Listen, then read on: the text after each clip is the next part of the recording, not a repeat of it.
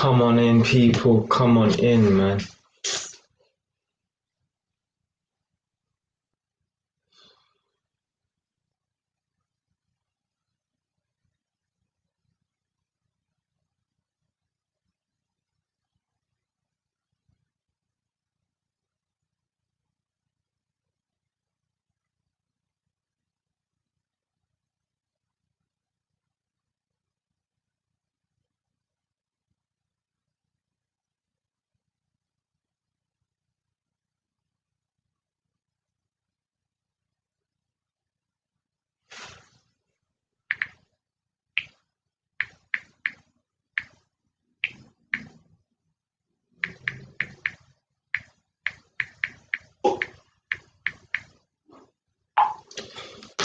Yo,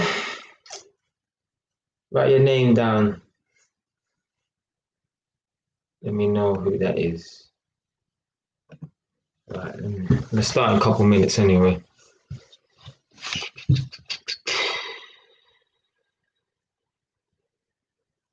What was the question I was gonna ask?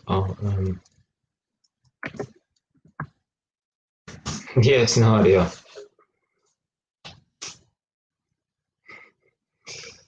What would you? Yeah,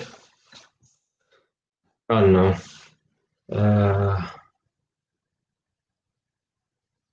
What would you pick? So this thing's strange, you know. Now it says that there's 0 people watching, but obviously I know you're in. But yeah, what would you pick?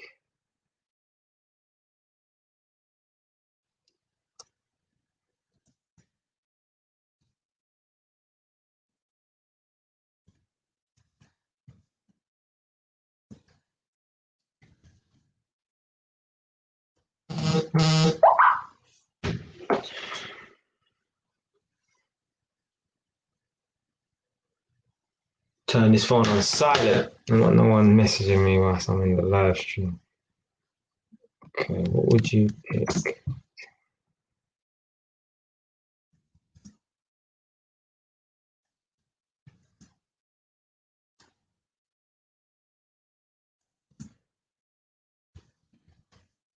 You can hear me all right, yeah? You can hear me, yeah?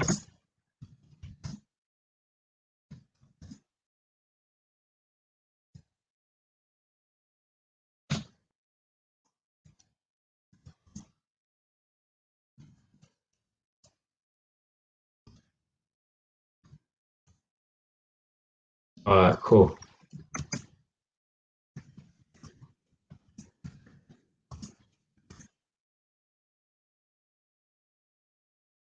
Yeah. I emptied it still, yeah.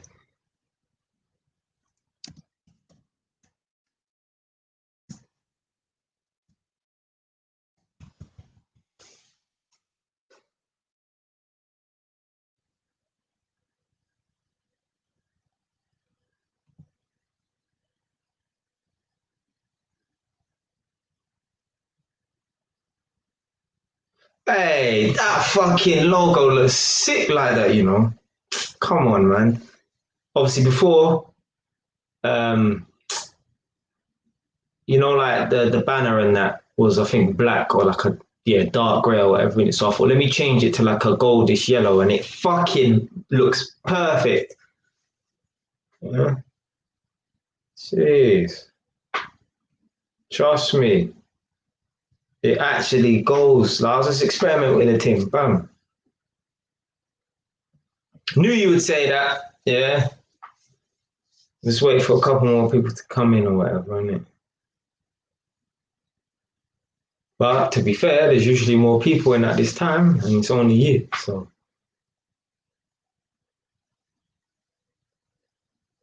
it's a 5 minute live stream today as well, yeah?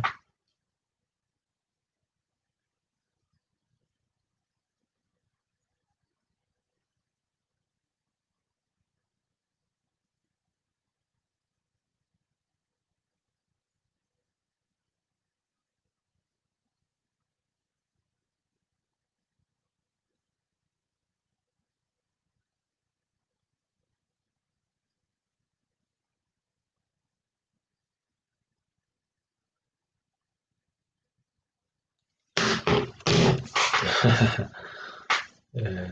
No. 1 hour live stream today. You said what's it's better to do what?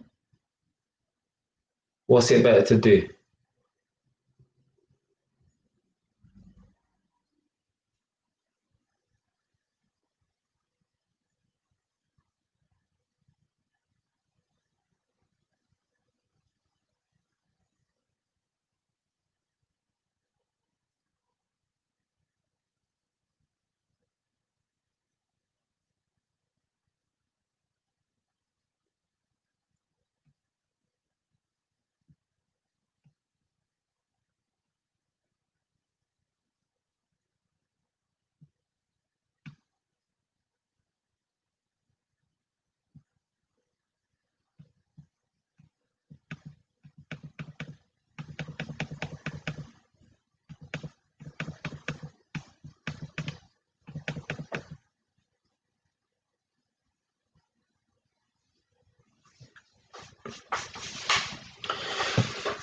Now, before I get into answering this question and talk about this video I made today, so basically, what was I talking about yesterday? About running away from your problems. So today I was on YouTube and checking out some woman's YouTube channel. Now she ain't got like although she got more subscribers than me, like she's got like just under 1,000 subscribers, but she ain't got like a proper YouTube channel. It's more like, you know, them people that have like a diary and they just kind of talk about their day, and it's not like there's no structure to their YouTube channel. It's just more like, you know, it's just a diary kind of thing, whatever. And they just do like their daily vlogs or whatever. And so anyway, this woman was complaining about wanting to leave the country. She said, "Oh, I'm just sick of this country now." And now this video was about 2 months old, I think, or a month old, or something like that. She's like, "I'm just sick of this country. I just want to leave. I think I want to go to Africa." Now, I don't think she's African. I think she's Caribbean.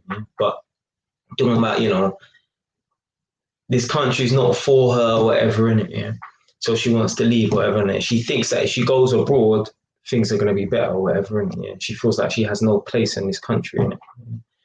And before I get to the next part, the reason why she feels like she has no place in this country is because she's not making nothing of her life.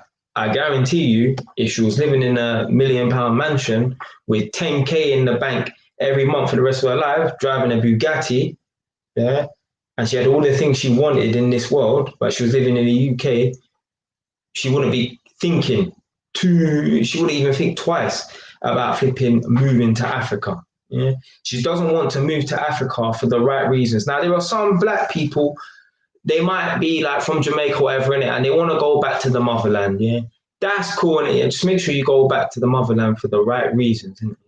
But she wants to go back to Africa because, again, she's running away from her problems. Now, one thing she mentioned, right, that got on my flipping nerves, but I don't I don't leave nasty comments on people's I wouldn't even say it's nasty in it, yeah, but I don't like to, because I feel like I'm going on there to pull people up. I ain't here to pull people up or nothing like that. Yeah. But if I go onto someone's YouTube channel and they say some stuff that I don't agree with, I don't come in there too harsh or like I'm judging them or whatever. Innit? So basically, the type of comments that I leave, right? I either leave constructive criticism or something like that type of comment, or I'll just say something general that don't really mean anything. I'm not going to offend no one or whatever, innit? Yeah. So let's say, for example, I don't know, on that big ego media entertainment, I left a couple messages on there, innit? And I said, oh, in ISIS, between the age of 18 to 21, you would have been on Thames. And then if you was 22 to 24, you'd have been on Meridian or whatever. Innit? That's a general comment. No one's gonna get no offended by that or whatever. Innit? Yeah? Or I might leave a comment like this, what I said on this woman's YouTube video. I said, you are not depressed, because she was talking about, oh, you know, sorry, you are not oppressed, because she said, oh, you know, we're oppressed or whatever. Yeah? So I just said, you are not oppressed. Yeah, we are not oppressed, should I say, actually. I put myself in that as well. We are not oppressed. Now, what I really wanted to say is, motherfucker, yeah, you think by moving to Africa or this country or that continent, yeah, you're going to solve your problems. You are the fucking problem, yeah? Stop projecting and stop trying to blame the government for the reason why your life is shit. Your life is shit because you're making it shit, yeah? I'm assuming she's from London, yeah, I know accents or whatever, yeah? She was actually a decently spoken black woman, but I can still tell she's from London, yeah? She's in a place where there's many opportunities, yeah, but she's not utilizing them because she want to live a basic lifestyle, yeah. She don't want to get out of the comfort zone. That's what I really wanted to fucking say. But I ain't gonna go on people's channels and try to come across like I want to start wars and beef and that in here. So I didn't say that. I just said we are not oppressed. Just left that statement there. Yeah? Like it's embarrassing. It's embarrassing. Yeah? Like. Yeah. These people, right, I don't know how old she was, like maybe 34 or something like that. I know she was older than me. These people are going to be teaching children, teaching them the wrong thing. They ain't teaching them the right thing. They're going to be teaching children the wrong thing. And then their kids are going to grow up and have that same mentality. And then their kids and their kids and their kids. Yeah. Why do you think many of us, right, like certain of us here might be second generation British black born, yeah? I am, because my mum was born here, but my grandma was born in Jamaica. Certain people might be first generation because their parents are born in maybe Sierra Leone or Ghana or whatever, innit? So they're first born English black, British black here, innit? Yeah? But it just gets trickled down through the generations. I've seen, man, on a panel, yeah? I saw a panel full of black people. It was on a white person show on it. Yeah? It wasn't this morning. It was a different show. I've never seen this show before. I ain't seen this show since. Yeah? But I could tell by the people that were on it. I could tell it's probably like a popular show on it. I just don't know the name of it, man. There was an older black man. He's my parents' age. Yeah? My parents are 48. Yeah, so they're getting old now, innit? Yeah? No disrespect to anyone who's watching this. He's 48. Yeah, but they are parents' age, right? And he comes from the 70s and the 80s. He comes from that era where Margaret Thatcher has shut down all the youth clubs and that, right? And those people still think they're living in those times. Yeah, it's almost like it's like a hangover from childhood. Yeah, it's something that they can't shake, right? And again, right, it's bullshit as well. Yeah, just because Margaret Thatcher closes down the youth clubs, yeah, it doesn't mean it's an excuse to go out there and shoot and kill people, innit? But they've been, I can't say indoctrinated, but they've been programmed with that mentality that, oh, you know, because the youth clubs have been shut down, right, now the whole black community is fucked. And it's not like that, yeah? It's not like that. Yeah? It's garbage, right? So anyway, he was on there. He has that mentality. He was even mentioning something about, oh, you know, when I was younger, I used to get stopped and searched by the police and that. And my son has been stopped and searched by the police and he's been rough handled. He had his son next to him. Now, his son, although the guy was my mum's age, his son's probably a bit younger than me. Yeah. So maybe at the time, I don't know, maybe his son was probably about maybe 17 or something like that, right? This was a few years back or whatever, innit? So his son was a bit younger than me. Let's say I was about 23 at the time, right? And the son was probably about 17. There was a few more other black people on the panel, right? And decent black people, and not just some like trash off the street, like decent black people were on the panel, right? And there was one woman, I think she was a pastor, and her son was murdered. Yeah, I think he might have been murdered due to some gang violence, whatever, innit? And basically, all of them were all in agreement with each other. Yeah, there was about 4 black people on this panel, right? Including the teenage boy. And they were all in agreement that, you know, there's some kind of oppression on the black community and the police are against us and the government's against us. And I'm just sitting around thinking, like, what the fuck is wrong with you people? Like, you lot are sick. You lot are sick. I need to hurry up and get this book, The Poison Mind, out. It's very difficult to write because I'm just literally freestyling. Yeah? Now, in some ways, it shouldn't even be difficult because I've made videos on every single chapter that I'm gonna write. So I think what I need to do, what I might do is the next time I start a chapter, which will be tomorrow, I'll probably just listen to one of the videos that I've made that's exactly like the chapter, and I'll just pretty much just copy and paste what I've said in those videos onto into the chapter. Now, don't get it twisted. I'm not a man out here who believes in copy and paste or taking the short route. It's my content, so I'm just basically writing down what I said. So what I said verbally, I'm putting pen to paper. And let me read these comments. But yeah, the main question I'll get to it in about 5-10 minutes. Yeah. So yeah, off the back of that video that I saw, where the woman was talking about wanting to move to Africa or whatever, and yeah, like, I made a video on that. Right? It's nothing's different to anything I've made or whatever in here, but I feel like I need to keep pushing this message out here, right? One day I'll be able to change everyone's mind, innit? Yeah. Well, at least a few people, innit? Yeah, you can't save everyone, but you can save some people, innit? That's the main thing.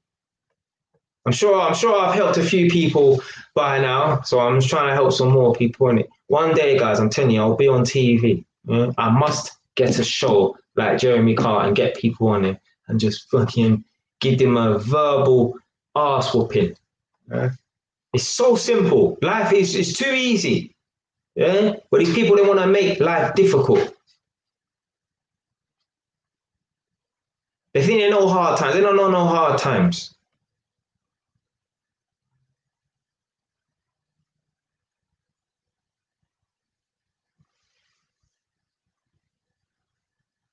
Right, let me see.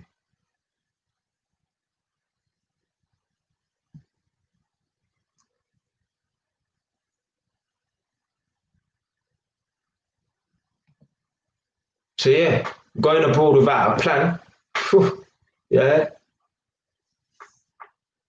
If 10,000 people have the mentality, oh, I need a break. I'm just gonna go, and things are not working out for me, so I'm just gonna go to another country. Yeah, out of those 10,000 people, yeah, you will have a few that will actually make something of themselves. Yeah, but that's not a good. Well, I would say plan of action. It's not a plan of action. That's not a good reason to go abroad. And you need to be going abroad for the right reasons. I made a video. I don't think I've released it yet, but it's called There's More to Life Than Sandy Beaches. And basically, this guy, right, was from the Caribbean, the Bahamas or Barbados, right? And he joined our Facebook group straight out of Edmonton. So it's just for Edmontonians, yeah, Edmonton people. And he said, oh, hi, guys. Black brother. Yeah, he said, oh, I'm going to be coming to Edmonton soon. I just need to know, like, where the best places are to live in town, about, like, how to set up a bank account, all this kind of stuff like that, or whatever. And basically, he thought he was in a group chat that was based in Canada, because in Canada, there's a place called Edmonton, isn't it? Yeah. So he entered the wrong group chat, yeah. So he thought he was in a group chat that was Canada. So the people who made it were from Canada in Edmonton. Really, it was the people that are in the UK from Edmonton or whatever. So they were not mocking, not disrespecting, but they were making jokes and saying, oh, you're on the wrong continent and that. And then there were some people saying, oh, why would you want to leave the Bahamas? I think it was the Bahamas because it began with a B. So yeah, I don't think it was Barbados. Why would you want to leave the Bahamas? Stay out there in the sun. It's much better, isn't it? But what these people don't realize is this guy is leaving the Bahamas to go to Edmonton in Canada. Yeah, that's where he really wants to go, yeah, because he wants to better himself, yeah. Now, I don't know if he has a plan or whatever in it, yeah, but he is leaving with the sole purpose to find new opportunities. Like I said, right, let me just get this thing clear right now, yeah. If you're going to move somewhere, you need to move somewhere because you're going to you're going for a specific purpose. Either you're going to get a new job, yeah, and then eventually one day, hopefully, you start your own business or whatever, do your own thing, or you're going there to start a business or something. Yeah? You don't just go in for the sake of going. So if you move to a new location, yeah, it needs to be because you are going for work to better yourself or starting a business, yeah. Or if you have children, yeah, and you're living in a dangerous area, yeah, you need to move, yeah, because you need to protect your children. Yeah? But don't ever just go somewhere for the sake of going somewhere, yeah. Like in Northampton. If there's anyone watching this right now from Northampton, which they probably ain't, but let's say you're from Leicester or Coventry or whatever, if things are dead up there and you don't feel like there's any opportunities in your perimeters, yeah, get your ass down to London, yeah, because you're going there for a specific reason, yeah. You're going there to prosper. You're not just going there because there's just nothing else to do, yeah. I need to move or whatever. Yeah? So these idiots on this group chat, on this Facebook group, straight out of Edmonton, will say, "Oh, why don't you stay in the sun? It's so much better out there, isn't it?" These idiots, I left a comment as well. These idiots don't realize that this guy's going out there because he wants to improve his life. I hope. Yeah. Let's assume, yeah, he's a sensible man and he's moving from the Bahamas to Edmonton in Canada because he wants to better his life. Because in the Caribbean, there's nothing going on out there. Yeah, there's a little bit, yeah, but there ain't enough. Yeah, I've only been to Jamaica, yeah, but Jamaica is dead. There is nothing going on there. Yeah, only a little bit. Jamaica is dead. So if you're a Jamaican person watching this right now in Jamaica and you feel like there's no opportunities, try and get yourself to London, yeah, or go to maybe somewhere in the States, New York or whatever, in it, where there's lots of opportunities in it. But don't come to England because we just want something to do. No, because you're gonna fail. You're gonna fail. In that video, I said you are the problem. You can take yourself out and go to a different place, but if you haven't fixed your own problems, yeah, you're just gonna be that same problem in a different location. Yeah. You can take the kid out of the area, but you can't take the area out of the kid. You can move someone to a different location, but if they are still a problem, if they still need to fix themselves, if they still have insecurities, if they still are not ambitious, they're just going to be an unambitious person in a new area. And what will happen is they'll be like my silly cousin who will come straight back to the UK, yeah, return home, not achieve a damn thing in that whole year. Yeah? If someone goes out to a new location and they're going out to try new things and they fail, that's cool. I ain't got no problem with that. If someone's gone to a different country with the sole purpose to try something and they failed miserably, and it's almost as if there was no point of going out there, quote unquote. I ain't got a problem with that. You've gone out there to try something new, that's fine. But don't you dare try and move location because things aren't working out. I ain't got a boyfriend, I ain't got a girlfriend in this country. So there's just nothing worth staying in the UK for. That's what fools do. You're a great fool. Right, I'm just checking my.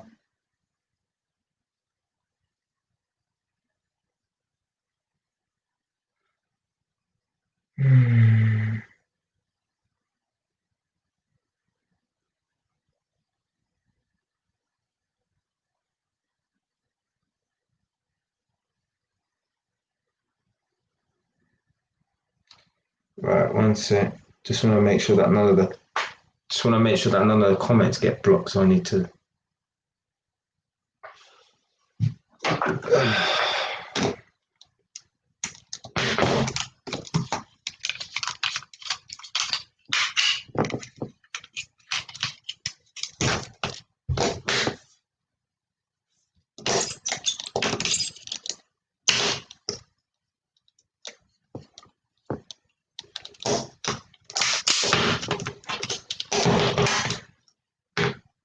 So yeah, if you're somewhere like fucking Plymouth or somewhere like that, and you feel like there's no opportunities in your surrounding areas, yeah, move to somewhere like London. Yeah, move to somewhere where there's opportunities or whatever in it. Yeah, but don't just I'll go abroad because if things aren't working out, but you ain't got no plan. No, that's stupid. That's stupid because what's going to happen is you're just going to end up failing over there. What's the point? You're just going to end up failing over there. Funny hearing my voice. Yes, man, like Soul, Jerry Manning, come on. The man them in again. Obviously, AY London's always here. That's nice. See? To keep seeing the reoccurring people then, man. But yeah, I might also get to the. Oh, where's it gone now? Oh. might as well get to the main talking point of this video, although I always go off on a tangent. What would you rather pick? Yeah. So everyone, answer this question right now. If you're locked in, yeah, just write what you want. Yeah, pick what you want. Yeah. Right now, what would you rather pick? Yeah, 2 million in one lump sum. Yeah, you get £2 million in one go. Yeah, and that's it. Yeah. Or you get 10 grand a month every month on the 30th or the 28th, yeah, or the 29th, yeah, depending on if it's February and a leap year, yeah. The last day of every month, yeah, 10 grand in your bank account for the rest of your life. Yeah. What would you rather pick? Would you rather pick 2 million in one go or 10 grand in your account every month for the rest of your life? Yeah. Let's see what you lot pick. Now I already know because Nadia already answered, so yeah. All right, guys. So obviously, when I answer, I ain't here to make no one look silly or whatever in it. Yeah, everyone's entitled to their opinion. Yeah, I'll tell you my opinion. And just wait. I'll wait one more minute. Yeah, man like Xavier, Tonio, come on, fam. The man them up in there.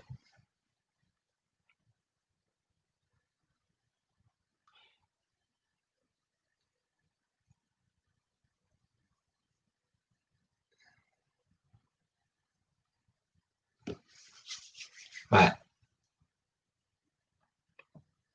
This is just my opinion, man. Just my opinion, yeah. But I would pick. Someone guess what I would pick, yeah. Right. Someone write down what they think I would pick, yeah.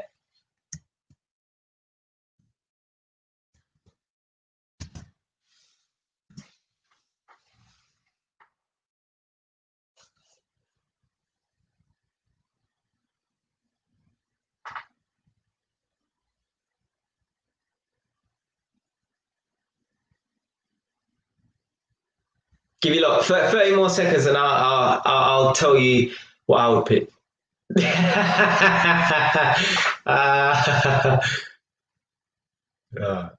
Well, I'll tell you what I'll pick, and I'll tell you why. Yeah, and I'll tell you.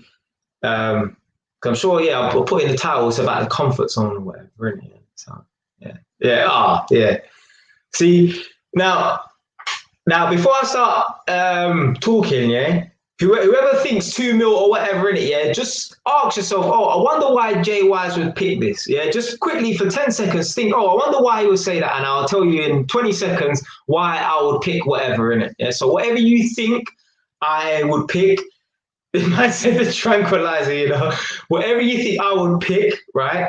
Just come up with like a reason in your mind why I would pick that. And then, oh, come on, Nadia, man, you can't be spoiling for people, innit? But yeah, you come up with a reason why in your mind why I would pick that, and I'll tell you. I'll give you 20 seconds. I know it's been a long 20 seconds, but yeah. Start trying to run out of hand wash.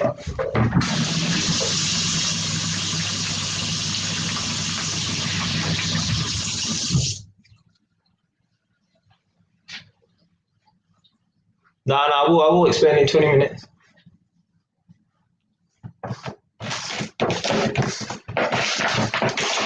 20 seconds, you know what I mean?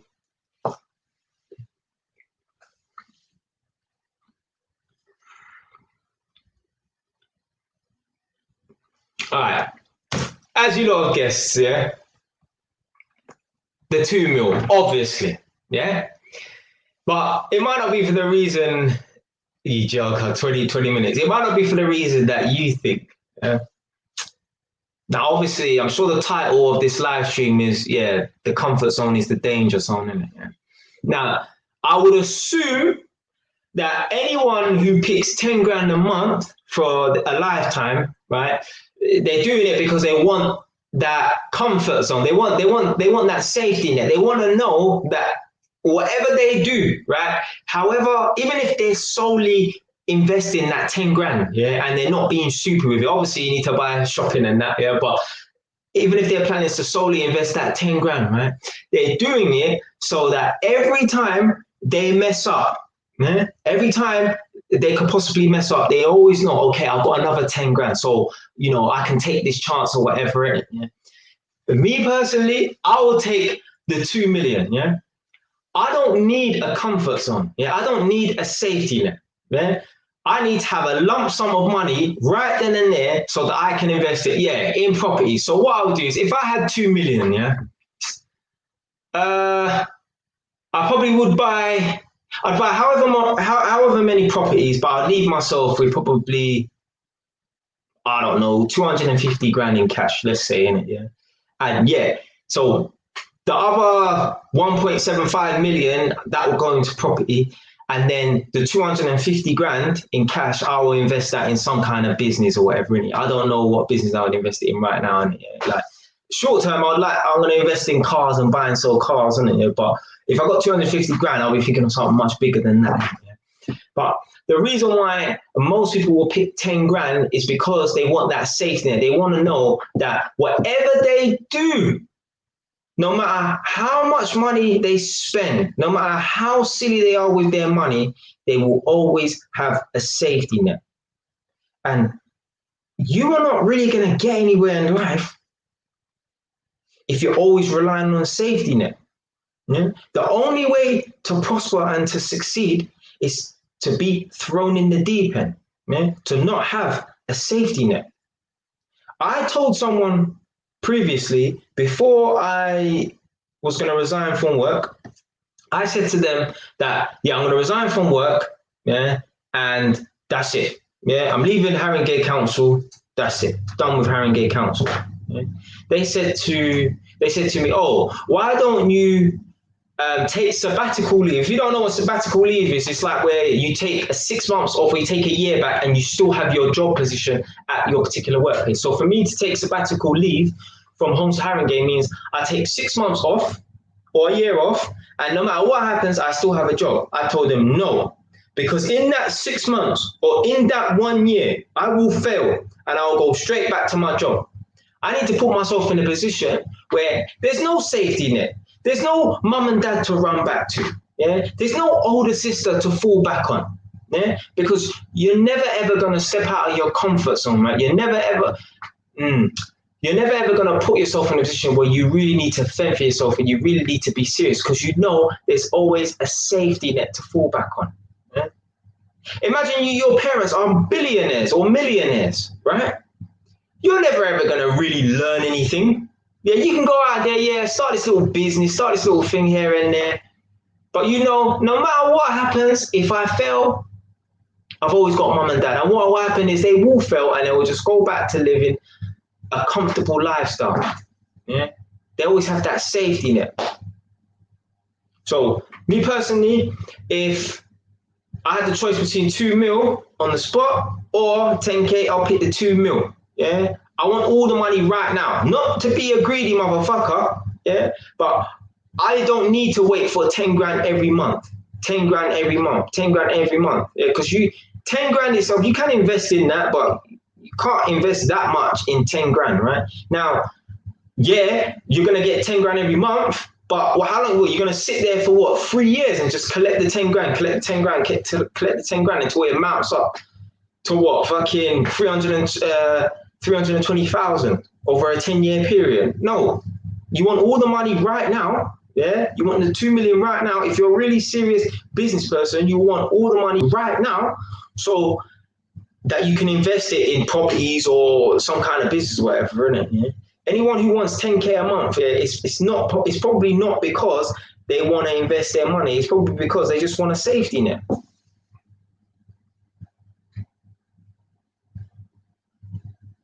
Right, let me go through these comments because people said a couple of things.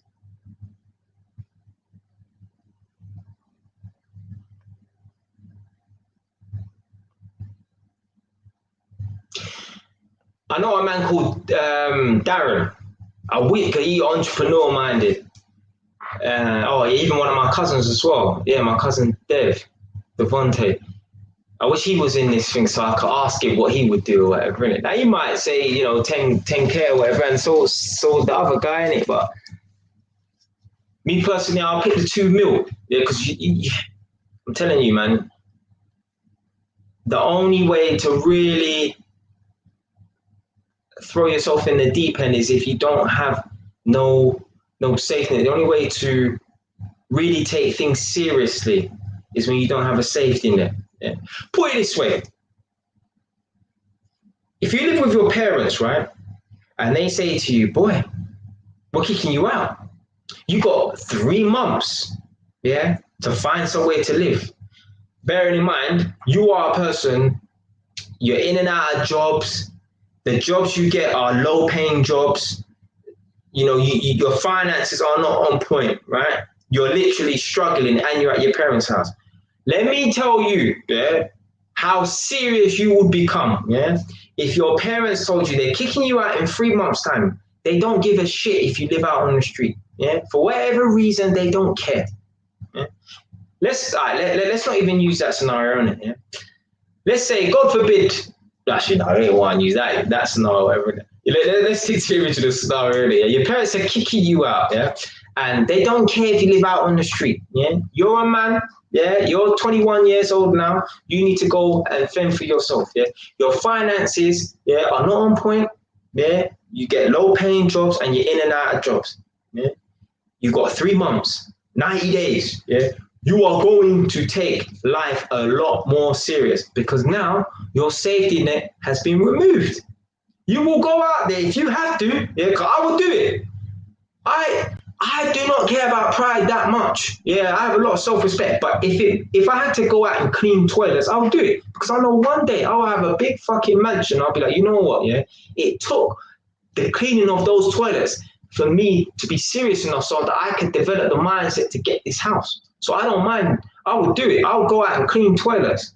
I like cleaning anyway. That's my thing, innit? That's a hobby and a pastime for me, innit? But what?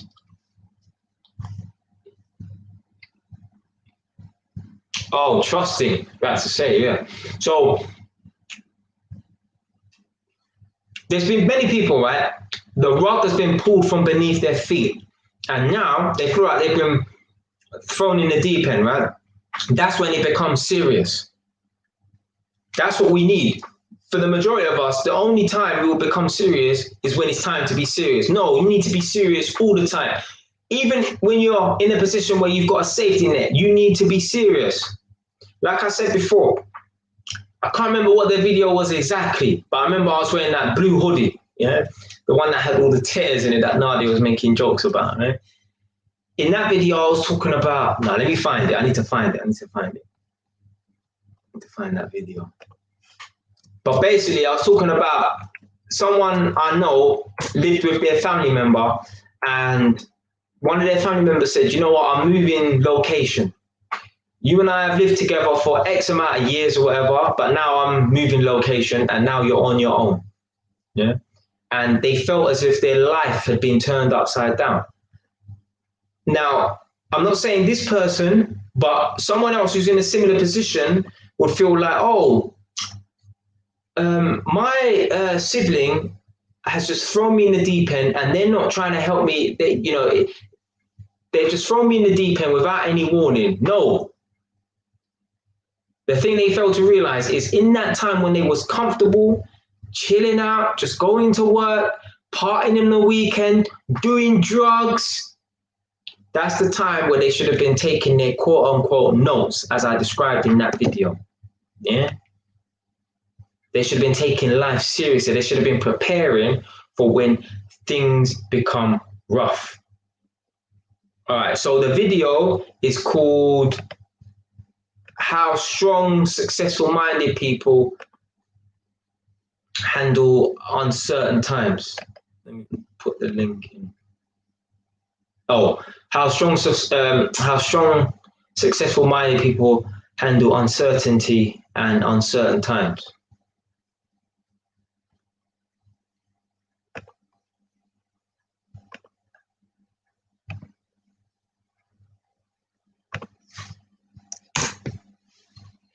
So yeah, depending on how new you are to this channel, yeah, go and check out that video. Good fucking video, that. Yeah.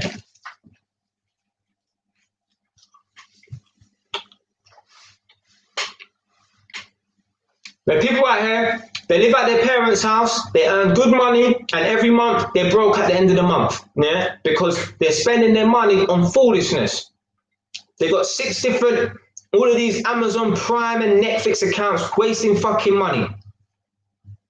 They got a car outside that they don't really need. They're spending their money on drugs. They're popping bottles on the weekend. Man are going out, gal are going out on the weekend, spending £200 in a club on the weekend. I remember when I went to uni, there was a guy, right? That he was only like 50, 60 grand. I thought, fuck, that was amazing. Like, now that it's decent money, but it's not amazing or whatever. But there was a guy that told me he was earning 50, 60 grand a year. He was doing the night shift as an electrician. And yeah, he said he would spend £200-300 in the club on the weekend. Yeah. Let's say even he done that every other weekend or whatever, innit? Yeah. Bullshit like that. Yeah, we should be saving your money. Before lockdown, I was working hard, grinding hard. Yeah. They used to make jokes about me in the office. Oh, you staying over tonight and that? 'Cause I used to work all the hours and that. Yeah. People used to laugh and that. Yeah. Cool. I would have loved to have seen their faces when lockdown happened. Because remember, these lot are self-employed. If they don't have any self-employed insurance, yeah, they're going to be fucked. Because if you don't have self-employed insurance and you're unemployed, you're not going to get any money from anywhere, right? And even if you do, it's going to be some idiot money. So it's basically no money. Yeah. So these people live paycheck to paycheck. So when uncertain times come, because that's what I was talking about in that video, talking about COVID and lockdown and that, when uncertain times come, they panic. Me, during the lockdown, I did not need to panic. All I was thinking to myself, there's nothing to do. The shops are locked down. I was cool because during that time, I took my notes.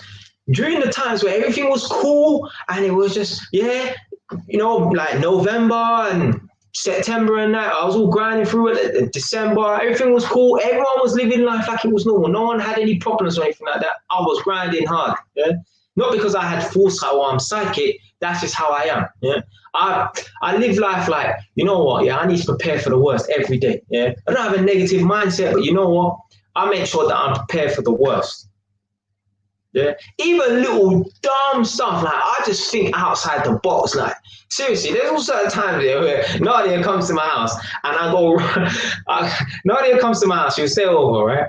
And I'll go running, yeah? And I think to myself, imagine a fire breaks out in the house or whatever, really, or like Nadia loses the keys. So what happens is I lock the door, right? And I give Nadia the key, so I'll post the key through the door. I'm thinking, what if there's a fire in the house and Nadia needs to get out? Right? And even then, right, I leave the back window open just in case something happens to Nadia and I can climb through the back window and into the house. That's just how I think. I think worst case scenario. Yeah? Don't have a negative mind, but I just think like, I plan outside the box. I think outside the box. Yeah, that's how you have to think, man. Yeah, I'm like almost like a troubleshooter. I just think outside the box. I think worst case scenario. Yeah, what could go wrong? Worst case scenario, and what can I do to get out of the situation? One time, Nadia and I were barbecuing in the back garden, right? On top of like my old table that I used to use. I put the old table in the back garden. I brought out 2 buckets of water just in case a fire started. I actually went to look because I have a fire extinguisher, but it was in my other car, and the body shop people who were spraying my car after my car got damaged, they took the car and I left the fire extinguisher in the car. I was ready for a fucking fire to break out, yeah? I'm not going to just wait for a fire to break out and then go and deal with it. No, I was prepared for a fire to break out, yeah? That's how I think. That is how I think. Yeah, see, now this is, you know what I'm saying? So, yeah, Nadia's barbecuing. I don't know how to barbecue. So, all right, let me run to these comments quickly. Right, so, Xavier saying, I don't think it's safety for me though, because it's not safe. It's just not having all your eggs in one basket. Right, fair comment. Me personally, I'll still take the £2 million lump sum rather than having the 10 grand, because I'll put myself in, it's not a false sense of security, but I don't want to put myself where I'm just relying on this money. Yeah, or every month I'm gonna have 10 grand, so it don't matter what happens this month. Yeah, no, I'd rather take the full 200 grand, 2 million, and invest in properties. Yeah. I made a video on that a long time ago as well. One of my original videos. Let me get the link for it. I'll post it in there as well.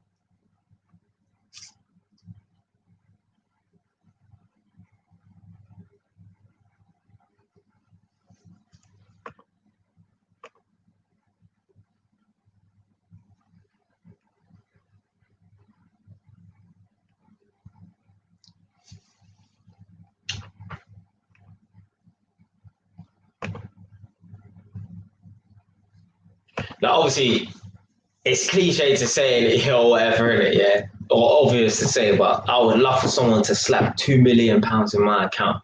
Yeah. Right now, I know exactly what I would do with that money. Yeah. Well, definitely in terms of the properties and stuff, innit? If someone gave me £2 million and a portion of the money went on properties, it wouldn't even be to have properties that are renting out. I would literally buy properties, fix them up, and sell them. That's it. That's all I would do. Yeah. Maybe you never know. Maybe I would have one as a rental property or something like that. But I'd definitely buy properties, fix them up, and sell them. Yeah.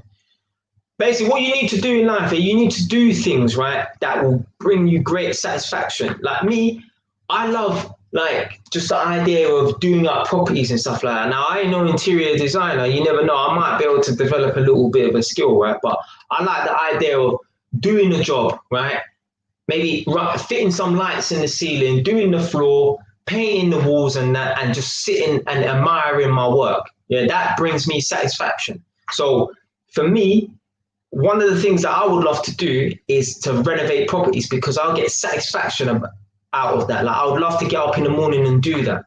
I'm working towards something, and once I achieve it, I'm proud of myself. Like guys, that tiling job that I've done, yeah, I'm so proud of myself. Yeah, because I never thought I'd be able to do tiling like that. Yeah. Remember what I said yesterday? Yeah. If you ever want to step out, if you're ever thinking that you kind of doubt yourself or something like that, just remember this: one tile. Yeah. One tile. If you don't know where that's from, that means you ain't watched the live stream yesterday. Yeah. Just one tile. One tile. That's it. Right. Where is this video?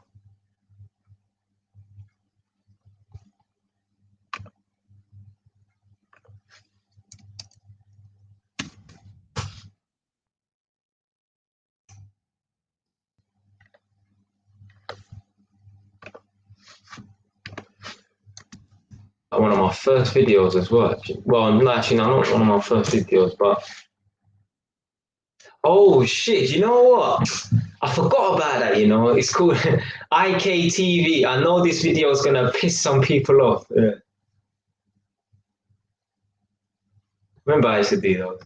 Those are like kind of like slightly my rant videos. I know some of them probably did piss some people off as well. Oh well, you got to hear the truth sometimes, man. You know. So this link that I just posted in, that's the £2 million lump sum video. Well, I was talking about, you know, if you hit the 10K, it's because you just want a safety net. Because most people, 99.9% of the people on this planet, right, they would rather, and it's a bit like the 10 grand fee, they would rather have a nice, stable job. Nice, stable job where they earn 120 grand a year, yeah, that's 10 grand a month, yeah, rather than go down the route. Guys, listen, I would rather take a risk and fail, yeah, and basically just be out on my own and have to make something of myself rather than go and work for someone and earn 100, 200 grand a year. As attractive as it sounds, yeah, to earn 250 grand a year, $250,000 a year, right?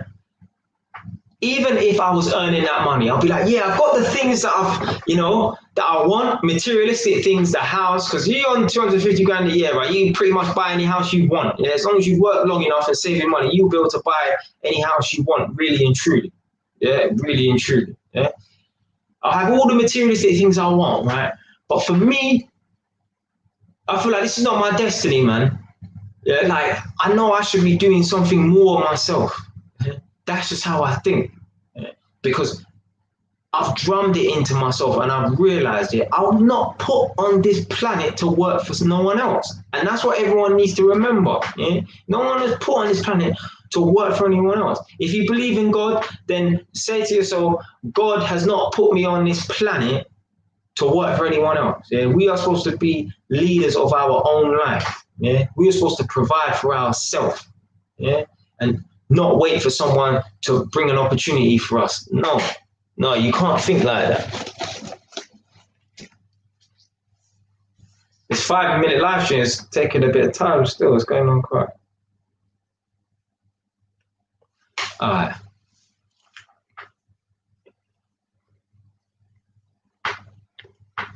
Right, so Nadia said you can invest the money on a monthly basis slower, I think. Yeah, don't get it twisted. I'm not trying to do it because it's like I'm trying to rush or anything like that, but I don't need a 10 grand a month safety net. I don't need a 10 grand a month safety net. Yeah, give me all the money now and I'll do something with it right now. Yeah, I don't need that constant money in my account. Yeah, I don't need that safety net. Yeah, that's not helping me. Because there's some people, and what they do as well, the reason why some people wouldn't want £2 million is because they know they got bad spending habits, right? There's people who win the lottery, and what they do is they set up some kind of account where every month they get paid 5 grand out of this account every month or whatever, innit? Yeah. Do you know why they're doing that? Yeah, because they have bad spending habits. Yeah, they can't have £2 million in their account without going wild like a fucking jackass. Yeah. Me, I don't believe in credit cards or whatever, but I could have a credit card. Yeah. There's some people, they cannot touch a credit card because they will turn into a fucking spending crazy maniac. Yeah. There's some people, if you give them a credit card, like, what the fuck is wrong with people? Like, I don't know if it's because I've always been sensible with money from day one since I was a child. I told you already in many videos that I used to buy and sell Christmas drinks in school, and I've always had money to my name and I've always been sensible with my money. But there's some people, as soon as any money comes within their possession, they need to spend it. Now I get it. There's been times where I haven't gone out and spent a penny for like 3 or 4 days and I feel like I just need to go to the shop and spend £1 or £2 or £10 or something. That's cool. But there's some people, if they get £1,000 in their account, they just turn into a lunatic and have to go and spend the money.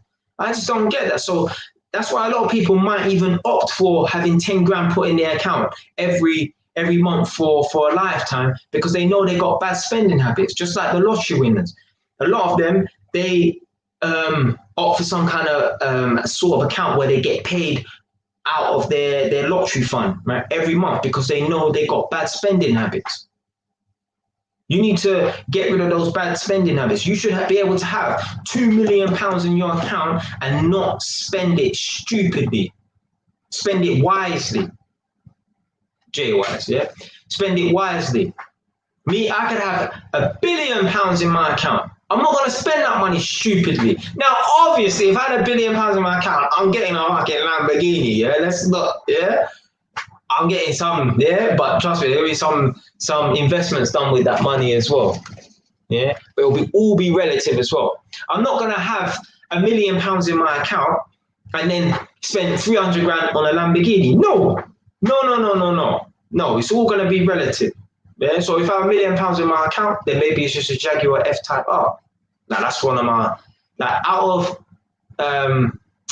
a luxury car that I like, that's a practical runaround car, I'll get like a Jaguar F-Type R. Yeah, that's like an everyday car you could drive. Yeah, like a Lamborghini is not a practical car you could drive around every day, simply for the fact that how low the cars are and going over speed bumps and shit like that. But it's all relative. Yeah? You have to be sensible out here with your money, innit? Yeah? A lot of people, they wouldn't want a lump sum of £2 billion because they know they got bad spending habits. Some people, they cannot have a credit card amongst their wallet because they know they'll turn into a complete jackass with the money. Me, no.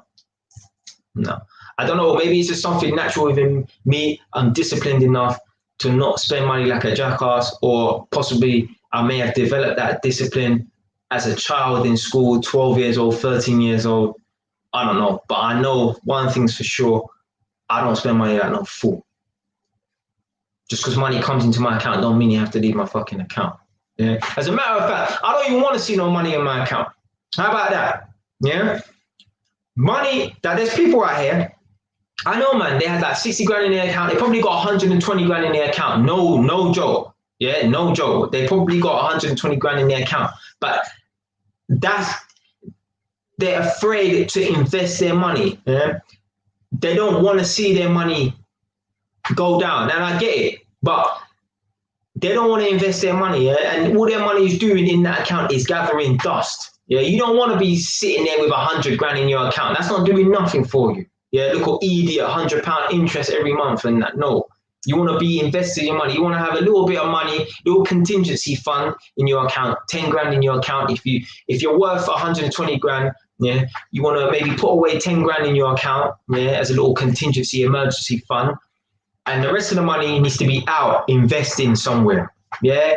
Maybe one property here, one property there, maybe buying and selling cars, maybe buying and selling these goods here and there. Like, even me, I've got lights upstairs in my junk room upstairs. Anytime the Habitat store have lights on sale, like they'll have like lights that are worth £200, right, or £120, and they'll be selling it for like £40. I'll go and buy it. Even if I sell it and make a £20 profit on it, what else am I doing with that £40? Yeah, now I won't just buy one. I might spend like £500-600 on lights. But the way I see it, I've got so much money, yeah, that even if I spend £500-600 on lights, right, that is going to generate me a profit, because that £500-600 in my account is not doing me nothing. It's doing me absolutely nothing. So I may as well buy some lights and sell it on. Now, if I only had £1,000 in my account, I'm not spending £500-600 on no fucking lights that I know is going to take me a few months to sell. Yeah, but I've got a lot more than £500-600, so I can afford to spend £500-600, right, and let it sit down and do nothing for a few months, right? Because I know I'm going to get a profit off that, and plus it's not eating out of my own pocket. Obviously, as I said, it's all relative. Yeah, I'm not going to buy a fucking Lamborghini if I've got £1 million in the bank, because £1 million isn't that much money. Yeah, you think £1 million is that much money? Yeah, try and buy more than 2 properties in London. Yeah, you'll struggle. Yeah, even in Edmonton, rundown Edmonton. Yeah, the cheapest you probably can get a 3-bed house for is about 350 grand. On a normal residential street in Edmonton, maybe about 400. Tottenham, 5. Hackney, 7 or 8. Maybe 900 grand. Yeah, so people think that £1 million is a lot of money. Don't get it twisted. I ain't got £1 million, but I'm telling you right now, yeah, it don't go that far in certain aspects. Yeah. Fucking hell, that hour's gone quick.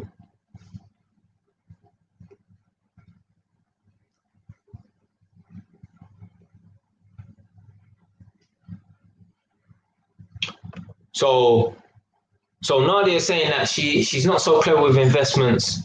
I'd be scared because they invest the money badly, I'll lose it. Me, I'm not afraid to fail because I know in the future I will be successful. Now, obviously, I don't want to make stupid investments, right? Because I still respect money, yeah? So even though I know in my future I'm going to be a rich, successful person, that don't mean I'm going to spend money on stupidness. Yeah? Now, don't get it twisted, it's been done before. Yeah.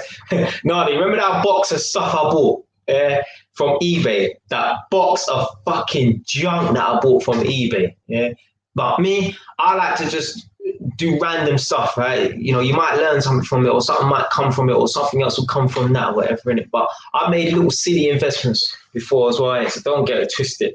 But I ain't afraid to invest and fail. Yeah? You have to keep trying new things. If you stop trying new things, you will never be successful. You can do the same thing all day, every day. Keep doing the same thing all day, every day. You're not going to achieve a new outcome.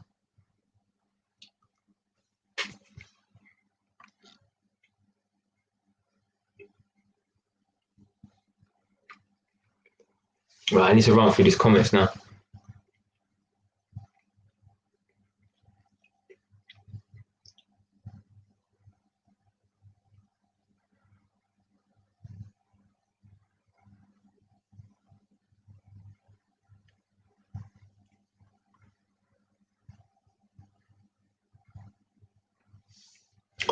You know, I might need to come back to some of these comments actually, you know.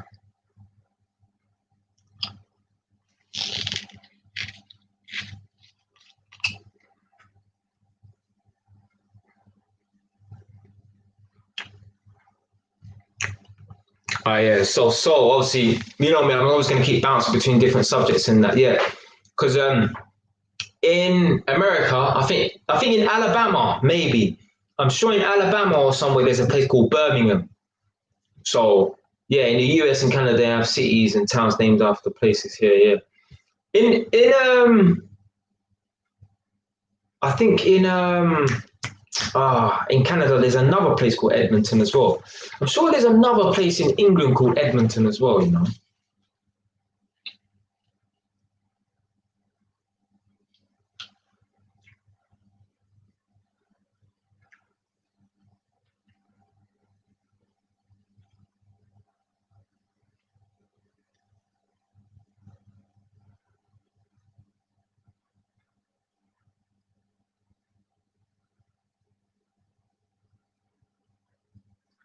Yeah, I'm sure there's a next place called Edmonton, but it's not in London. Like it's near fucking like the South Coast or something like that.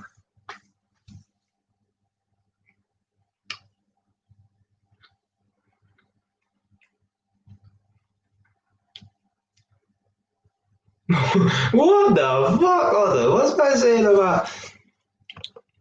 I can buy 2 packs of Maryland cookies, one Haribo Star Mix, one Doritos Big Pack. It's £10. Oh, that must be a next conversation.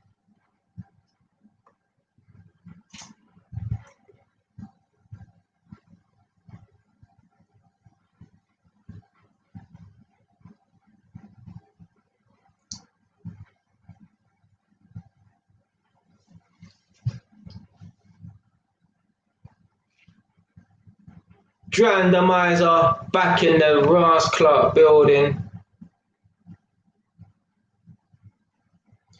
So you're saying nothing's guaranteed, so I'd rather have 2 mil right now rather than trust a source to give it monthly and I can get it right now because what's the chance of getting to 10 birds keep coming in. Now, I had this conversation with someone before about this £2 million and 10 grand a month, right? And this smart ass, had to respond and say, oh, well, 10 grand is worth a certain amount now, but in 20 years' time, 10 grand ain't going to be worth the same. I'm like, fuck, you're missing the fucking point. Yeah, like, this is what I mean. So some people are too smart for their own good. Yeah, it's not about the amount of money, like the pound sterling in it. The question is basically to reveal whether you are the type of person you depend on a safety net, right? It ain't got nothing to do with the cash itself per se, innit? Yeah? It's your mindset. Talking about 10 grand's not going to be worth the same amount of money now as it is in 20 years time. Yeah, I know that.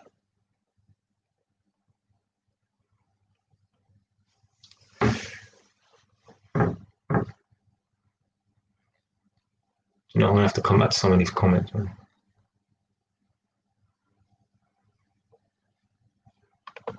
Yeah, nice. So yeah, Xavier, I think you're saying that you just went the video. Nice one, brother. You liked it. Nice one. People who are lucky to live with their parents or something need to appreciate the person. Yeah. Any lot right now, yeah? Let me know right now who lives with their parents, yeah? You don't have to say it's all right, it's cool, yeah, for whatever reason, innit, yeah? But if you live with your parents right now and you want to say, yeah, I still live at home, yeah?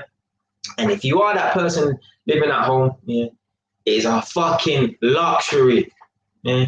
And this is the thing that pisses me off about young people. Let me move this camera. This is the thing that pisses me off about young people. They moan and they complain about living at home. Oh, I need my own freedom. I need my own space. Yeah, my parents are getting on my nerves. Yeah, your parents are getting on your nerves more than likely because you're spending too much time at home. If you worked Monday to Friday, 8 a.m. to 5 p.m., if you came home, relaxed in your room for an hour, went to the gym for a couple of hours, came back and worked on some kind of business plan or whatever, yeah, and it took you up to 11 p.m. You did that Monday to Friday. It's Saturday and Sunday, maybe you go to the gym, maybe you hang out with your friends, and in that time on Saturday and Sunday, you work on some kind of business plans. You have hobbies like taekwondo or motorbike riding. You will not be at home to be pissing off and getting into altercations with your parents. You're not doing enough. Again, you need to be utilizing that opportunity that you have here to live at your parents' house, because I'm telling you, you're 20 years old, 25 years old or whatever right now, yeah. Speak to people who are 35 or whatever and they have a small child or whatever.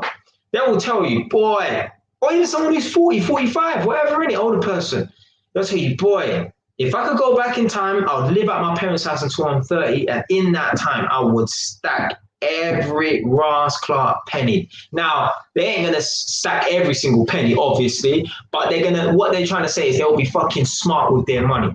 Yeah, because they know the gift of being able to live at home. Yeah. No, if you could go home, if you could go back in time right now, you'd probably be living at your parents' house, yeah, stacking your money. Yeah, because when you're out on your own, it's a lot tougher. Yeah?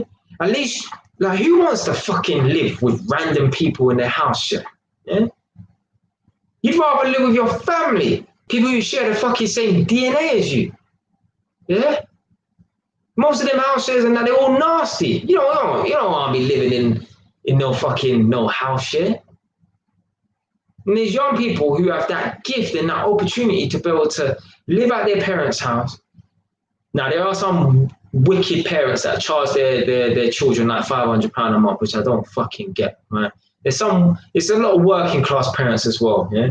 They feel like their children they feel like their children are here to provide them with a source of extra income.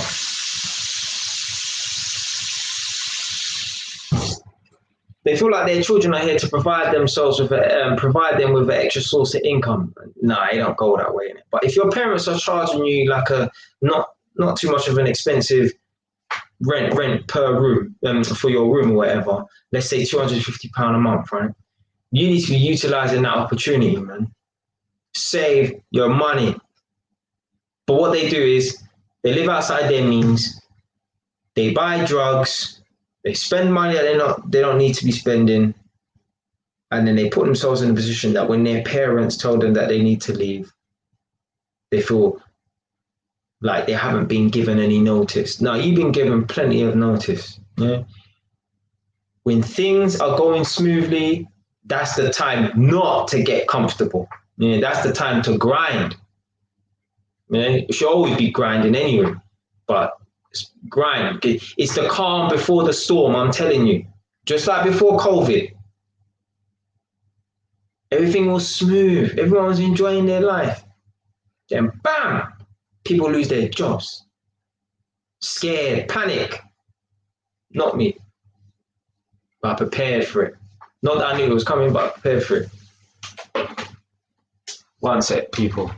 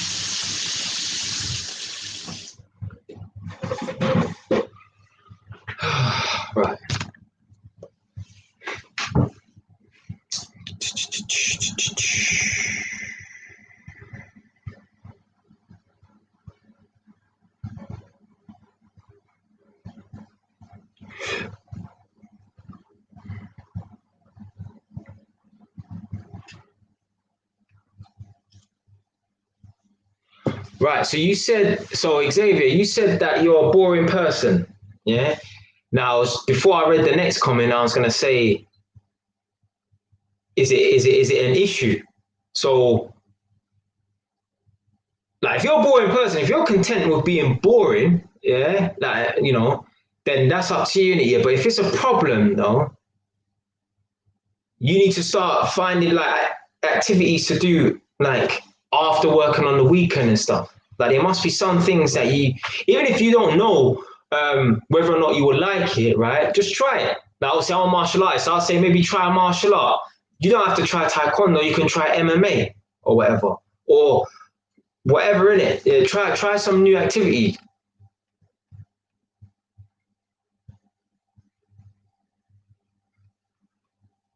Well, I'm losing these.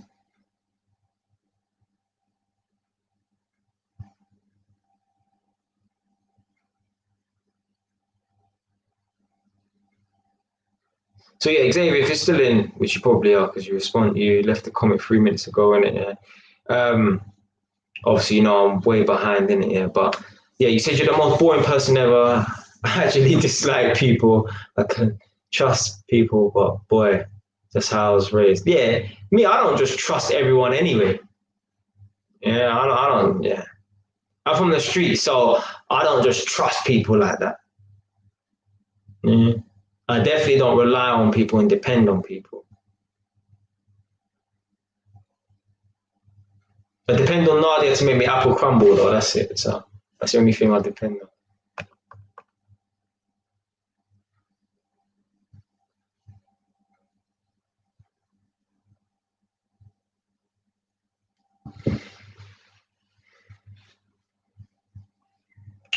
Right.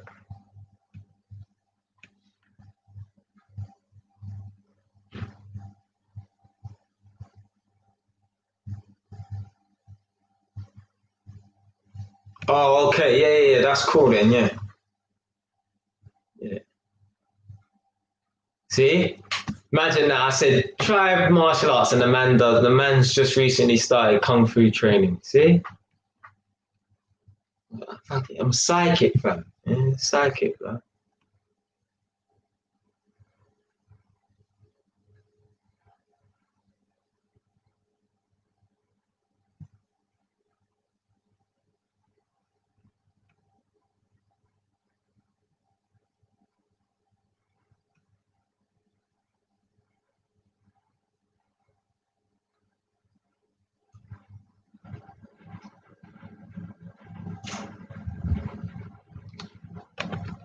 So you see this, yeah? Now they say if I got that money, the first thing I'll do is a butt job. This is what I'm talking about. This is why some people cannot be allowed to have money. They cannot be allowed to have money because they just won't spend it in. They won't spend it in the right place. Yeah, yeah. Exactly what it says on the tin.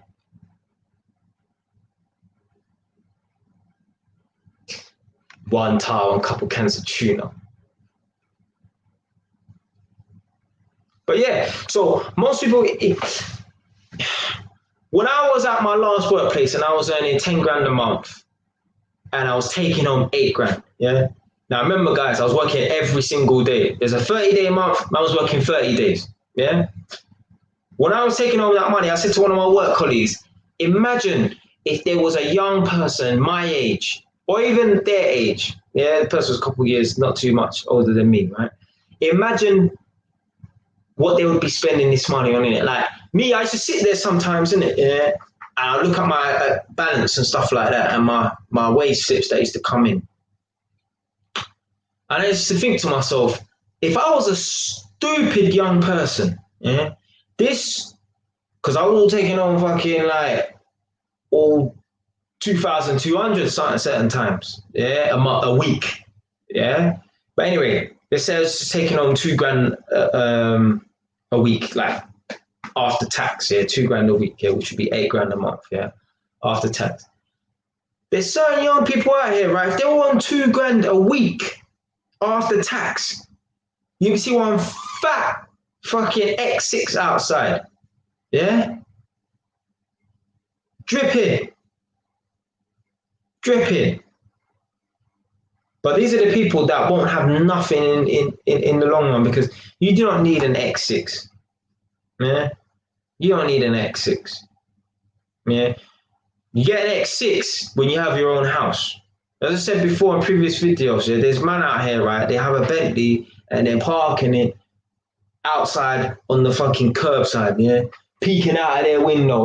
There's man out here, right, driving C-Class Mercedes, C300, convertible, whatever in it, yeah? And they're peeking out of their blinds, yeah? Because they're on the first floor of their mum's house and they're just making sure that no one scratches their car. When the rubbish people come around on a Friday morning, they're making sure that they don't scratch their car or whatever. Or they're scared that little kids are around playing football near their car. When really and truly, yeah, they should have their own house and be able to park that on a fucking drive. Man, I got Bentley. Man ain't got no furniture in their yard. Believe you me, there's man out there like that. Man, I got a Bentley, but man are parking it in residence permits only 8 a.m. till 6 p.m. Man are dripping, they got all the nice clothes, but their kids are struggling in school. They ain't got their priorities straight. They've not got their priorities straight. I would actually feel guilty if I was driving a nice flashy car right now, because I don't feel like I've done enough to earn it. When I say a nice flashy car, I don't just mean a Mercedes. I mean like let's say a Bentley or something like that. No way. I couldn't afford to drive it now anyway. But if I had the money, now I don't feel like I've achieved enough or whatever. And I don't feel like I've got enough assets and capital to be able to warrant driving a car like that.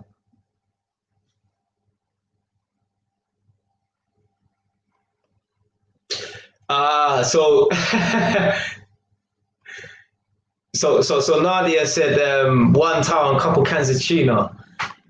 Xavier, did you watch that video yesterday with the old school guy from Brixton? AY London, I know you watched it as well. Yeah. Did you not watch the whole video? Or did you just watch a couple minutes of it?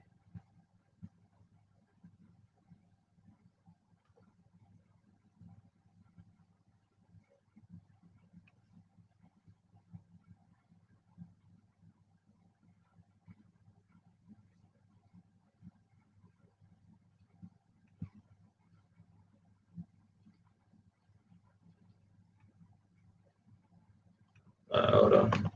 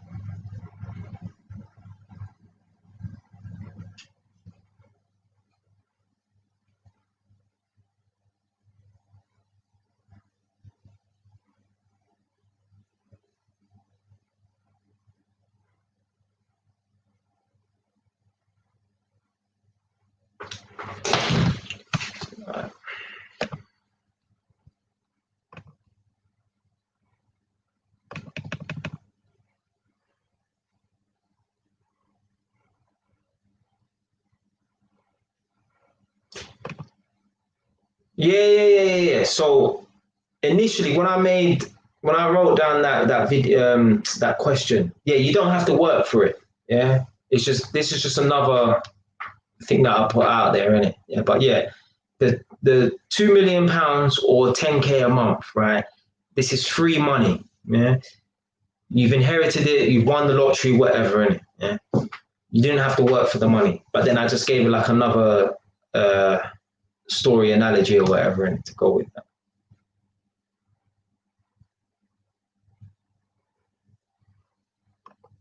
Yeah, she's saying that most people who won the lottery have ended up bankrupt. Yeah, because people don't know how to manage their finances. It's all people out here, they're in debt, they get a new job that's paying them more money than their last job, and they think they're entitled to upgrade their lifestyle. And they're, oh, you're gonna drive no, or I'm gonna go on holiday. No, you're not going on holiday. Yeah, you are not going on holiday if you are in debt. If you are in debt, that's symbolizing the lack of work that you've put in. Yeah, if you are in debt, you do not deserve a holiday. I don't care if you work for 5 years straight with no break. Yeah, you do not deserve a holiday. You are in debt. You are in debt for a specific reason. Yeah, it's because you're probably living outside of your means. So, and people who live outside their means are people who want the treat but don't want to work for the treat. I would never turn up to someone's house to do an electrical job and demand the money first and then go and do the job. No, I need to work for the money. Now, if they pay me in installments, pay me on a daily basis, if the work's worth £1,000 and it's a 5-day job and they pay me £200 a day, then yeah, I'll do that. Pay me every day in it. That's cool, yeah. But there's no way I'm gonna have someone pay me £1,000 without me doing any work. No, there's nothing to work for. There's no incentive. Yeah, but there's some people out there, they want the treat, they want the payment before they put in any fucking work.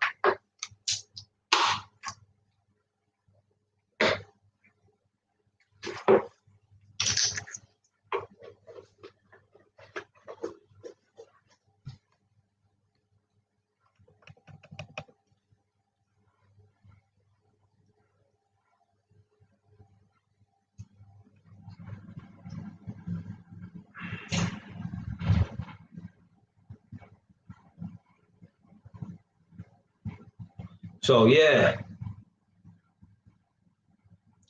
I think, you know what, certain these things just come natural as well. But yeah, definitely because I was making money, I understood the value of it because I worked for it.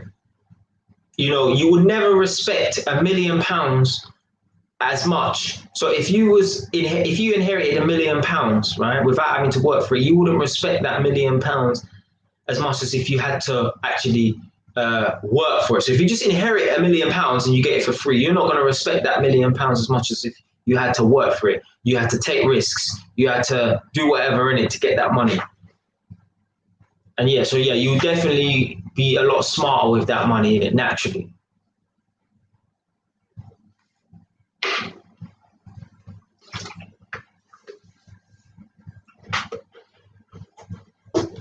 And obviously, so then Nadia's actually gone on to say it depends on the values your parents teach you as well. Now, my parents didn't teach you no value about how to hold on to money or anything like that. I kind of just learned, I learned this stuff myself. Like, they never told me go into school and sell Crispin drinks and then when you get that money saved or anything like that.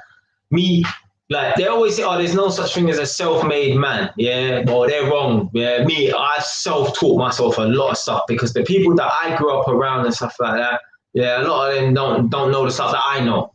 Yeah, like, I'm not boasting or nothing like that, but at the end of the day, I can go back and teach my parents about how to buy a property. They can't teach me how to buy a property. Yeah, whether they want to watch this and take offense to it, that's tough. Yeah, facts is facts. Yeah, they could not teach me and school me how to buy a property. I could sit them down and tell them the exact process of how to buy a property.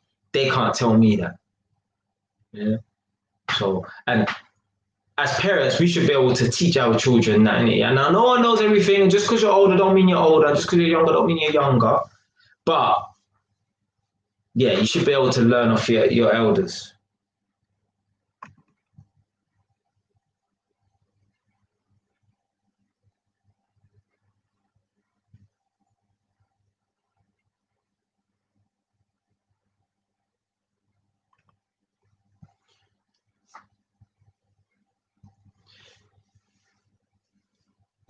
So Tony's saying, if I had 2 mil, I'd make a couple investments and gain more money in the long term as a result of staying on my grind. As I read that, I just got a thought of, I still ain't made that video yet, but a lot of celebrities, right? Like, you got certain man, right? They get threatened that their platform is going to be removed from them, and then they panic, right? Just like that girl that took her life or whatever, innit? Yeah. These people that are on millions of pounds every flipping month, they do not spend their money wisely. Yeah, they're in the limelight and living a lavish lifestyle, right? What comes in goes straight out. Yeah. They don't invest their money. Yeah, they might buy one property that they live in or two, and that's it. If I was a footballer, if I was a celebrity that was earning millions of pounds a month, millions of pounds a year, I'll be investing my money in property and business. So that if I say something ratchet and they want to remove me from the platform, I don't give a fuck. Do you know why? Because every month I've got 20, 30 grand coming in. Maybe before every month I had 50 grand coming in from the show that I was working at or whatever. But you know what? Fuck it. I'll take that hit. Yeah, I'm a man. I'm be held responsible for what I say. Yeah. So you can take away my platform. I'm gonna still be here. Yeah, I'm still be out here. I don't need to take my life. Yeah, I still got money coming in. If I was a fucking footballer, if I was one of these rich celebrities, I would have so many properties. It would be a fucking joke. Yeah, it would be a serious joke. But these people who are celebrities and that, they just have an ordinary mind. It's just that they're basically, and the title of the video when I do make it is basically millionaire employees. They're just employees. They have an employee's mindset. An employee's mindset is, oh, I can't lose this job or else I'm fucked. Just like that fucking girl that killed herself. She killed herself because she lost her job, presenting the TV show. It's just stupidness. If the money that she was getting on a monthly basis, right, she was investing that in businesses. I'm not saying don't live your life and don't buy the things that you desire. But if she was investing that money and spending that money wisely, right, and she had 20 grand coming in every month or whatever, she wouldn't give a fuck if she got kicked off the shop. Yeah, because she will still have 20 grand coming in from those investments. Bam. Make a YouTube video, talk about your experience, write a fucking book. More passive streams of income. But these people are stupid. Stupid. And she's fucking selfish as well for taking her life. Because like I said yesterday and in that video, Guilt Trip You, I should have fucking said that as well. People who take their fucking life. You are selfish if you take your life, yeah? Because there are so many people out here who would love to be alive. Yeah? They would kill to be alive. Yeah, excuse the pun. Yeah, they're desperate. They would be desperate to be alive, and you're gonna go and take your life away. There's children in people's basements being held captive, and you are free to do whatever you want. Yeah, you're embarrassed. So fucking what? The media's gonna forget about you in a couple of months. Trust me. Yeah, people move on from stuff quickly in the media. You're gonna take your life because you feel a bit embarrassed. You're a damn fool. Damn fool. Waste of life. I don't have no remorse. I don't respect anyone who takes their life. I think you're a damn fool. You're selfish. You can't handle your little problems that you got. There's people out here, they're depressed, so they kill themselves. What happened to fucking that celebrity? Was it Robin Williams or something like that? Yeah, Robin Williams. Yeah, the actor took his life, depressed. So materialistically, you've got all the things you want, right? What else could be? I know. He might have been desperate for love. He probably broke up with his wife or something like that. Like, people are making life way too complex, man.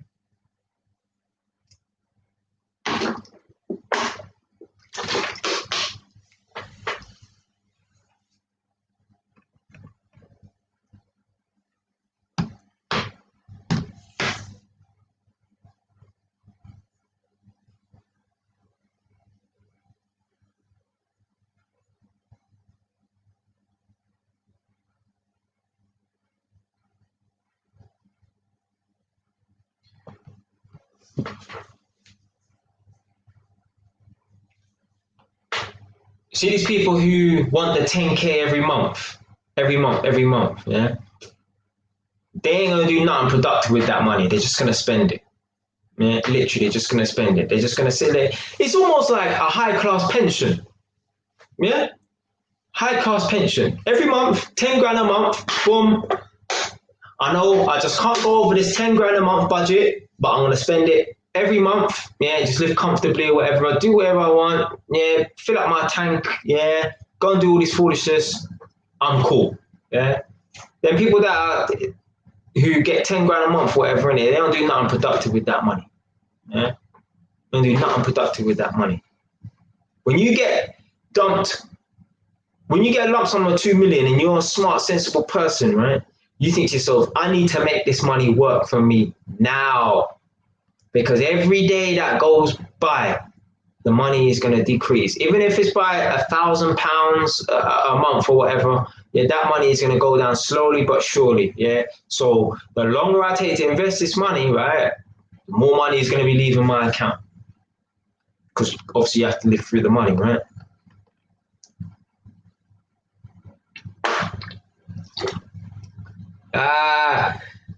I influenced you, Tony. Oh, nah, I'm messing with you. But you never know. A few years back, I probably would have said, oh, yeah, 10 grand a month. But hopefully I've got people to think, oh, you know what? Yeah, that 10 grand a month ain't really going to help me, you know, because all I'm going to do is just sit back and relax. Whereas if I had the 2 million, I'll be more thinking of an entrepreneur's mindset, like, you know, investing, yeah, rather than just sitting back and relaxing and just, you know, letting the money come in and spend it. That's the basically that's like the mindset of like the employee mindset I'm talking about.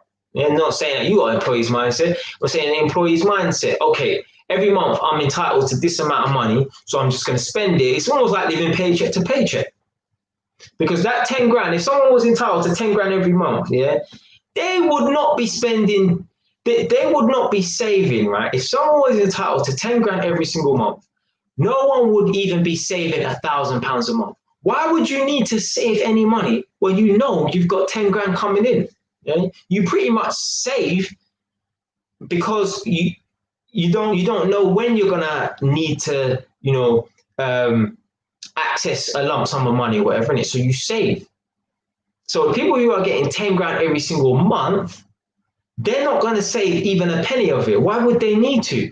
Because you know every single month you've got another 10 grand coming in. No matter how much money you spend this month, next month your account's gonna replenish itself. You're gonna reload. So they won't save the money. And I know they won't invest it. Because what will happen is, right, this is what happens with investing, yeah? Some people invest in stuff, right, they don't go to plan, right? And then they just give up. Yeah, remember, 99.9% of people on this earth, yeah, they give up easily. So these people who get 10 grand a month in, right, they might say they invested, let's say they invested, yeah, and they don't see much return. And they're like, you know, fuck it. What's the point of me, you know, being strict and making sacrifice or whatever? And I know I'm going to get money every month, right? What's the point when I can just live my life, do whatever I want, and, you know, I don't need to make any sacrifice, whatever in it. Plus, I failed a couple of times. They'll throw in the towel. Guarantee anyone who accepts 10 grand a month, right, over a 2 mil, yeah, they ain't going to be investing that money. They ain't going to let that money work for them.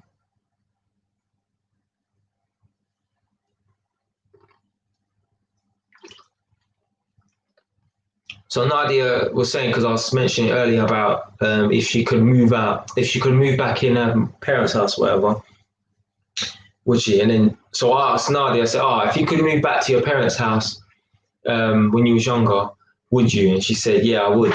Instead, I'd moved out.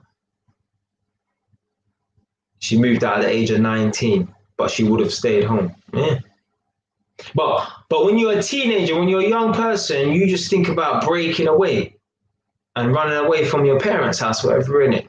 Oh, I need independence. I'm a mature person or whatever in it. That's exactly what an immature person would say. I need my independence and stuff like that. Yeah? Now, me, I don't want to live at my parents' house because, you know, I've got my own place, right? Sometimes there does come a point where you need to be a man and move out or whatever. Plus, I've got OCD as well. You see how much times I wash my fucking hands during a live stream, yeah? I've got OCD in it, yeah? And I can't live with nobody, yeah?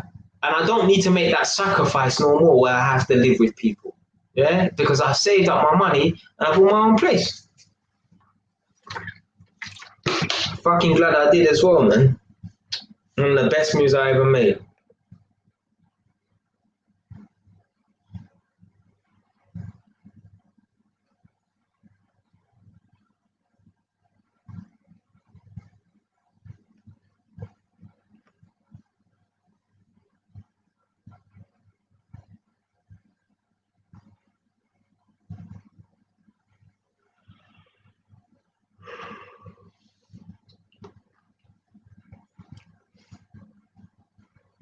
Man.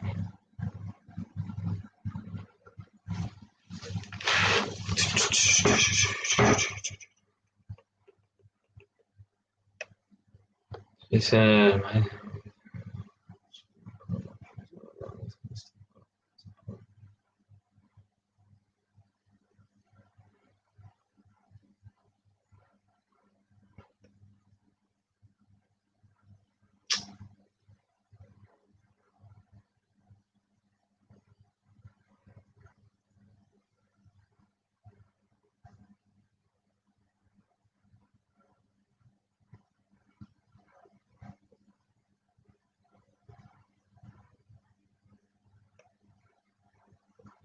Oh, you didn't see the Brixton video? All right, I'll put another link in quickly. Yeah.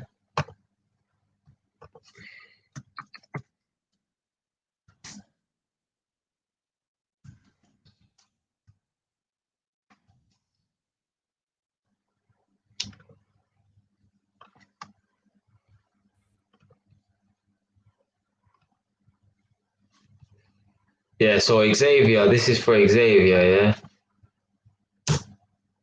Like you don't wanna. Yeah, you don't wanna. You don't wanna be doing 17 years in jail. Trust me, even if it's on and off. No, no, no, Nadia, I'm definitely not. She's probably gone now anyway. Because this comment's 20 minutes old. But yeah, I won't be here in 3 hours. I can promise you that now.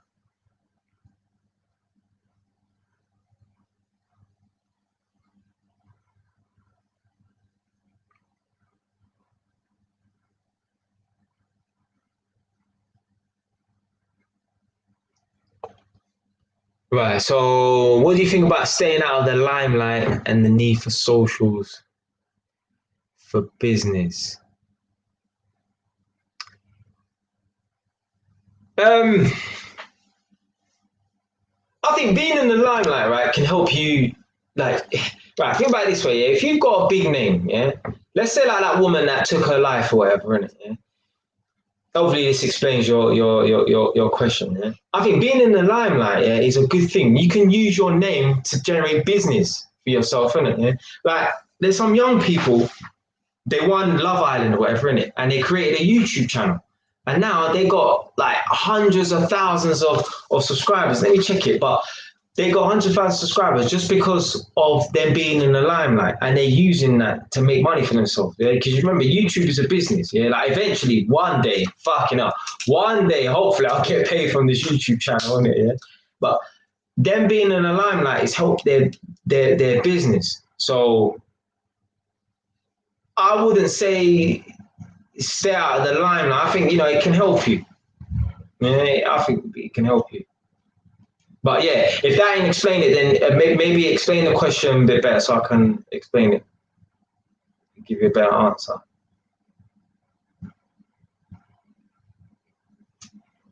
If it's still here.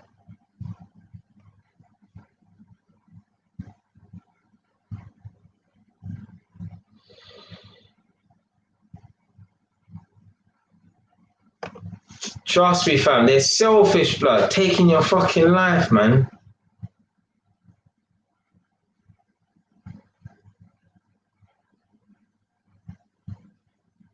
And some of these people who take their life, right? They're the same people who want to talk about slavery and how our ancestors died and stuff. And their lives were 20 million times harder than ours. And you took your life just because you're depressed, you bitch. Man, no, you don't know what depression is.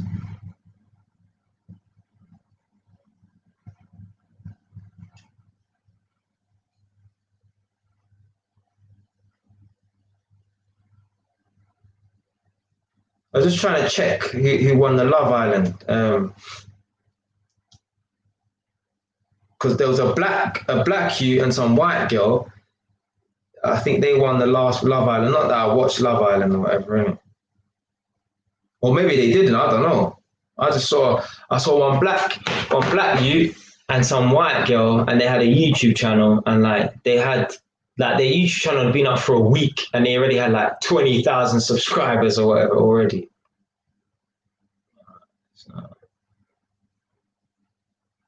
I'm gonna say a couple cans of Tudor.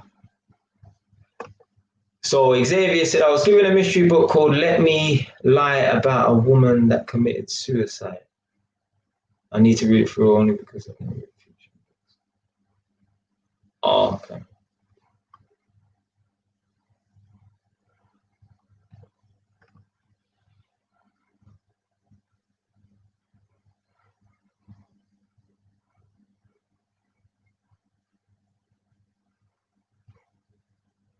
Yeah, of course. You can invest 10K.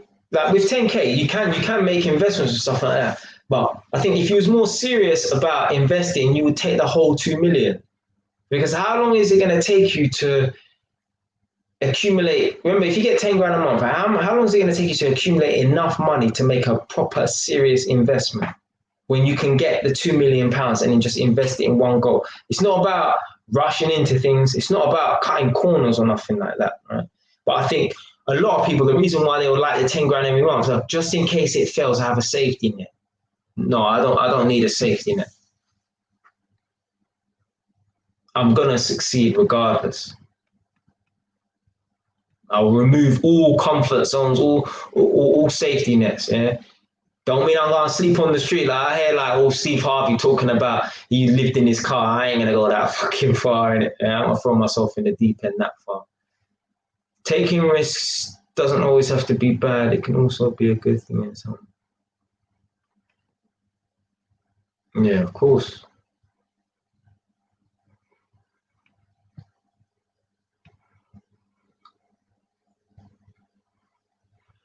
What's AY London? What's the name of the couple? If you can remember their name, I couldn't find it.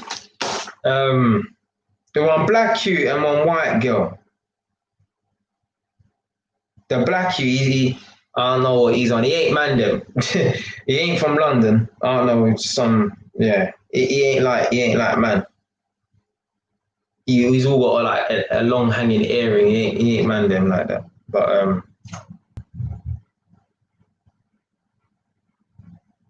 yeah. He ain't Mandem, put it that way. I don't know what the fuck this guy's name was.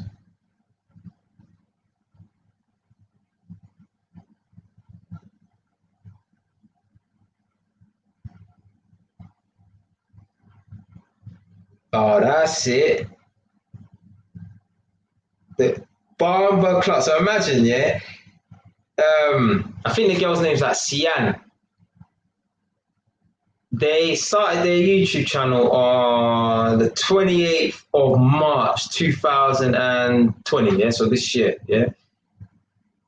And they got 235,000 subscribers already.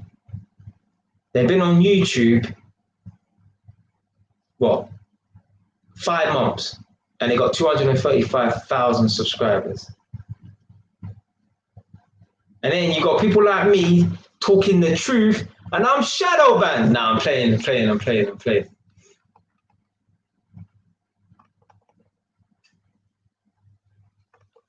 Yeah.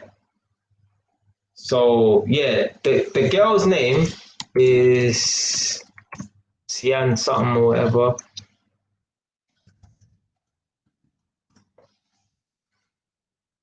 And already, imagine, yeah, they've been on YouTube for 5 months, and they've already got 235,000 subscribers, and all they're doing is just talking about nonsense. I know whatever's on their channel ain't on this channel right now. Yeah, I know there's no disrespect to them as well, isn't it? Yeah, I know they're just doing normal stuff like that. Man, I got videos about doing my girlfriend's makeup. Our new London apartment. reacting to our best and funniest Love Island moments. Like, just so being in the limelight, that fucking help you, man. Trust me, help you to make money. If they brought out a book, yeah, that book would make money. Yeah, it might not be a good book, people would buy it. So yeah, Xavier, that's a little joke, innit? Yeah, like we got a couple little jokes on there. We got horse tranquilizer. We got a couple cans of tuna. We got a couple jokes on this thing here, innit?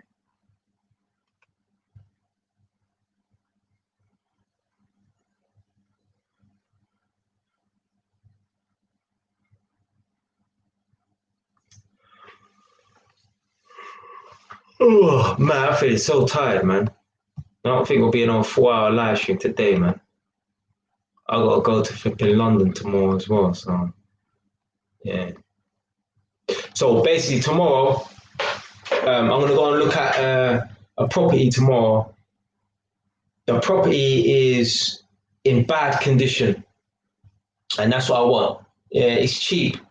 It's going for less than going for about less than 70 grand. Obviously, I don't have 70 grand in cash to spend on a property in it, but you get a mortgage for a property that value. Now, certain times, right, when a property is really cheap, like 50 grand, sometimes some mortgage lenders don't even won't even give you a mortgage on the property because it's so cheap. So I sent my mortgage advisor the the link for the property, and I said this property costs 65,000 or whatever in it. Can I get a mortgage on this? And he said, yeah, because I've heard that if a property is lower than a certain amount of money, which I don't know what the threshold is, but if it's lower than a certain amount of money, then you can't get a mortgage on it because it's just not worth the lender's time, or it's not worth the lender's money to be given away £50,000 or whatever in it, yeah, because you'll pay it back so quickly. They're not going to be able to charge too much interest on it or whatever in it. But he said the property is worth 65,000, so it'll be all right.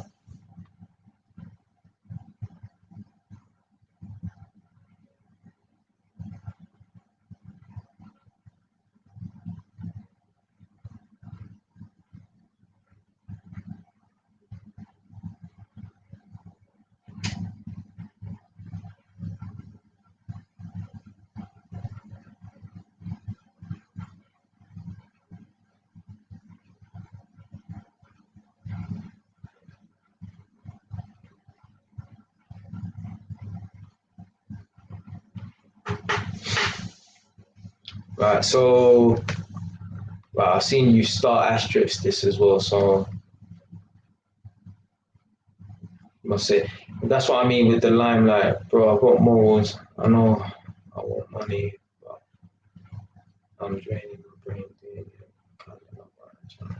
Yeah, I would not be doing no Love Island thing. That if I ever went on Love Island, right, which I would not.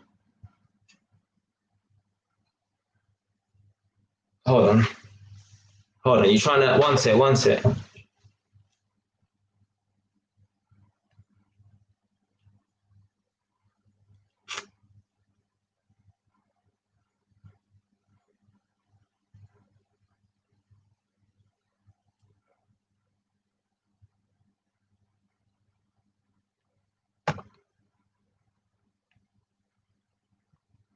Yeah, so I don't worry. I just don't worry. I ain't forgot nothing. I highlighted your question.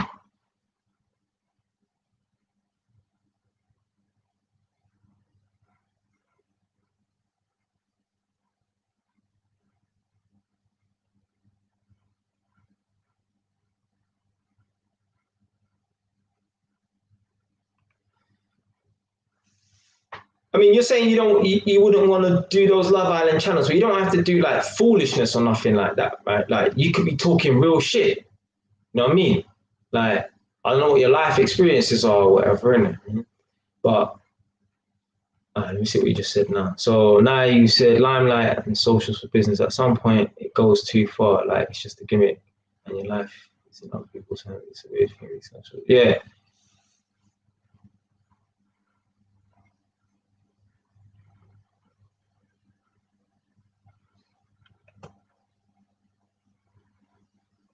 So yeah, so I would actually abuse the clout if I went on to Love Island or whatever in it. But I'll probably get kicked off the show, man. I'll probably end up smacking someone or something like that. Yeah. Like, or like them stupid programs like Jersey Shore or Geordie Shore, whatever in it. Yeah. Nah, man, I wouldn't be the guy. Like, no one would like me on that program anyway, man. They would not like me. I'll just be too serious for the people there, man. They'll be like, what's wrong with this guy, man? Like, why is he so anti and that? Because I won't be in there all trying to be everyone's friend and that. Literally, like, you see all of them, yeah, sitting and chilling with each other. Not that I've seen the program, but you see all them, like, socializing. I'll just be sitting there on my own. Not giving a fuck.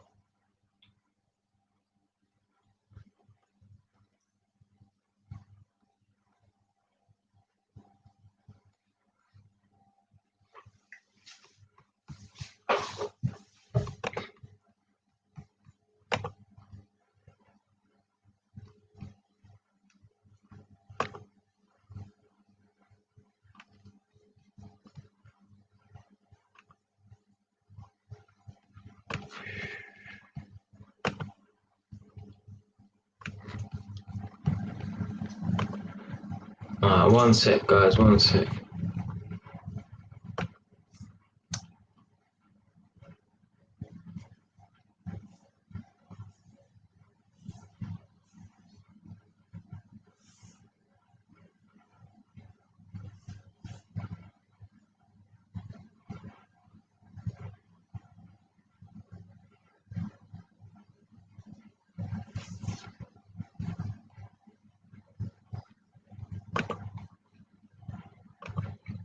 Man, like Justin in the Ross Clark building. Come on, fam.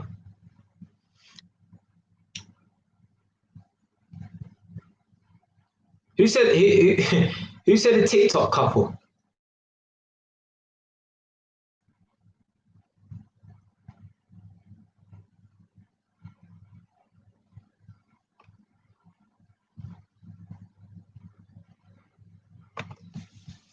So Xavier saying like I have a business Insta, but I hate that little space. I hate that space in the middle. Like, I have a business Insta, but I hate that space. Why don't you like having a business Instagram account?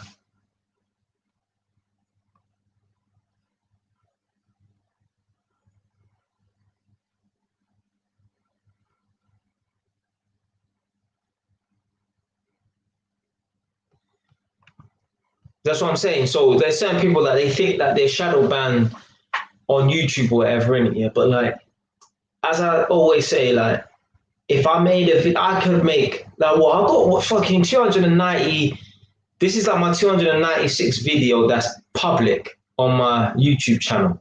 Now I've got maybe like 30 more videos that ain't been released yet or whatever in it. None of those videos even have 10,000 views. But if I strip myself naked and set myself on fire, yeah, you watch how much fucking views that video gets. People always prefer entertainment over realness. Yeah.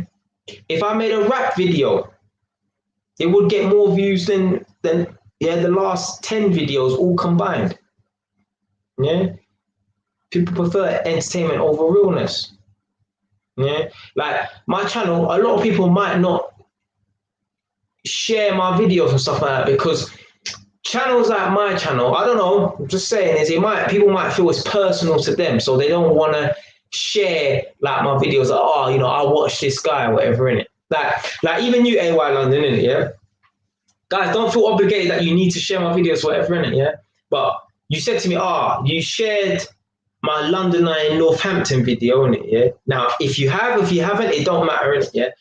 But you may not have shared any other videos. You probably shared that London and Northampton video because that video was an entertaining video. Like, you want to see the comments on there, people were laughing and shit like that. Like, when I made the video, and obviously I watch all of my videos before I released them, because one time I actually made a mistake, forgot to edit something. I'm like, fuck, I'm glad that I watched this video, man.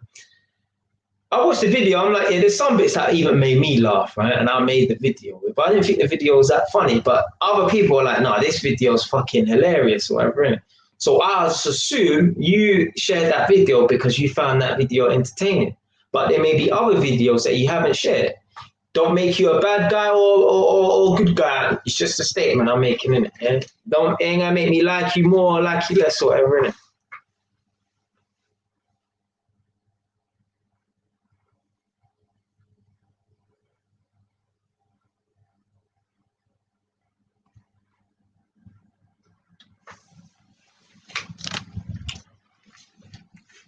Right, so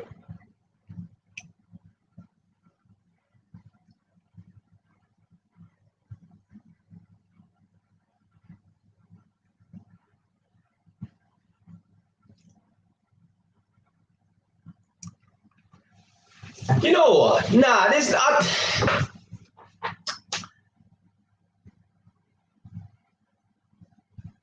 nah, I wouldn't let it get to my head. You have to think about this, you know. Like, obviously, it's good.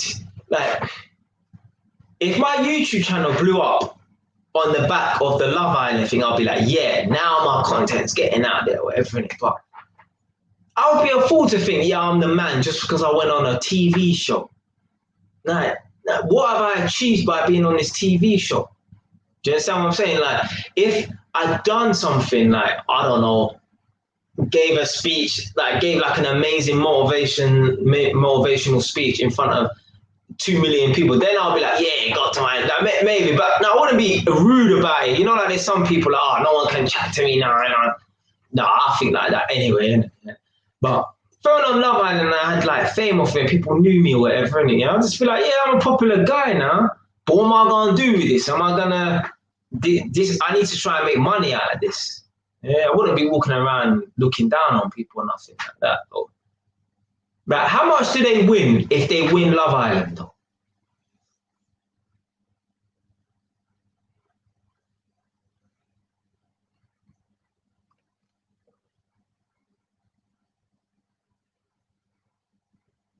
So yeah, if someone knows how much they win, cause I've never watched Love Island like that. I've seen like an episode or something when I went to one of my brethren's houses one time, but I ain't seen Love Island like that before, so I don't really know.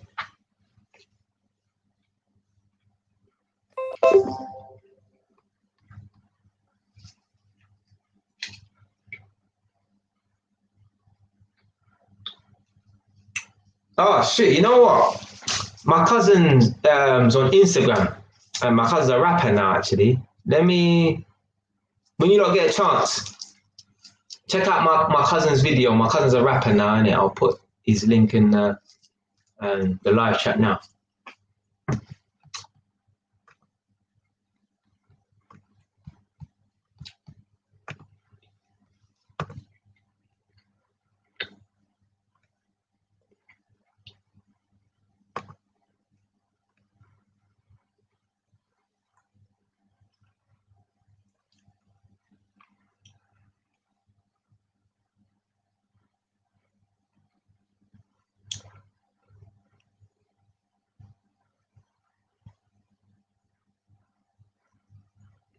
Just searching for it.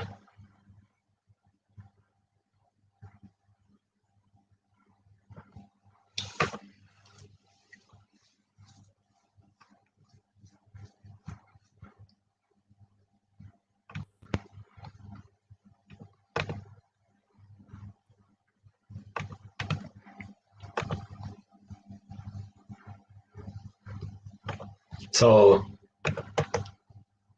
yeah, so my cousin's recently started rapping. So well, no, he's been rapping for a while, but he's made 2 videos. So yeah, there's the link to his videos. His name's Timeless LDN. He must have copied you AYLDN, innit? So yeah, he's got 2 tunes. They're decent as well. So yeah, go and check them out when you get a chance. Got one called Pressure and one called July.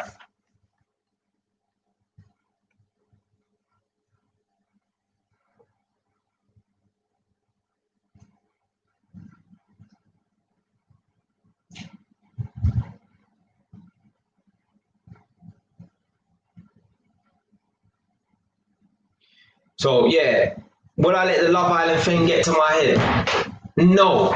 Ultimately, no. Like, yeah, you'd be a bit like, yeah, you know, people know me and that, but no, like, how's that really? Yeah, how's that helping me? Yeah, like, no, it's not. It's not. It's not gonna help me in the long run.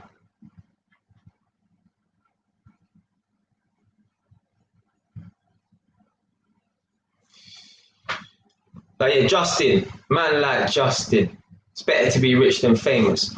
Being famous ain't helping your children. Being famous ain't helping your grandchildren. But if you are rich and you are wealthy, that money will trickle down through the generations. Yeah, Michael Jackson's fucking, you know, great grand Pitney them, yeah, will be living off of his fortune. Other famous people like Mayweather and that, yeah, as long as they're sensible with their money, right? Their great grandchildren will be living off of their fortune. Yeah. Mayweather's great grandchildren could technically be fucking white, yeah? Because if he breeds a white girl and then that mixed race Pitney goes with a white person and then that person goes with another white person, yeah, his offspring could be white. They could still be living off of their fucking grandparents' fortune. Yeah? 5, 6 generations. You see it all the time. Like basically, they have these big houses called country houses in the countryside. Yeah, I don't know if a manor house is a technical term, the correct term, but it's a big country house, basically like a mansion, 12 bedrooms and stuff like that, right? They've had this house in the family for centuries. Yeah, but what happens is some of the people, like the descendants, they inherit the house, right? But they ain't really got it like that. They ain't got money like that. So they inherit the house. The house gets passed down, but them themselves, the descendants, they're not really like that. They ain't got peas like that, innit? So what happens is they can't even afford to heat the house, because imagine a 12-bedroom house. Imagine how expensive it is to heat a 12-bedroom house. But at least that piece of estate, right? It's been handed down for generations. So if they wanted to sell the property, they would make millions off the property. But they just choose not to. They choose to keep it within the family.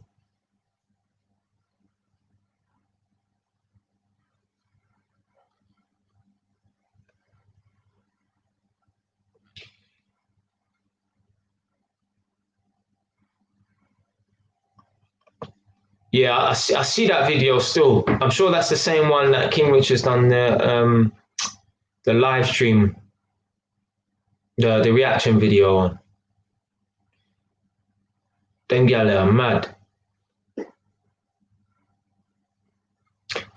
All swallowing shit, boy. Only if their parents saw it, well, they would, but how embarrassing is that?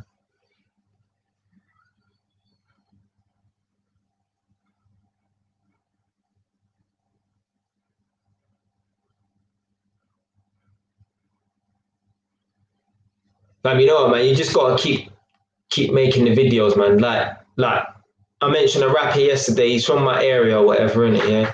Back in the day, his songs weren't nothing. Yeah, but you have to be persistent. Yeah, you have to just keep releasing videos, keep making tunes. But you need to have a passion for it. You need to actually want to be a rapper, or want to be this person, or want to be that person, or whatever. But you're on the right path, definitely, Xavier, man. You sound like you got a lot going for you, man. So Xavier, definitely, man, keep up what you're doing, man. Yeah, sounds good, man. But yeah, man, if you want to be a successful rapper, man, you just gotta keep putting the music out there, innit, and definitely have a passion for it as well.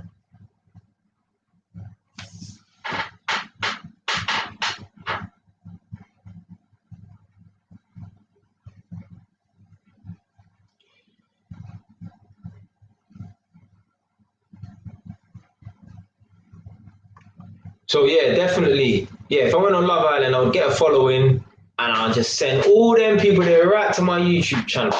Yeah? Because my YouTube channel, like the stuff I talk about, can definitely help a lot of people. But it's getting that exposure or whatever in it. But I will do one day in it. It just might be 3-4 years from now, but I'll stick at it. Come this far already, what with fucking almost 300 videos on public. Could never give up. But I still don't throw that card. Oh, I'm shadow banned or whatever, and it's just maybe the realness is not for everyone, innit? But there's always other avenues. I'm not just gonna stop at YouTube and think to myself,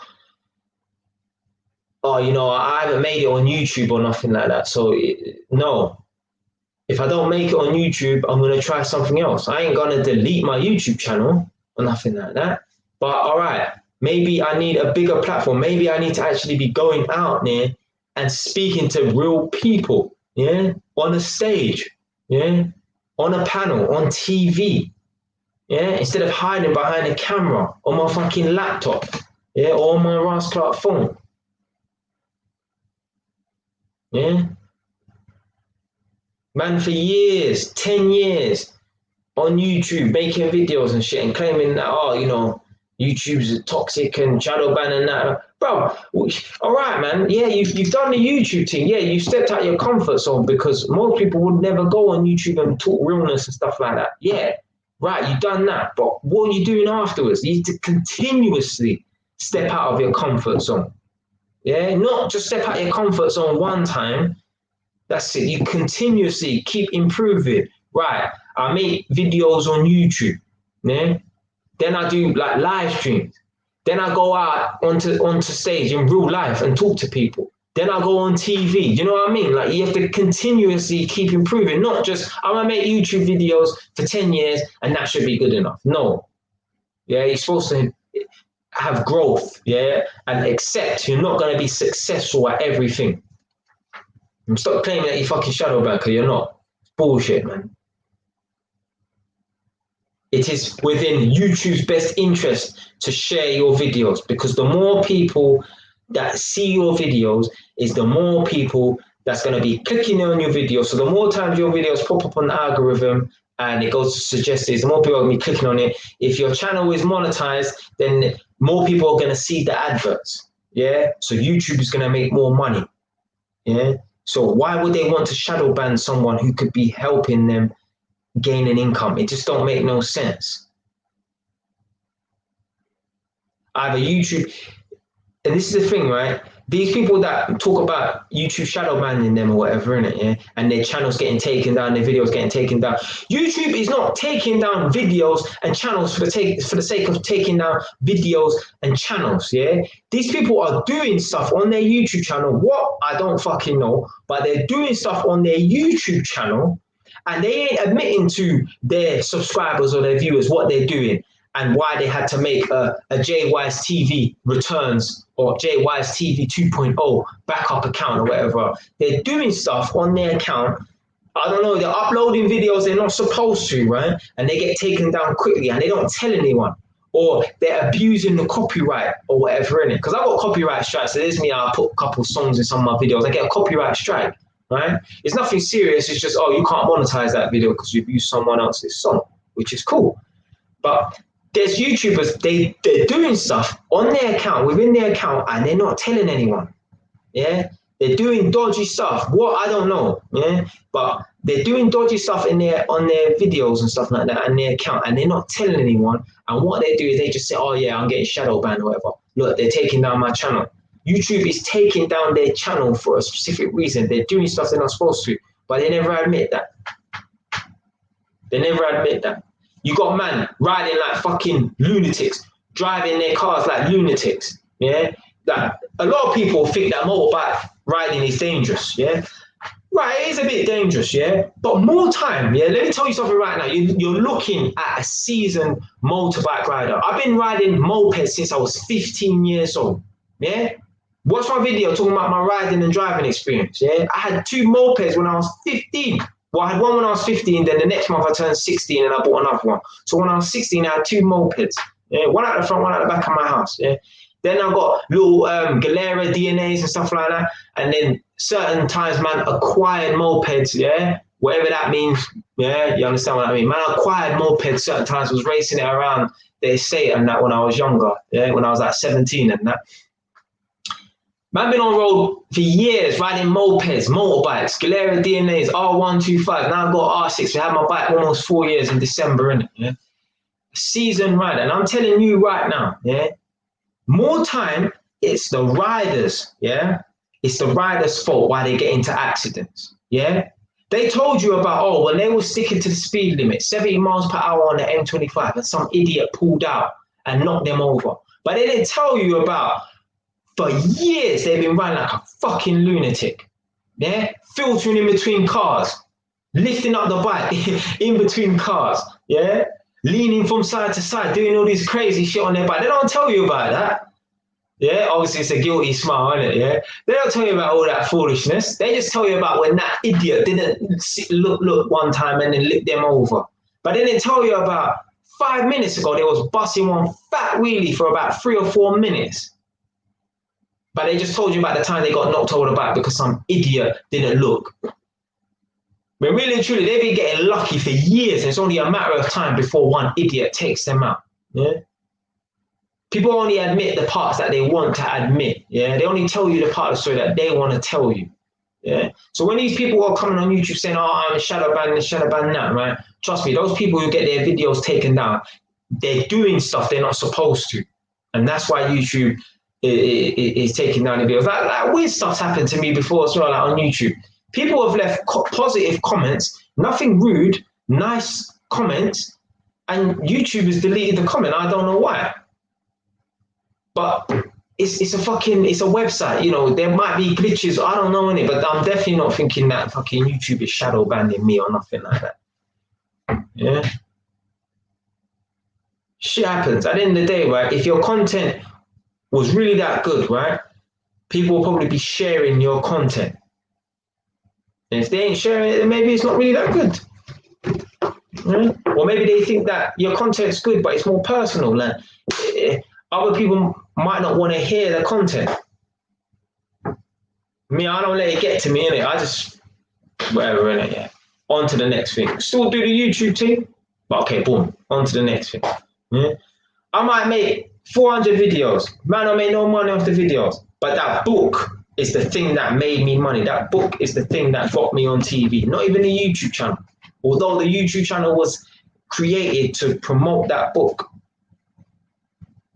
All I'm trying to do is climb the ladder of success. So whatever way I get there, it don't really matter.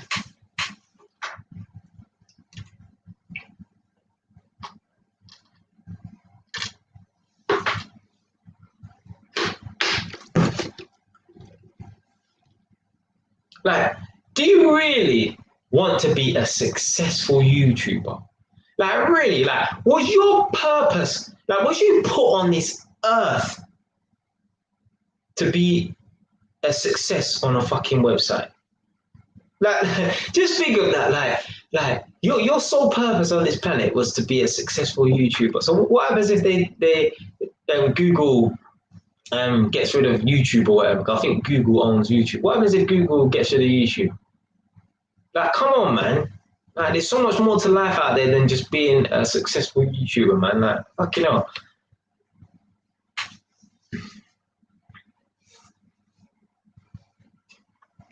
Yeah. So yeah, the couple, both of them get the money. But apparently at the end of Love Island, one person gets the money and they get to split the money. Boy, I might snake the girl, you know. If they said, yeah, here's 50 bags, yeah, you can split it with the gal or you can walk away with the whole thing. I'll probably just walk away with the whole thing. I'll get a bit of clout off that as well.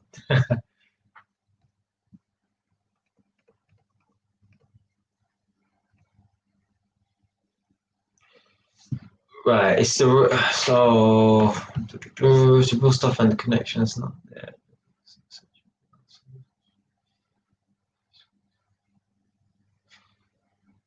Wait, so Xavier, obviously these messages are these comments are old. Like this was left. Oh, it's not that old actually. Yeah, about 17 minutes ago. Have you, Xavier? You got a YouTube channel at the moment? Let me know. I'll get to it in about 10 minutes because you know I'm always behind on the comments and that. So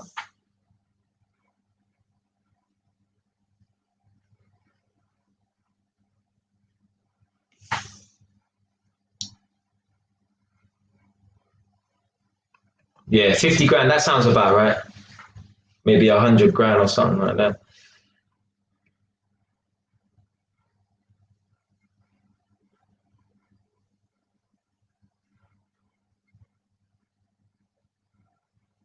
Trust me, like fam, I've always been a. Do you know what?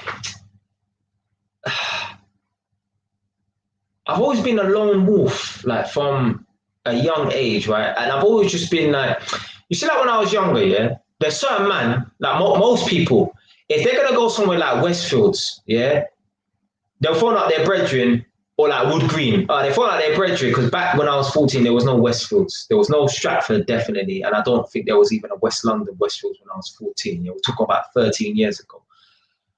When I was younger, I would never phone my brethren like, yo, I'm going Wood Green to go and buy a pair of trainers. You coming?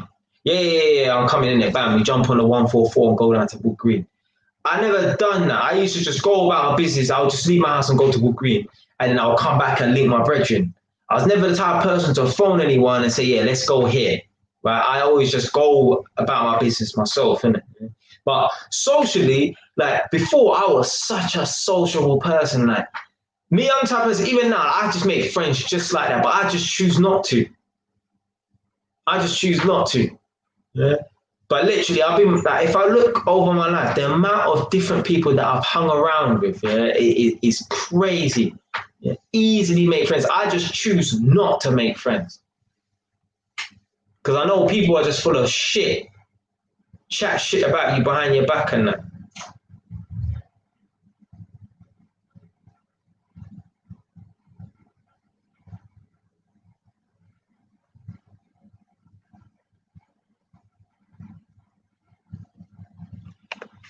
And that might be a good idea, actually. You know, they should do as young.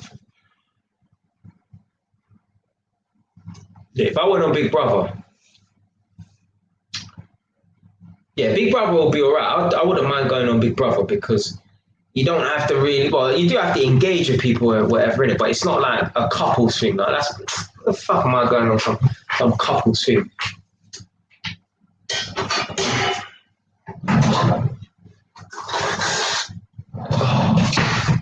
Like, why the fuck am I going on some couples thing for?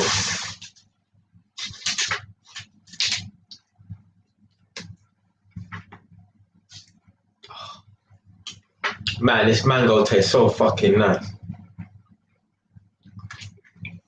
But yeah, the Big Brother thing, I wouldn't mind going on Big Brother. Yeah, I think that might be alright. I never really watched Big Brother from. No, I've never watched it from beginning to end. Like, I have a life. Yeah, you know, there's certain people. Yeah, do you remember like when Big Brother used to come on, and then like on E4, you had like the live, and then it would just went on for hours, and you'd watch them sleeping. No, I'm not doing that foolishness.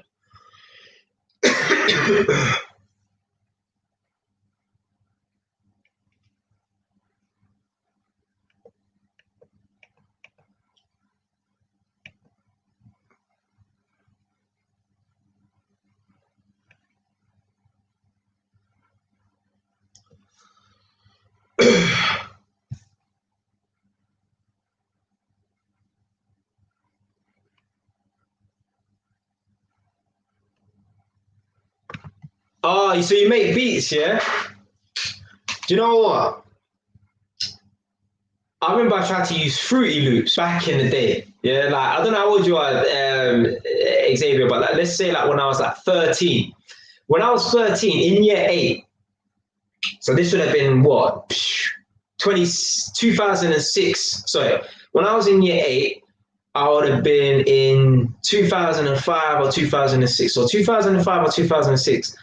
I would have been in year eight. I would have been 13 years old, and that was the time when everyone was on making grime beats. Yeah. Everyone tried it. Everyone tried to do a local production, local production. Everyone tried to be a producer and make grime beats. And everyone tried using like Fruity Loops. Yeah. Now, for me, Fruity Loops was fucking difficult. Yeah. But Fruity Loops is nothing. Like proper producers and they know how to use Logic, Reason, Cubase, and I think there's one thing called Pro Tools or something like that. Cubase and Reason and that, how the fuck do you even use those softwares to make beats? Yeah. Yeah. Xavier, like what AY London said, drop a link in for your music, man.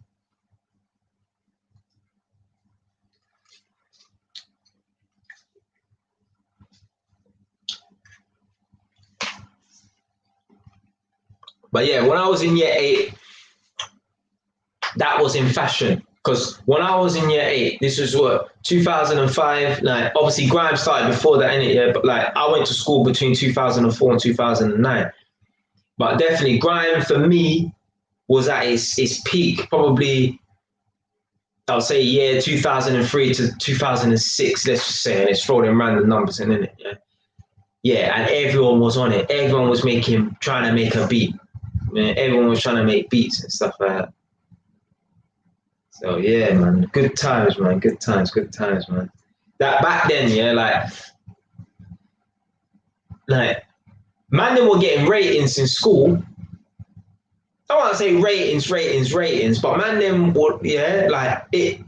If man got like the latest Huaraches and shit like that, like you was seen as like, yeah, you know what I mean? Or you're certain man wearing the Timberland shoes and stuff like that in school, innit? Yeah.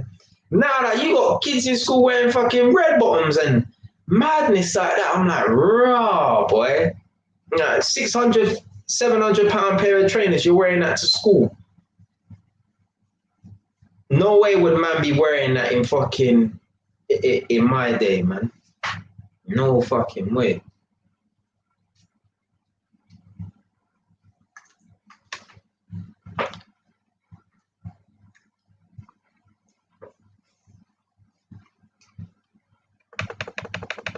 Right, let's see what you lot are saying now.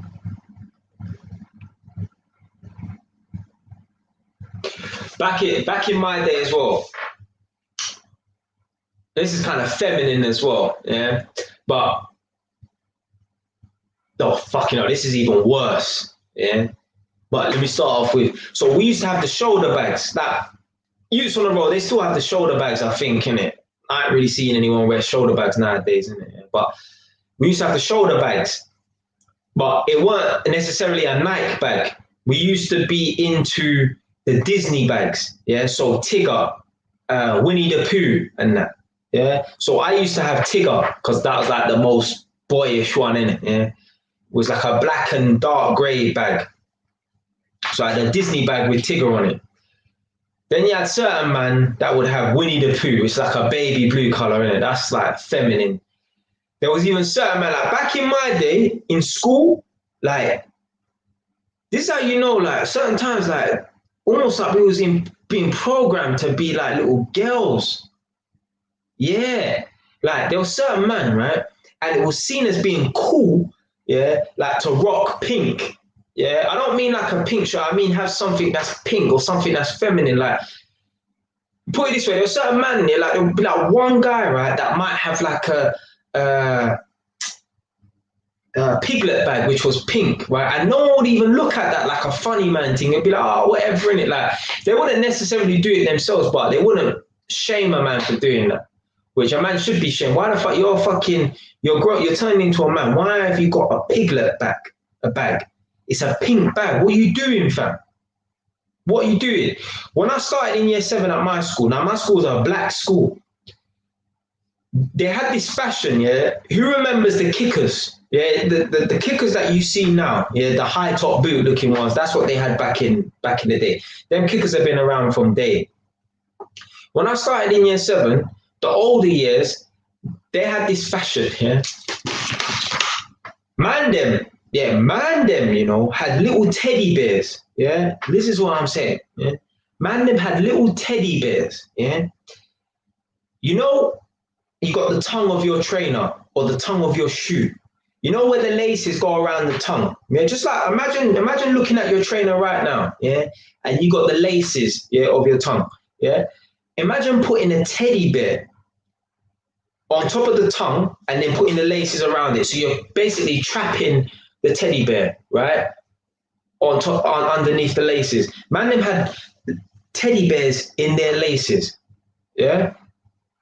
And that will seem to be cool. What the fuck? You're a boy. You're trying to be you're going into turning into a man. Why the fuck have you got a teddy bear on your trainer? Man, they were walking around. You know when you got a blazer, yeah, secondary school blazer, and you got the breast pocket. Man, are walking around with a fucking teddy bear. Like, you know, like man, them like they got the not that handkerchief in it, but I think it's like a handkerchief. I can't remember what the fucking thing's called, innit? Yeah. But like you got men that wear suits and they got the little pocket square, whatever they call it, yeah, in their breast pocket, yeah, the fashion. Well, man, them in school, they were putting fucking teddy bears in their fucking in their breast pocket. Like, what are you doing, fam? Man, them walking around going to school, yeah. Remember them little Just Do It bags? The tiny little Just Do It bags, the little bags that little year 7 little girl would carry around. You got man there walking around with those. Come on, fam. I don't know what the fuck was wrong with us back then. We thought it was cool, you know. Like we thought it was normal, wasn't it? Like man them walking around with little bags and stuff. Nah, man. Nah. If I ever had a son and he come with that, I set the shit out of him.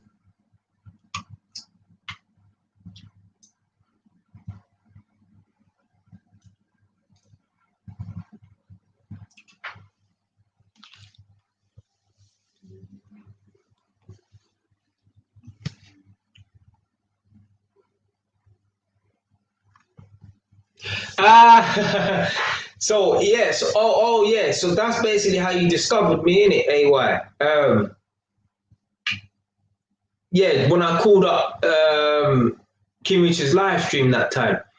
Yeah, there's man out here, right? I don't think no names, yeah, but there's man, right, who have YouTube channels. They don't even show their face on their YouTube channel, yeah, and they're talking about shadow ban. Now there are YouTubers who do have quite big YouTube channels, like 40,000 subscribers or whatever, or at least 20,000 subscribers or whatever. Like, it's not that big, but it's bigger than me, so it's big, yeah. And they're not even showing their face, yeah. But there's certain man, right? They have YouTube channel, and they talk about shadow ban and all this bullshit. And it's not just these one. I've heard a lot of people talk about shadow ban before, innit? Yeah. And you can't be talking about shadow ban if you ain't even fucking willing to put your face on YouTube. Like, what the fuck are you talking about, fam? Come on, blood. Come on, fam. Yeah. So basically, you just want to hide behind the camera and say whatever you want, yeah, without putting your face to your words. Yeah. You basically don't want to be held accountable for what you say. So you're hiding behind the camera. You're hiding behind a thumbnail. Yeah. Your video is a picture. And you want to talk about fucking YouTube channel? Like, come on, fam. Man, we're making 100 videos, 200 videos. But none of your subscribers know what you fucking look like. You want to talk about blood, yeah? Put your face on the camera, innit, yeah? Have some confidence, bro. You're obviously hiding your face because you're not confident about what you're talking about, yeah? I never thought for 1 minute, I jump on YouTube and not show my face on YouTube. Like, there's man, they got like decent platforms interviewing rappers and that, but they don't show their face on camera. Come on, fam. What are you scared of, blood? What were you afraid of? You think man gonna attack you? Like, we think man's gonna move to you on the road? Like one day, like someone might try to move to me on the road. That's cool, fam. I'm ready for it, innit? Like, I'm still gonna talk what I'm gonna talk here. Yeah.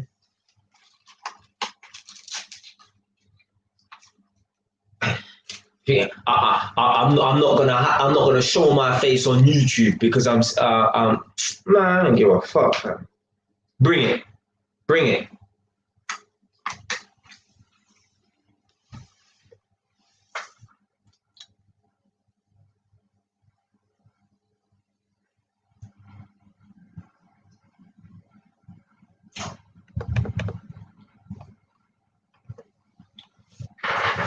So yeah, obviously this comment's a bit old, about 20 minutes old, isn't it? But yeah, even if I'm not answering this correctly or relating it to, but in life you're gonna get a lot of rejections. Yeah, you're gonna fail a lot of times. Yeah, but one day eventually you will succeed. But I tell you when you won't succeed. The day you stop trying. Yeah, that you can guarantee you. Yeah, you won't succeed because you stop trying. Yeah? A lot of people out there, right? There's so many people who have stopped trying, and you know what, right? If they had a crystal ball, right, it could have just been that next opportunity that they went for that they would have succeeded, but they quit just before the right time. Yeah, and I never want to be that person. I'll be trying to the day I'm dead. I'm telling you. I'm trying to the day I'm dead, man. You know, people's problems is they don't keep pushing. They don't keep upping the levels. You have to constantly keep taking more and more risks. Yeah, as I said before in previous videos, there's people who are 80 years old, 90 years old, and they say their one most regret is not taking enough risks. If they could go back in time, they would have taken more risks. I'm not being that person. I don't want to get to 35, 40, 50 years old, 60 years old and think, fuck, man, when I was 27, why did I not take that risk? I had nothing to lose. You're not going to die. You're not going to die. Like, stop being scared. And you'll feel so good, I'm telling you. You feel so good. Like, even like me, I'll go up there and chat to girls on the road and that, not get their number, but it feels good to have just made that attempt. There's nothing worse than, like, there's been times in the past I've gone up to girls and not got their number, or tried to move to girls in like an awkward situation or whatever and not got their number, but I felt good about it. Like I said in that video, yeah, I can't remember what the live stream was in it, but I told you about the one time I would not regret. I don't regret moving to a girl and I didn't get this number. When I went into the estate agent and I moved to the girl and I didn't get her number, but I felt so good about myself that I went in there, right? Imagine, most people will be like, oh, fuck, man, I wasted my time. Nah, I would never take away that moment. Yeah, I cherish that moment for the rest of my life, really. I don't know what it was about it, but yeah, that's the mentality you have to have. Like, even when you don't get the result you want, yeah, you still feel like a winner. Yeah, you stepped out of your comfort zone. Yeah, if you think, if man are watching this right now on the live stream or a replay, if you think it's nothing to walk into an estate agent and get and ask for a girl's number, do it. Yeah, do it. I challenge you. Yeah, come back on the next live stream and tell me how you got on. Yeah, because it sounds easy. Oh yeah. But actually put yourself in that position. Yeah, boy. Woo. Boy, let me tell you something, boy. Boy. But it had to be done, man. Now, I'll never pussy out of no situation, nothing like that. I will not be able to. I will not be able to live with myself. I will not be able to, or not be able to sleep at night.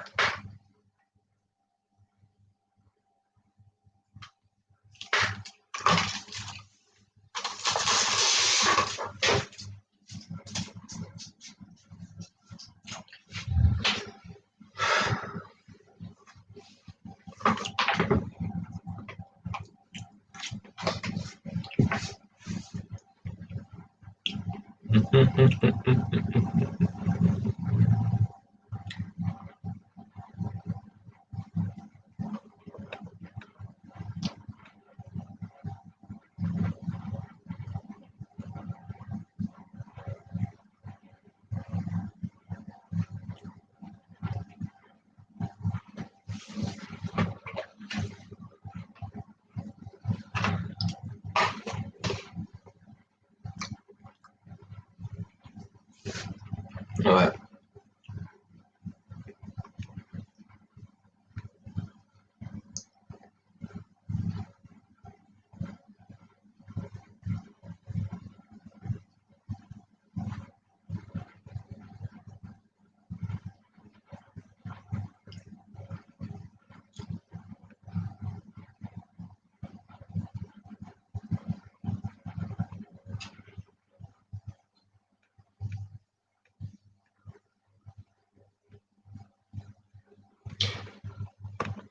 Yeah, safe, my brother. Man, like, sing, wagwan. You're back in the building, yeah? You're late, man. You're late. But yeah, better late than never, innit?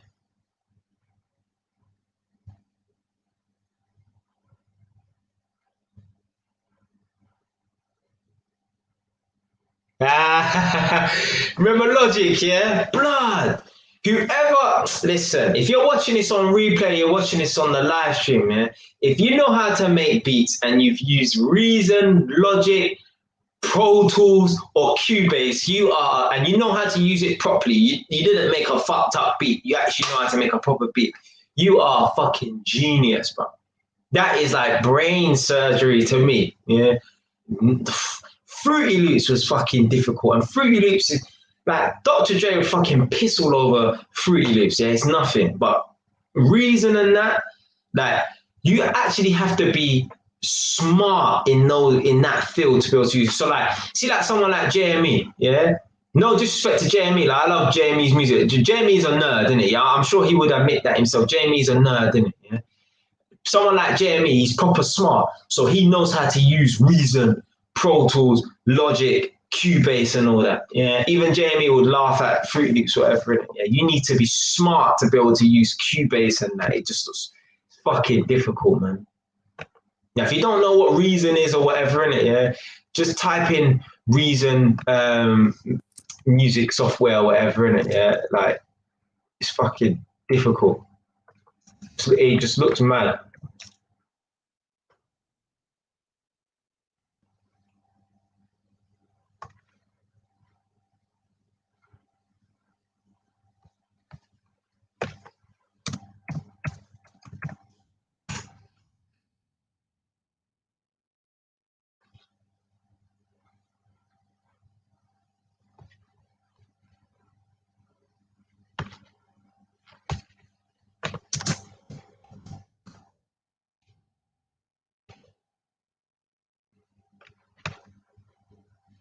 Yeah, it's mad. I don't know how, but obviously that's them man singing it, yeah. So they they know how to.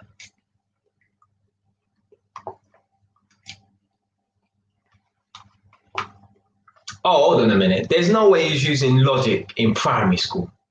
That's too advanced, man.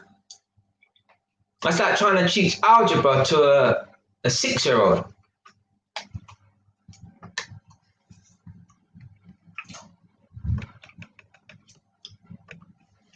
What, go on. So Xavier saying, I'm 25, I know exactly what you're chatting about. It was those times I started making beats, but I stuck to it and make all different types of music on therapy and practice. Yeah. Come on, fam, Scooby Doos. Blood. Even so, I made this video called Feminine Boys. Yeah, it's called Feminine Boys or something like that, innit? Yeah. I'll put a link in it. I'll put a link now, actually, before I forget.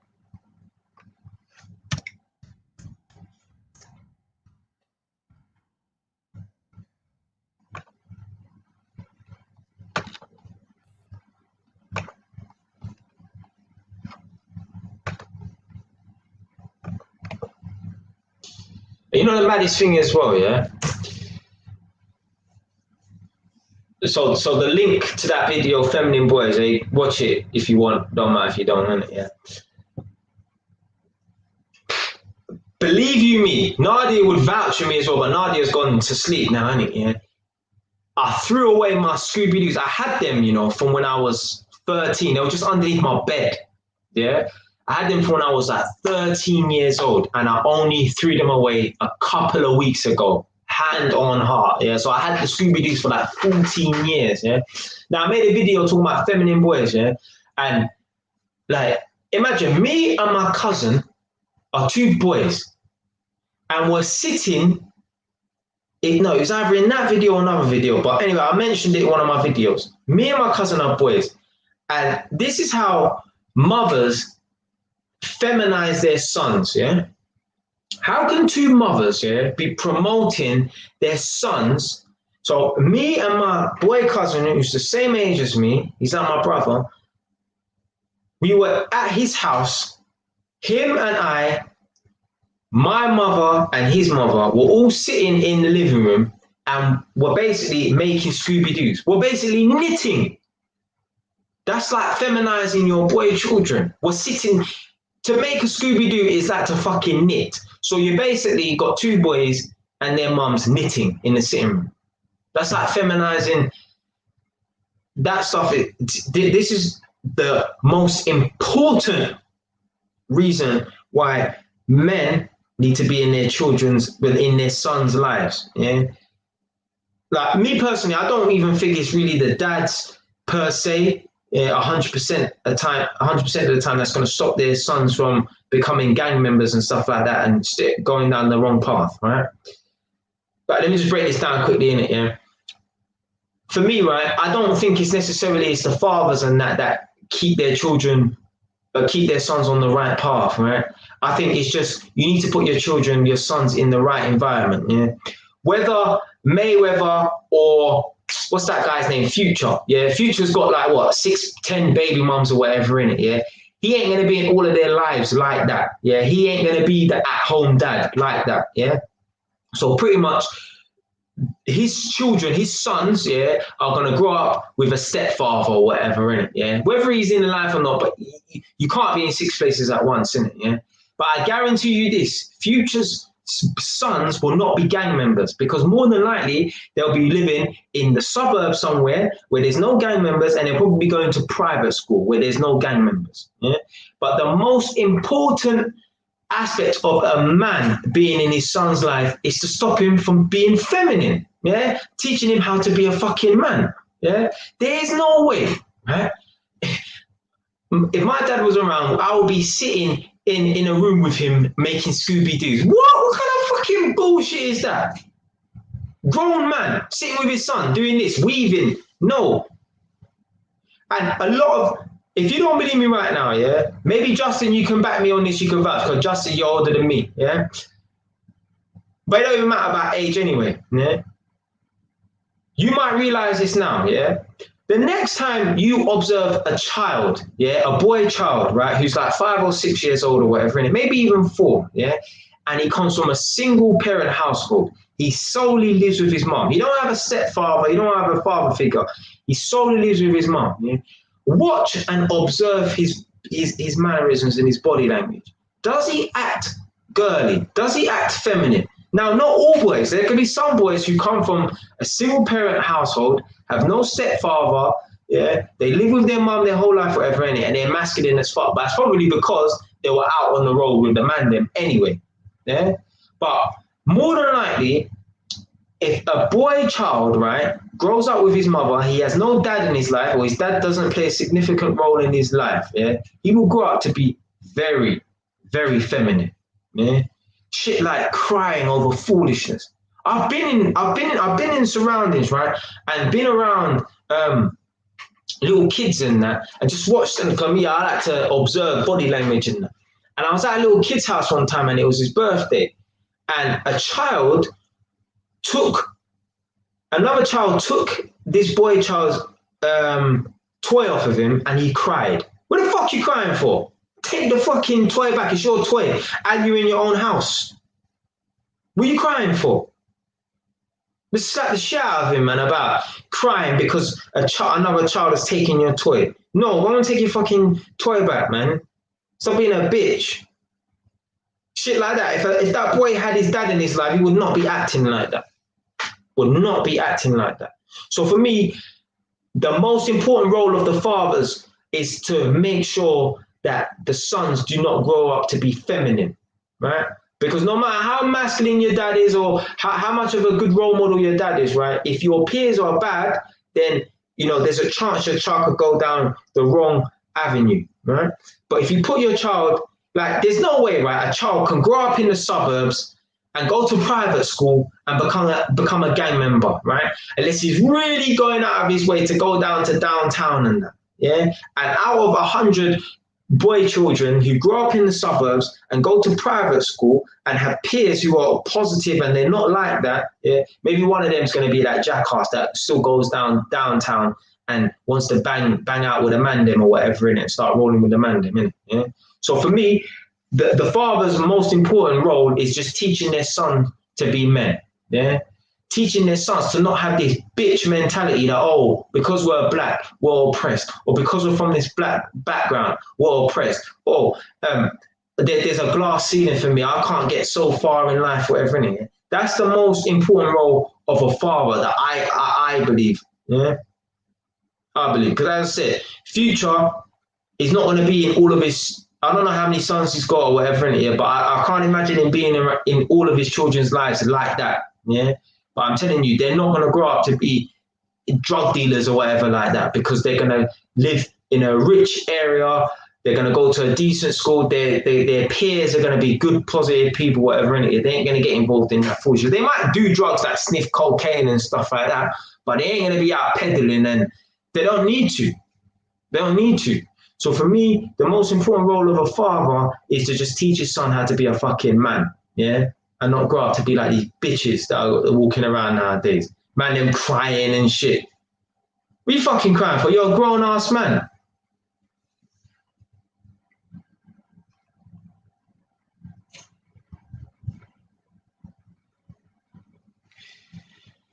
Man, like a proper, listen, there's no way, right? If your father is a man's man, yeah, if your father is a man's man, like a proper man's man, you know what a man's man is, like a proper man's man, yeah?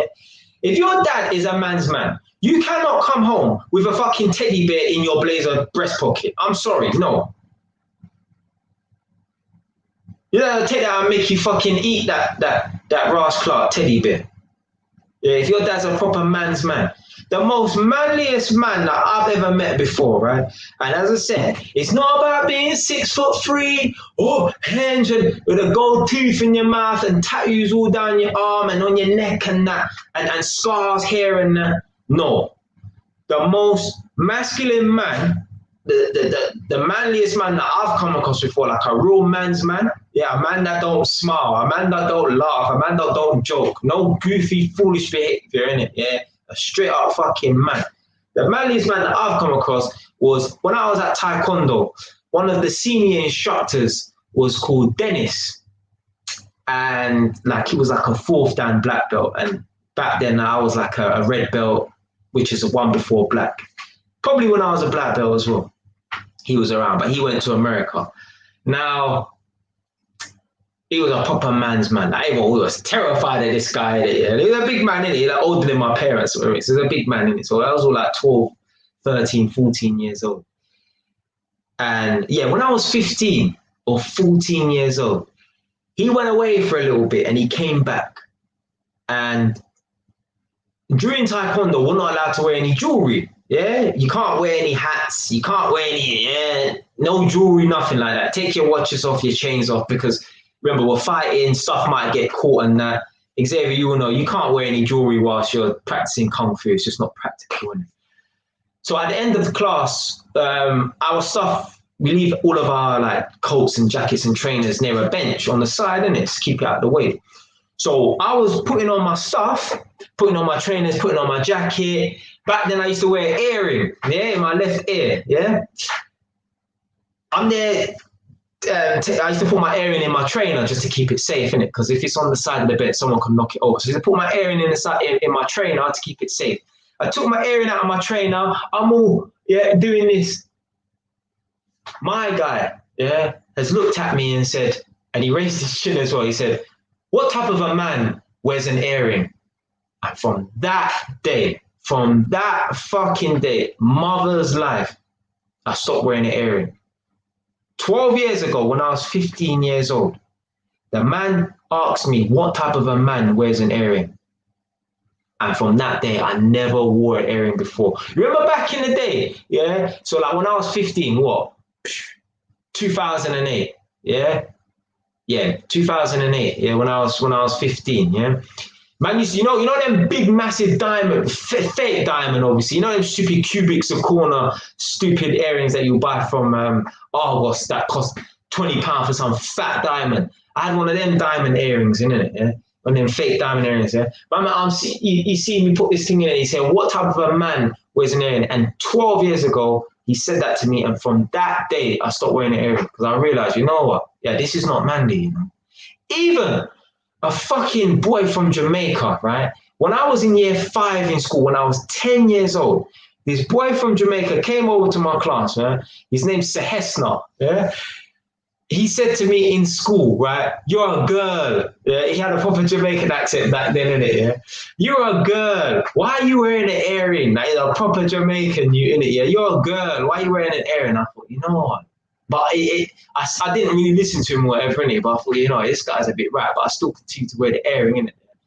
You think if I have a son, he's fucking having an earring? No, I'm not getting my son's ear pierced. Yeah. All this, a man them got both their ears pierced as well. Nah, fuck that bullshit. Nah. I don't care if it's a manly earring. I don't care if it's like a Mr. T pirate looking earring. No. Yeah, you know that with the hoop thing? No. Nah. My son ain't wearing no fucking earring. When I have a son, he ain't having no plaits in his hair. He's having short hair like his papa. Yeah, that's it. And then none of this long plaits and pretty hair. I used to have long hair back in the day. I used to have cornrows, you know. I used to have hair. My hair was so long back in the day, yeah, no word of a lie. Like I could tie it back in a bun. Like my hair was too big, too long to be in an afro. Yeah. So like if I took my hair out, yeah, it would just be long. I could actually tie my hair back. Man. I'll never. No, my son's not having no long ass hair like no girl.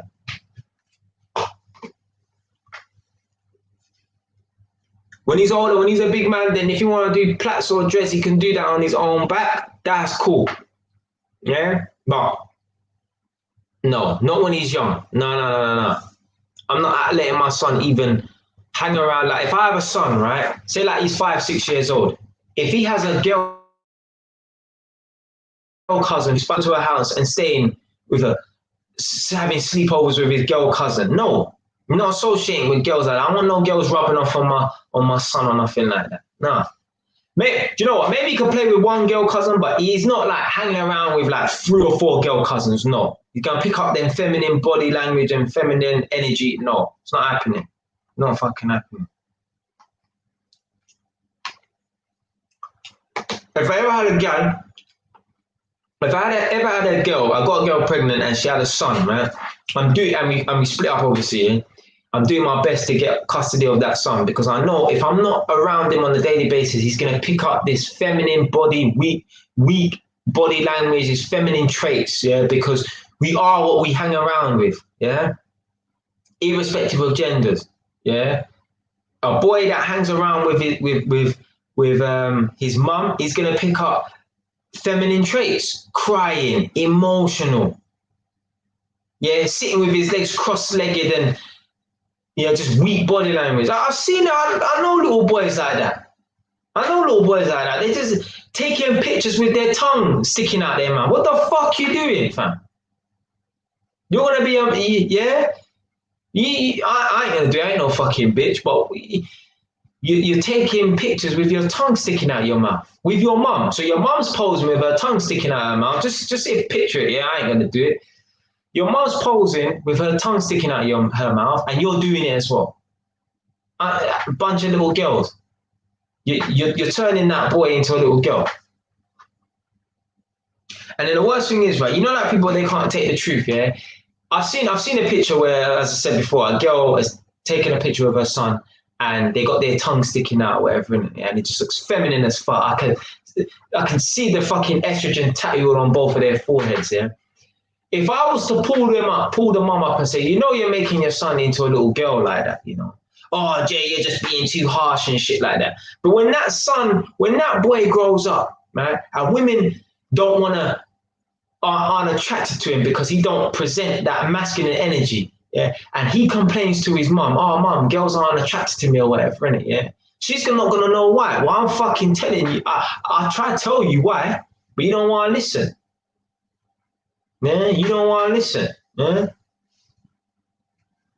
That's why a lot of men them struggle with girls because they didn't have a man around, yeah, to teach them how to be a man. So when they grow up and it comes time to attracting women, yeah, they don't have them masculine traits like that. They in touch with their feminine side too much. Yeah, a girl don't want to be with a fucking girl. A girl wants to be with a fucking man.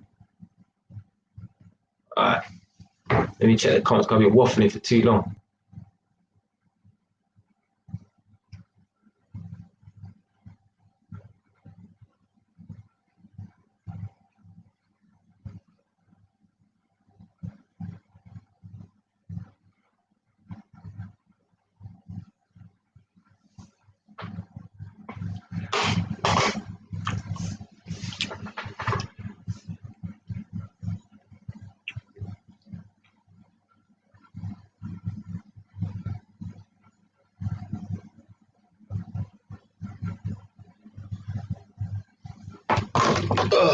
All right.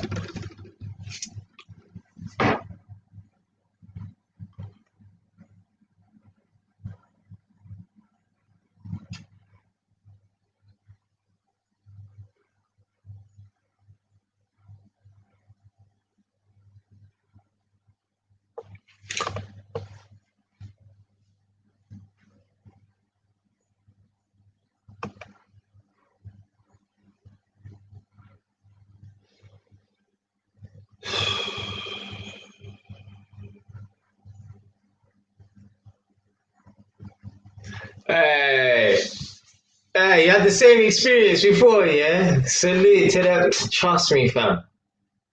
I don't know if you was there. So Justin, I don't know if you saw the video. I've spoken about it in a proper video, and I spoke about it in one of my live streams. Uh, I can't remember what part I said it in, or even what live stream I said it in, right? But yeah, I explained the whole story from beginning to end, innit? Um, yeah, yeah, man. Yeah. It's a good feeling, man. It's good to. So I'm saying, man, like when you step out of your comfort zone and you take risk and you do stuff that's challenging or whatever, man. Once you do it and you get through with it, man, you feel so good. Like yeah. There's some man like they never approached a girl before, or they're scared to approach a woman. Yeah, when you do it, yeah, even if you don't get the result that you want, yeah, you feel good about it, man. I'm telling you, like yeah, like you you feel like a real man. Like yeah, you know what? I do whatever the fuck I want. Yeah, that's the mentality we need to have as men. Man. We do what we want within the law, obviously, innit? Yeah. I don't want no one committing no crime and say, well, Jay Wise said, I do whatever the fuck I want, so I went and I shot someone today. No. No, let's get this thing clear right now, yeah? Within the boundaries of the law, yeah?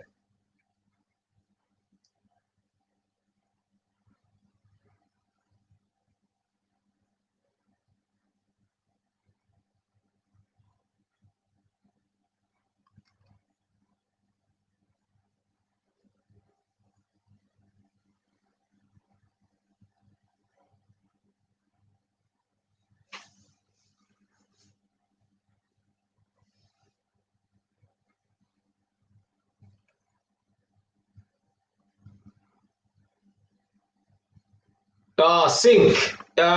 She was in earlier, but she's asleep now, so she said, "Oh yeah, I'll check. I'll see you in 3 hours or whatever." In it, like she'll come back to the live stream in 3 hours in it, but nah, I'll be done before then. In it, I've got 1 more hour left, and then yeah, I'll be out. But yeah, she was in earlier, and you came too late, fam.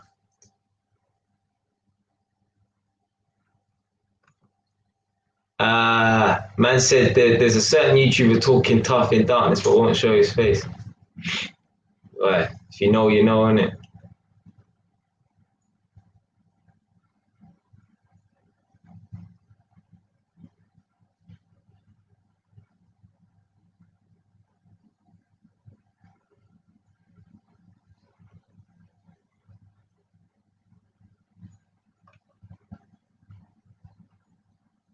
Oh, do you know? I've never. Obviously, I don't know about producing beats or nothing like that, but I don't know about. I don't know what Ableton is though.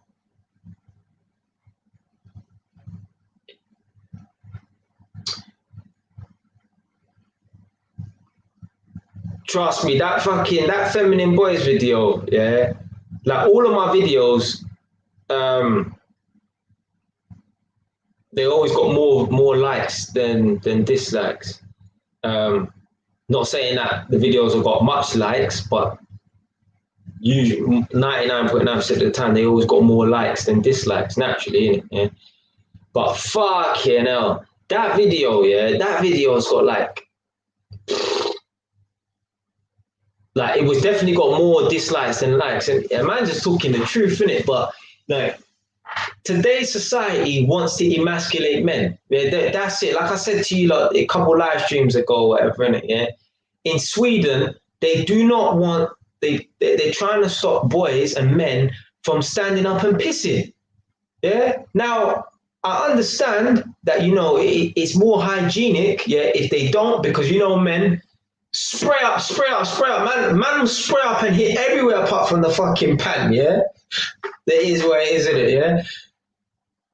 But still, for years, yeah, you lot might not believe in evolution. You lot might believe in like religion and that, and you think the world is 10,000 years old or whatever. In it, that's up to you what you believe in it. Yeah, but evolution will tell us that the first humans were around maybe like I don't know 600,000 years ago or a million years ago, something like that. From when man stood upright and became Homo erectus, yeah. Man will stand up and pissing up aside a Ross Clark tree, yeah? So you're going to try and erase 600,000 or a million years of evolution, yeah? Because they're just trying to emasculate men. Like, I don't know what more to say in it, yeah? If men have to sit down on toilets, yeah, you're trying to emasculate men. There's no fucking way. There's no fucking way. I would never use a public toilet if they said you have to sit down on the toilet and piss like a little fucking schoolgirl. No way, man. You must be mad.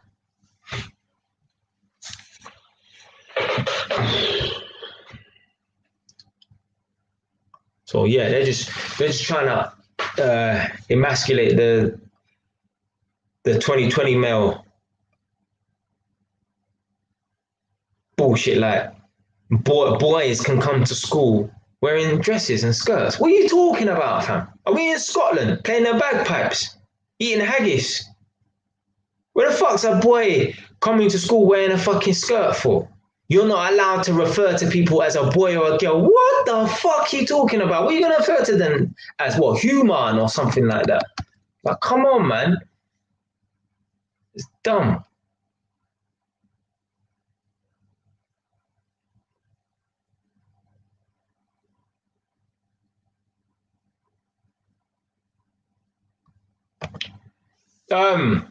Xavier, what does FL stand for? Fruity Loops, fucking hell. Yeah, alright. Yeah. Yeah, but I thought Fruity Loops was basic though. Like you just getting started kind of thing.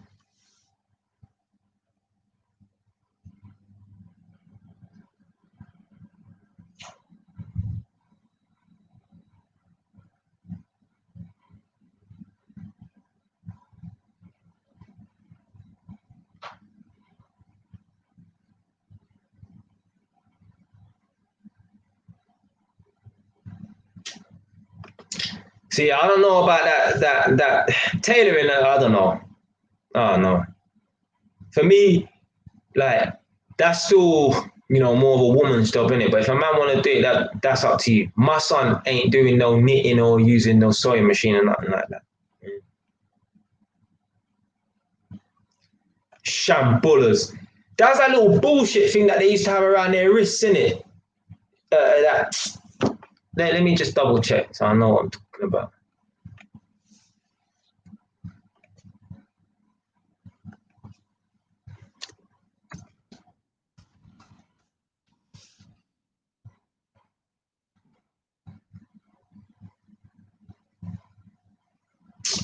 Listen, I'm not wearing my son. I am not wearing no fucking shambula. Yeah, I'll get a fucking them yardie man with them fat chaps. Yeah, them big massive bracelets. Yeah, we call it a chaps. Yeah, heavy. Yeah, weigh like 10 kilos. That's what man will be walking around with. If I'm gonna have a bracelet or something like that, I'm gonna have something on my wrist.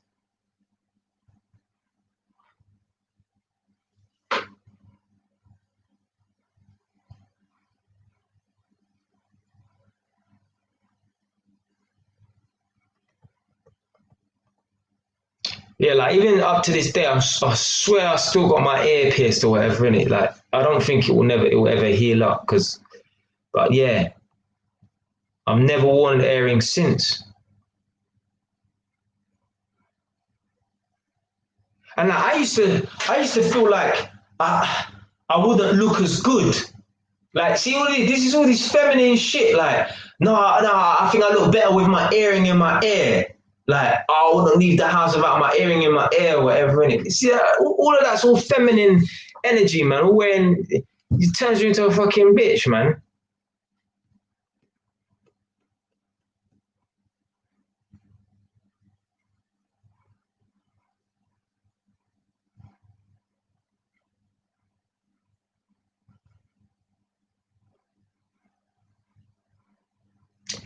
Nah, man, I ain't got no hidden YouTube beef in it, yeah. But it's just like there's certain man like when they say stuff like me, I ain't got no.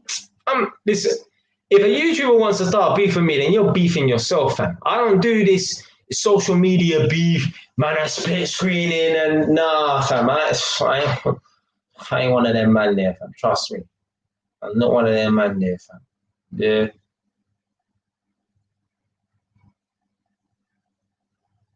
I ain't one of them man. I'm not going on. I'm not going on. I'm not jumping into a man's live stream to start beefing a man. Yeah, and fucking 27-year-old man out here, and it like doing them kiddie things. Like I've watched man's like podcasts and that, a man are saying, yeah, like I saw a man's podcast, right, and he was like, you know how good it feels to just rile up a man and get underneath a man's skin, like what? So you're basically being a troll. You're moving like a gal, like only a gal, only a bitch will take pleasure in pissing someone off. I ain't trying to piss no one off. What am I trying to get someone angry for? What the fuck for? Man, I'm a grown man, bro. I ain't trying to get no one angry or nothing like that. You being a troll, fam.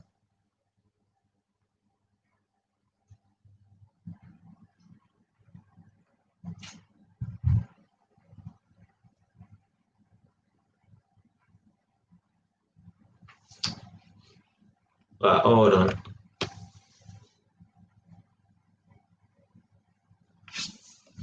Because I just had to.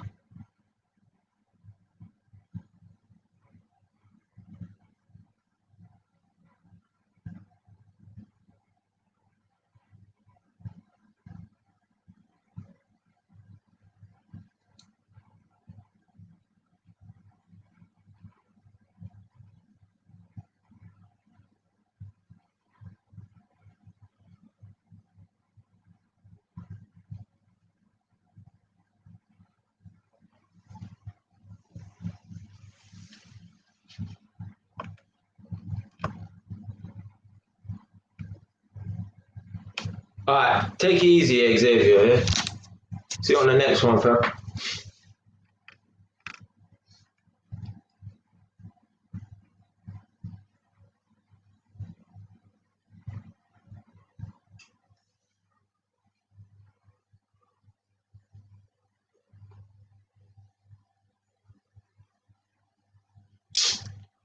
Yeah. Blood, I ain't getting in no fucking YouTube beef or whatever. Innit? Someone starts some beef with me in it, yeah, you're beefing yourself in it. Forget that, fam. Not getting involved with no man's fucking YouTube wars and that. Dumbness. Dumb. See, man, as I said before, I see man go on podcasts and that and be bragging about pissing off a next man.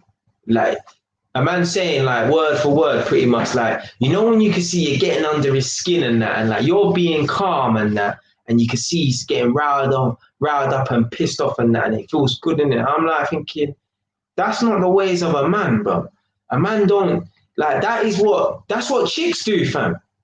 Yeah. That's what girls do. Chicks do that. Chicks try to wind up man. Yeah. That's how gal move. Yeah. Man don't do move like that, man. That's how gal move.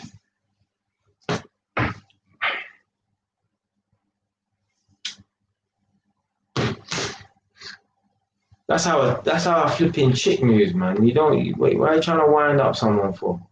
Trying to get a reaction out of someone.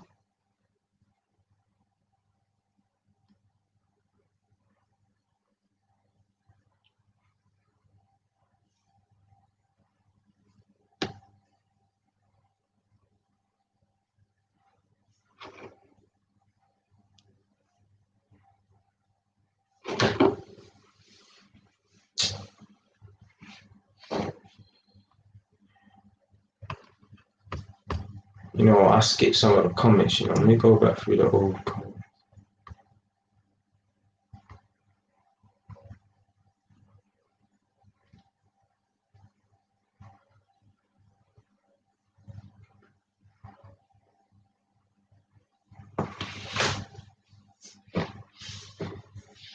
Oh yeah, so a couple people in the previous live streams have been talking about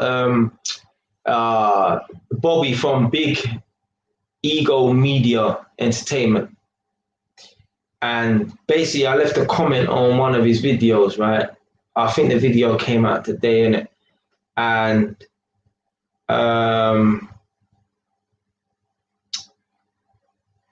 I'll probably put a link in for the video. You can go and check it out as well, innit? Yeah. He was talking about beef in jail or whatever, innit? Yeah. And one thing he didn't mention, which I thought he might have mentioned, right? Because he's talking about getting involved in like dramas in prison or whatever, innit? Like, I think he's talking about coming off of the street and bringing the beef that you've got on the street back into the prison or whatever, innit? Yeah. Just hide this, innit? So in his video, he was talking about something about coming off the street and going into prison, and the street beef that you've got, you're bringing it into prison. Yeah. So you might have beef with them man from over there, and then them man from over there, certain of them man there are in prison, and you just kind of continuing the beef, and it's just mad or whatever. Innit? Yeah. But one thing he didn't mention, which I thought he would have mentioned, is like bandwagoning on to other man's beef in it. So basically, like, imagine when I went to jail, yeah, I was padded up with one youth from Woolwich, yeah. Now he was involved as well, like he was beefing youths from Thamesmead and Cherry Gang, which are in Cherry Orchard, Charlton and that, yeah. So he's a Woolwich youth. He's got beef with people from Thamesmead, people from Ferrier, people from Cherry Orchard, which is in Charlton, yeah. Now, if you're padded up with someone and you're generally cool with that guy, you're not just tolerating him because he's your cellmate. Like my cellmate John that I met in Feltham, he's the same age as me. Like he could be one of my guys on the street. Yeah, like John was cool. He wrote to me when I left prison, and he was still in prison. And then when he came out of jail, like he came out after a week, he phoned me because I left him my number and I kept the same number for years, innit? So John was cool. Now imagine, right, he kicks off beef or he gets into beef with some Cherry Orchard youths or some Thamesmead youths or whatever, innit, yeah? I'm going to have to back him. Like, that's my guy now, innit, yeah? Because, like, me, I don't really believe in this, but, like, man them in jail, yeah? Like, as soon as you're cool with someone, that's it. You have to back them, innit, yeah? Like, hold on a minute. Like, I don't even know you like that. Yeah, well, cool, but I don't mean I'm going to be jumping in and backing your beef or whatever, innit, yeah?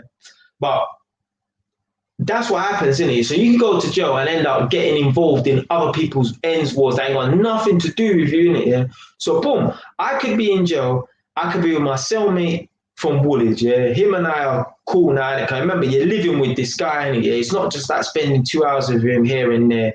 I'm living with him. Yeah, like I'm living with him for a week. Like you're getting to know a man or whatever, innit? Yeah. So imagine he gets into beef with some Cherry Orchard juice or whatever, innit? Yeah. And we end up winning that fight or whatever, innit? Boom. We've brushed up the youths or whatever, innit? Yeah. And it's a hypothetical situation. This did not really happen, yeah. End up brushing up the youths or whatever, innit? Yeah. Cool. Now, boom, I've made a name for myself. There's one youth called Jay from Edmonton, yeah? He smacked up my man or whatever, innit? Boom, boom, boom, boom, innit? Yeah.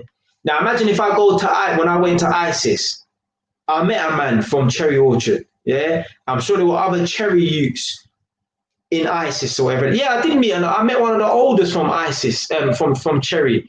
He was actually in one of the videos. One guy called I know his real name, Andre. I don't know what his I can't remember his tag name, whatever. Yeah, but I met one of the oldest from Cherry Gang in in ISIS, yeah. So he would have been on the Alders wing, which was the Meridian, innit? When I was on Thames, innit? Now imagine if my name got around, like, oh, where are you from? Like just general chit chat or whatever. And oh, I'm from Edmonton, innit? Oh, what's your name? Jay. Hold on a minute. That Jay is bandwagoning with them Woolwich youth beef, innit? All right, boom, we're on him. Imagine a man want to set pace on me. So I've defended someone. I've defended someone else's beef. Yeah. I've got involved in someone's ends war that got nothing to do with me. Then when I'm going to different prisons, I'm meeting allies of certain men that I've smacked up in jail, and now I'm getting now I'm involved with them man's beef. What kind of nonsense is that? There's some youths from Lewisham called SG, yeah. Man, them from my area, from Edmonton, told me that they're beating up youths from SG, from Lewisham. Like, what the fuck, fam? Like, we're from North London. We don't know about no blue city, no blue bandana youths from Lewisham. Like, why are you even getting involved in them lot's beef? Like, this dumbness, fam. Like, we're northern liners, yeah? Like, Edmonton, we're at the top of North London, like, literally, geographically. We're at the top of North London, yeah? We don't know about fucking Lewisham or nothing like that, yeah? Like, that's 1,000 miles away compared to us in here. We just know about what's going on around the surrounding areas of us in here, the Tottenhams, the Wood Greens, the Hornsleys, yeah, the Enfields, stuff like that, innit, yeah? You're going into jail, and this is what happens. That's what I'm saying. Man will go to jail, and man, now you're hearing stories. Oh, this man's beating up this man from SG in Lewisham. Like, what the fuck, fam? This is what happens when you go to jail. You start bandwagoning with other people's beef. Next thing you know, you're getting battered by a man that's not even from your area. There's one guy, right, on my wing in ISIS, yeah. He got battered in his cell, yeah, by 4 men. Now, this guy was a skinny guy as well, right? He got battered by 4 henchmen, yeah, because someone from another wing knew that he was on hate ring. So this guy that was on hate ring, the skinny guy that was on hate ring, had beef with someone from another wing. The person from the other wing knew a few men that was on my wing, yeah? And he begged one of the guys that was on my wing and said, I beg you round up a few men and batter that guy, please. Yeah. I beg you, innit? Begged him. And he said, all right, cool. So a man put out a hit on him. And then during association, when they opened up all the cell doors, they just wrapped him up. They battered him. Fucked him up in the cell. Man, them that don't know this guy, you know. They just seen him on the wing. They don't know him. They're beating him up because someone from another wing has put a hit out on him. But what these guys need to realize, yeah, is that if this guy really is a someone, the skinny guy who got smacked up, right? Right, okay. So him from this area moved to me, and them lot from that area, they all moved to me, innit? All right. So I'm gonna put the word out, and anytime you lot see these man, get on to them. So you're getting involved in other people's beef and shit like that. You're making, you're putting a target on your back. Now, more than likely, nothing happened to these guys that smacked him up anyway. But still, man, I would never. There's no way, bro. I don't want to be back in no one's beef, no one's ends war, nothing like that. Ain't got nothing to do with me, fam. But the thing is, right, if you're with someone and they get into a little scrap and you don't jump in, you're gonna be seen as a dickhead. Like, why do you not back it for? Like, you're supposed to back me and shit like that. No.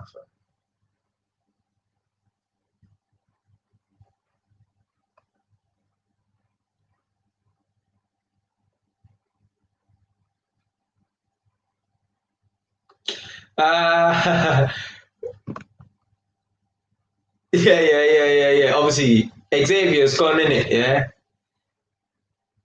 But yeah, that video was fucking funny. Man said couple cans of tuna. And the thing is, right, he didn't even spell the word tuna properly as well. My man spelled tuna with ER, not an A, you know. Yeah. So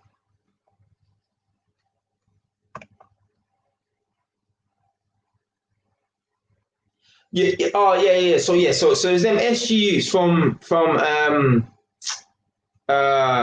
Lewisham. Obviously, I don't know where Lewisham. I don't know what part. Because I know Lewisham's a borough in it, but I don't know whereabouts they're from in it. Yeah.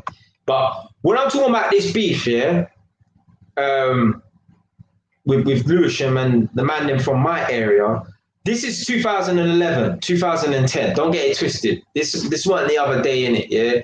But obviously, I'm just remembering times when I was in jail in it, and when I'm hearing about stories and shit like that in it. Yeah? So yeah, the man from my area, like back in 2010, 2011, I'm all hearing that they're all punching up man from SG and all this foolishness and that. I'm like, what the fuck? You man are from? How are you even getting involved in these? Obviously, shit can happen or whatever, innit? You can get into beef with man from a different area in prison, obviously, innit? Because you just got a bunch of man from all over in one place, innit? Yeah? But like these men are even kind of like declaring war on these men. Like, yeah, we got beef with these man. We got beef with these man. Like, but you man are, yeah. So, yeah. How the fuck you from North London? You got beef with man from South London because you butt man in jail and you're bandwagoning like. There's one youth from Chingford, right? He used to kind of roll, yeah. He used to roll with a man from my area, whatever. Innit? Yeah, he's even punching up them man there from down there. I'm like, what the fuck? How's man from Chingford getting involved with beef with man from fucking Lewisham and SG and no.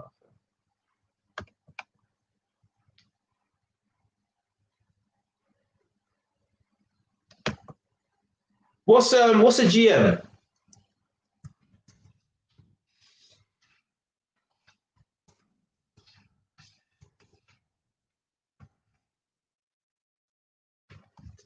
Yeah, what tell me what a GM is. I don't know what a GM is.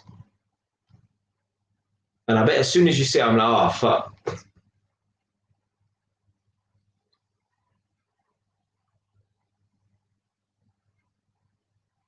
Yeah, man, you don't want to be fucking oh man. There's so much foolishness that you can get involved in prison. Like you feel obligated to back my car, you're not gonna look real and shit like that. Oh, gang member, yeah. See what I mean? Innit? Yeah. It's long. I remember the first day, yeah. Oh my day. The first day I turned up to ISIS, yeah. We got into the holding cell, whatever, getting processed, whatever, boom, bam, boom.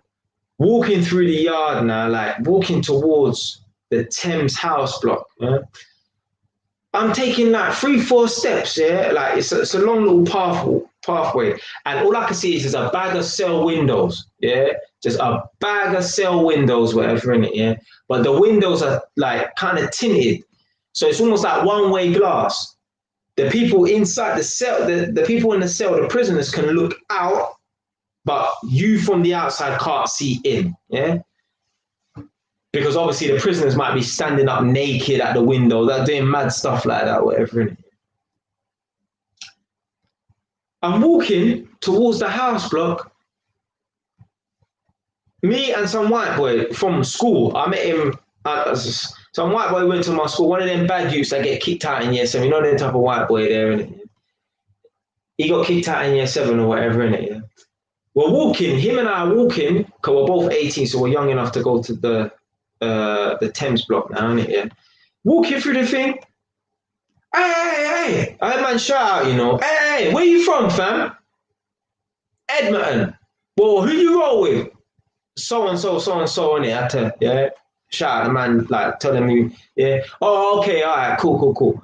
But I don't know if he's got beef with these man. Like I don't know. Like even then, I'm thinking, all right, boom. Like I don't know who this person is as well. You know, it could be anyone. Yeah, I could be fucking waiting for my canteen and someone from one of my man them who smacked up someone. Yeah. Oh, I'll move to him or whatever in it because he knows my face, so he don't need to ask me no questions or nothing like that. He can just come and just quickly. This is the shit. But obviously, you can't try and stick it on man from the window. I'm gonna tell you who I roll with or whatever in it. Yeah? But that's what I'm saying. Like just your gang affiliations or whatever, yeah, you get you into trouble. Literally, fam. Literally, fam. Now imagine if the people them's name that I shouted at, who I used to move with, imagine they had beef with that particular person. Or they didn't have beef with that particular person, but they had beef with someone that person was like, oh, you know, there's one new guy on the G Wing, you know, and he rolls with them, man, innit? Yeah. So like maybe he might come because when you're on the G Wing, like you'll get moved to either the H Wing or the E Wing or the F Wing. So maybe like he might come to our wing, innit? Yeah, and he looks like this. So within the next 3 or 4 days, because when you're on the G Wing, you're on the induction wing for like 2 or 3 days, but then you get moved to the general population, innit? Yeah. In 3 or 4 days' time, if you see some random new guy that you've never seen before, just know that that's him, innit? Yeah. And if you're even a bit unsure in it, just ask him where he's from, innit? Yeah. As soon as he says, oh, he's from this area, just box him in his face. Like that's how easy it can happen, you know. That's how easy it can happen, innit? Man can say, oh yeah, there's one new guy from this area, he rolls with them, man, innit? Yeah. So if you see anyone new, yeah, just ask him, oh, where are you from, innit? Oh, I'm from this, bam. Shit. You're gonna hold a box. Just like that. You didn't even see the thing coming. You didn't even see the thing coming. Yeah, man. But other than that, jail's not too bad. It's bad, but it's not too bad. As I said before, innit, yeah, most of the time you're just gonna be hanging out with the man them, chatting shit.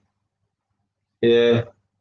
Like I said, this reminds me of like being on the fucking where he's got a bunch of man just talking and busting, joking and that. But the worst thing about the jail is obviously the time you spend wasting your life away in the rotting away in the fucking cell, innit?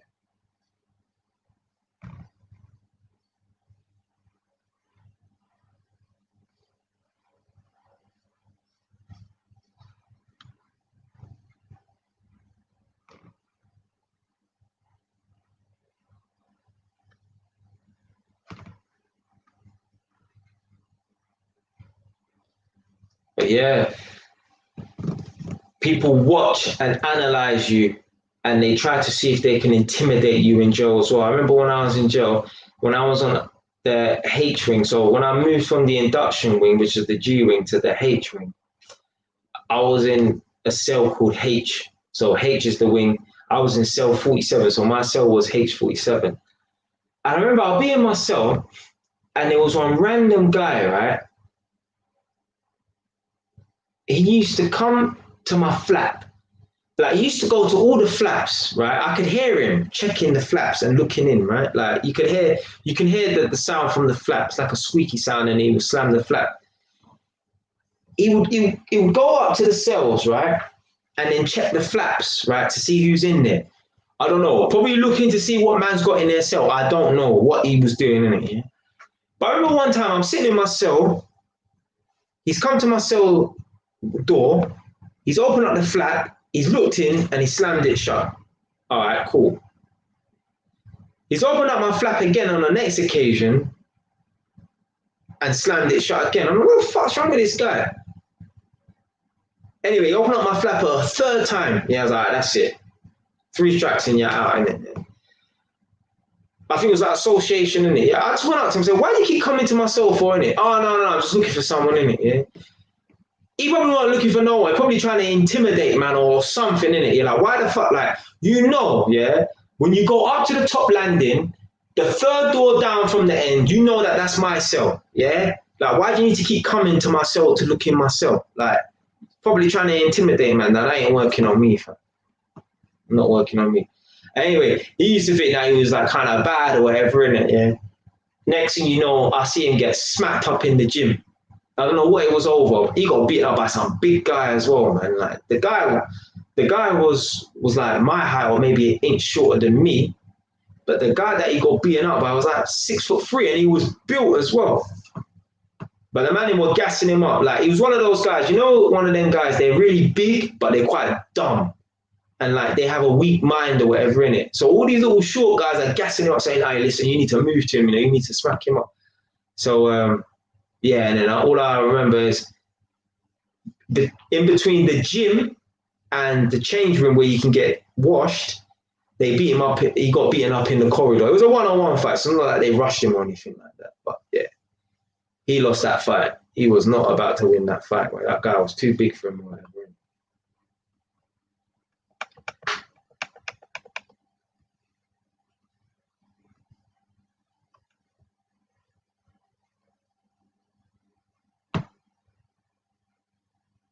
And yeah, I like that guy Bobby said on the big ego media. He said one thing which was funny. It was like when you're on the road, you can run away and cut and get away from your enemies. When in jail, you ain't got nowhere to run. You're gonna eventually bind, man. When I was in jail, there was one youth. I ain't gonna say his name, but it was from Brixton Hill, and he was a short guy as well. Yeah, tiny. He's the same age as me because I was 18. So anyone who comes into prison is minimum 18. He might even all been a year older than me, 19, but let's just say he was 18, yeah? He showed us his chest, and he had a big, fat scar on his chest, yeah? Now, before that, right, I was on the bus from Feltham, right? And there was a guy from Clapham Junction on the bus from Feltham, yeah? And we've gone to ISIS now, innit, yeah? And I've spoken to this guy or whatever, innit, yeah? Now, this guy, yeah, I ain't gonna say his name, but he's like the main guy out of them SUK guys, innit, yeah? So whoever you think the main guys out of them SU guys is, yeah, that's him, yeah? Like, I met him, like, on the bus or whatever, innit, yeah? And he was in my education class, he used to talk, innit? But he was older than man, so he was on the Meridian wing, innit, or whatever. So, but I think he started off on the Thames wing for some strange reason. But anyway, boom. He's from Clapham Junction or whatever, innit? Yeah.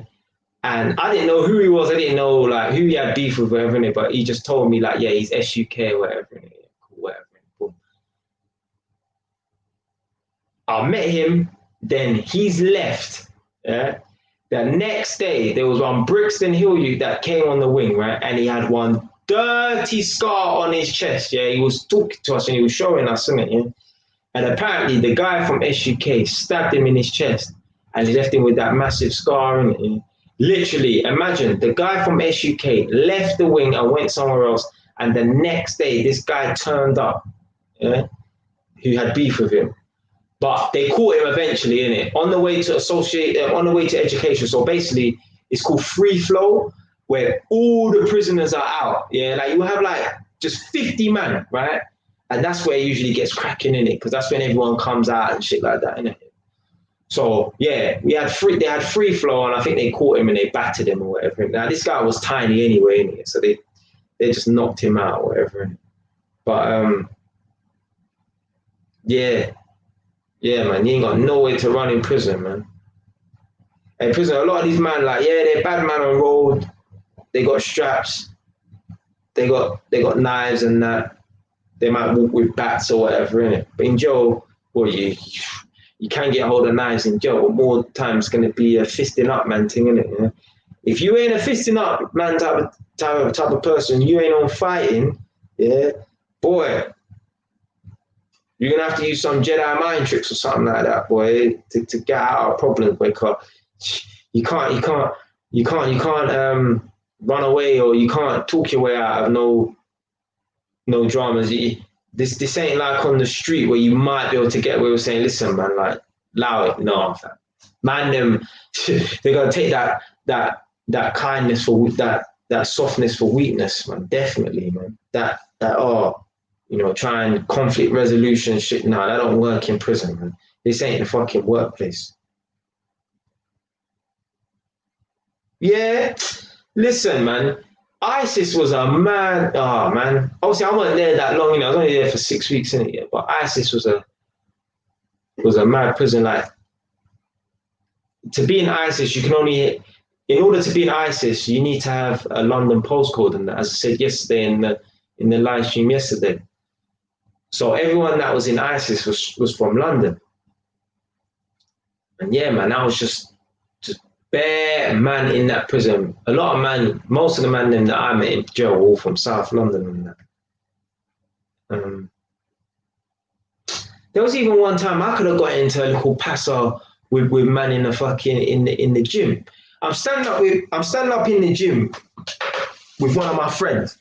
Now I was never interested in pumping weights or nothing like that in jail. I used to work out in my cell a lot. Used to do push-ups and like lie on the floor of the cell and then do leg ups, bring my leg up to work my abs in it, yeah. But I wasn't really interested in pumping no weights. But I used to go to the gym when I could just to get out of my cell in it. I'm talking to my friend. I met another friend from school in jail, innit, yeah. This is my Turkish brethren. We're standing up in the gym and we're having a conversation. Now we're standing in front of someone, innit, like not invading a man's space, but we happen to be standing up in front of someone, innit, yeah. Some guy was on like the chest press, yeah, they call it converging chest press, yeah, where you just move it back and forward, works the chest, yeah. Just one random dark-skinned black guy, yeah. Me, when I'm in jail, I just think everyone's from South London. I don't think anyone's from any surrounding areas that are close to me or whatever. Yeah. So I'm talking to my friend from school who's from my area as well. So he went to my school, he's from my area, but I met him at school and discovered that obviously he's from my area. Yeah.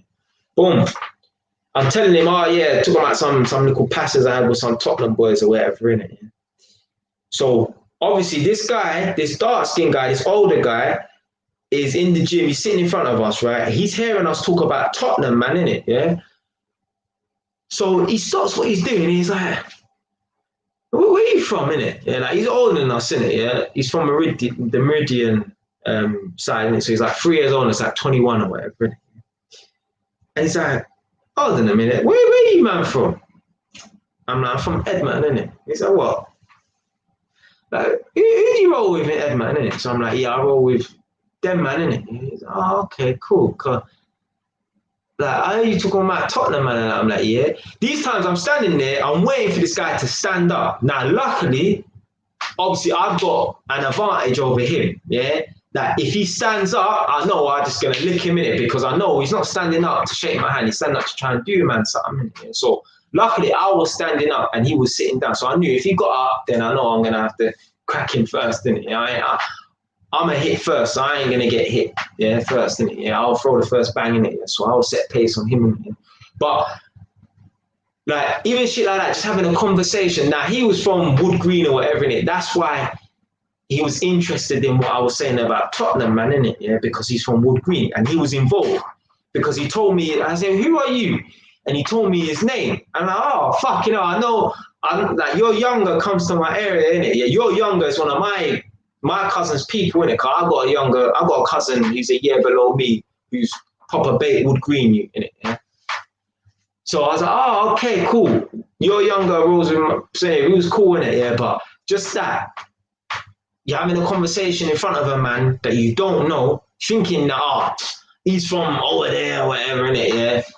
And really, no, he ain't from South London. He's from around your local area, whatever, innit? You get into beef, just, yeah, talking certain chat in front of a man or whatever, innit? So, yeah, man. But other than that, the jail team's not too bad, innit? Don't mean I want to fucking go back, though. Don't mean I want to go back.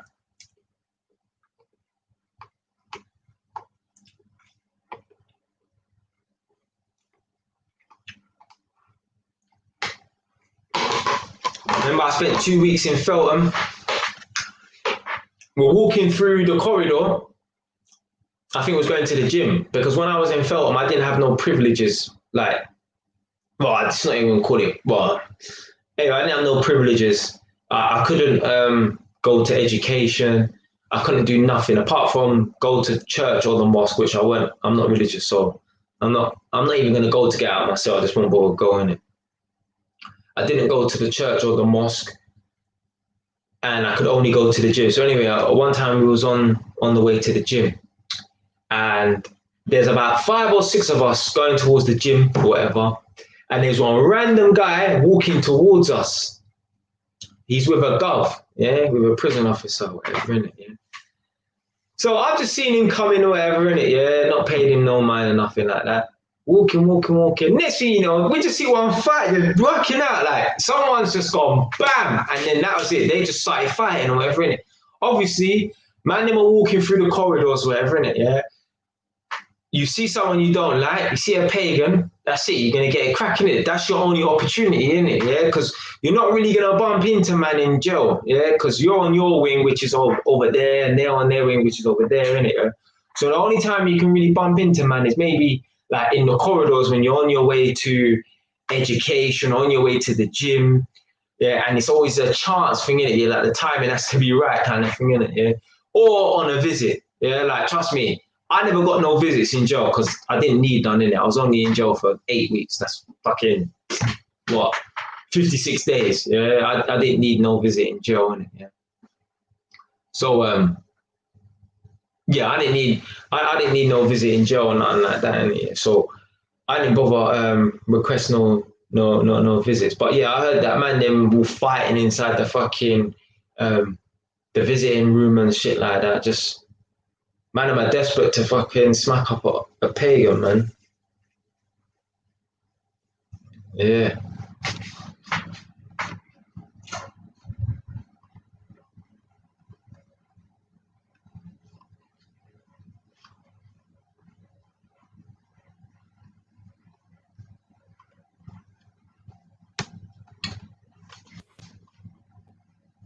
And twerk naked, yeah. If you want to do that on your own Instagram, then what? Fuck. You know what? I was supposed to make a video, called Fresh Home.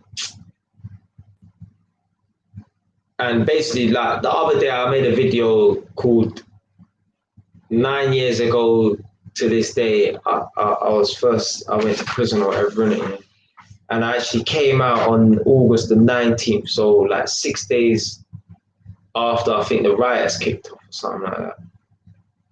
Yeah, I think it might have been 6 days after the riots kicked off or whatever, innit? Yeah, man, I remember my first day out of jail, man. That was a nice day still. I remember, obviously, I got my release date, so about like 2 or 3 weeks, yeah, about 2 weeks before I went to put, 2 weeks before I was released, I got my release date. And what I did was I created my own calendar.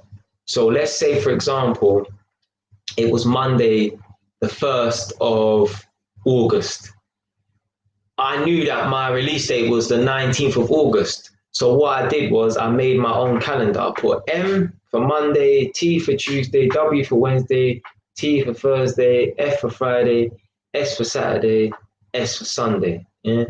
1 to 7, then 8 to 15, then 16 to 23, whatever. Innit? Yeah? I made my own calendar. I literally put this calendar, yeah, with blue tack or sellotape, whatever, on my wall, and every day I would strike a day off the calendar, like literally counting down the days. I remember the day I was released. Now, one thing you don't do, yeah, like I'm not preparing on for jail or nothing like that because we've got all positive people and stuff like that. But one thing you don't do, like I didn't even really need to be told this. I just knew, yeah. You don't tell anyone your release date. Yeah. Don't tell anyone your release date. And I heard a story to back that up as well. One guy told me, right, that he'd been when he was at one prison before, and I think he was like in Wandsworth prison or Brixton or somewhere in it. Yeah.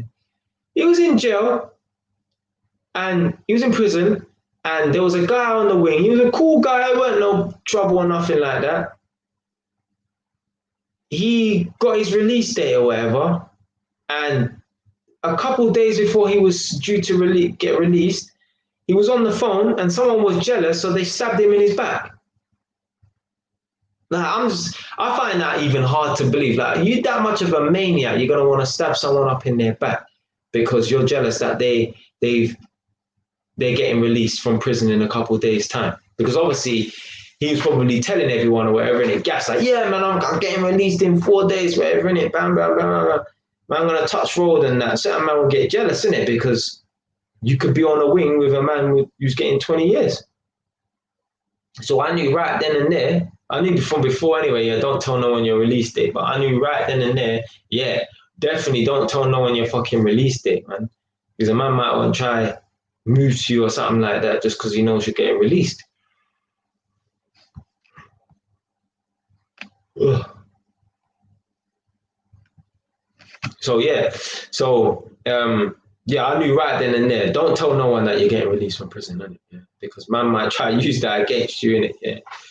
So boom. So I didn't tell no one I was getting released. Yeah, not a damn person. I remember it was the night before I was getting released. I'm like, yeah, I'm going home tomorrow, innit? Yeah, whatever. But just one more night of this bullshit. Yeah, one more night of this dirty cell, innit? Yeah. But woke up in the morning, went to exercise yard, just chilling. Yeah. Got my breakfast first, ate my breakfast, then went to exercise yard, just chilling, thinking, yeah, this is my last day in this rascal exercise yard. I'm going home. Yeah, I'm gassed. Yeah, but I didn't let no one know, innit? And then right before, yeah, so right after exercise, obviously people are just starting to go back to their cell or whatever, innit? Yeah. I called a couple people. So basically, there was one guy who actually saved me from getting my ass whooped one time because I started a fight with someone or whatever, innit? Yeah. So I thought to myself, well, I owe him, innit? Yeah, because he saved me from getting my ass whooped in jail by like 6, 7 men or whatever because I started some trouble with someone, innit? Yeah. So I I called him in myself. I ain't gonna say his real name, but let's just say his name's Bully. Yeah, I called him Bully, and I said, "Yo, come to my cell, innit?" Yeah. And he's like, "What, go on, man?" I said to him, "Yeah, fam, I'm going home today." He's like, oh. Like he gave man like a manly hug. I'm like he's sad that I'm going. Like, bro, I'm getting released, fam. Like, what's there to be sad about? Whatever, innit? Yeah, I was like, "Yeah, fam, look, take what you want, innit? Yeah, just obviously leave a little bit for someone else, innit? Because I'm gonna give my stuff to my neighbor, innit? Yeah." So I said, "Yeah, just take what you want, just leave a little bit behind, though, and give the rest of my stuff to my man next door, innit?" Yeah. So he pretty much cleaned me out, took my toothpaste, took fucking noodles and all that, oats and that shit, couple cans of tuna as well. Yeah, he took that stuff and that, and then I called in my neighbor, so the one that I mentioned a couple times who got life, the Somalian youth, he got life, and he's the one that I've mentioned. I said, he's going to get his mom to send his bed sheets in and get settled in. So I called him in and I said to him, "Brother, I'm going home today, And he's like, "Oh, all right, cool, man. Take it easy." And I said, "Yeah, but boom, take what you want in it. Just take the rest of the stuff in it. I don't need it now, anyway. So I'm going home." Innit? So he's taking everything, taking a man's shower gel and that shit. And yeah, man. Obviously, prior to that, I called one of my older cousins who used to always be at my house a lot.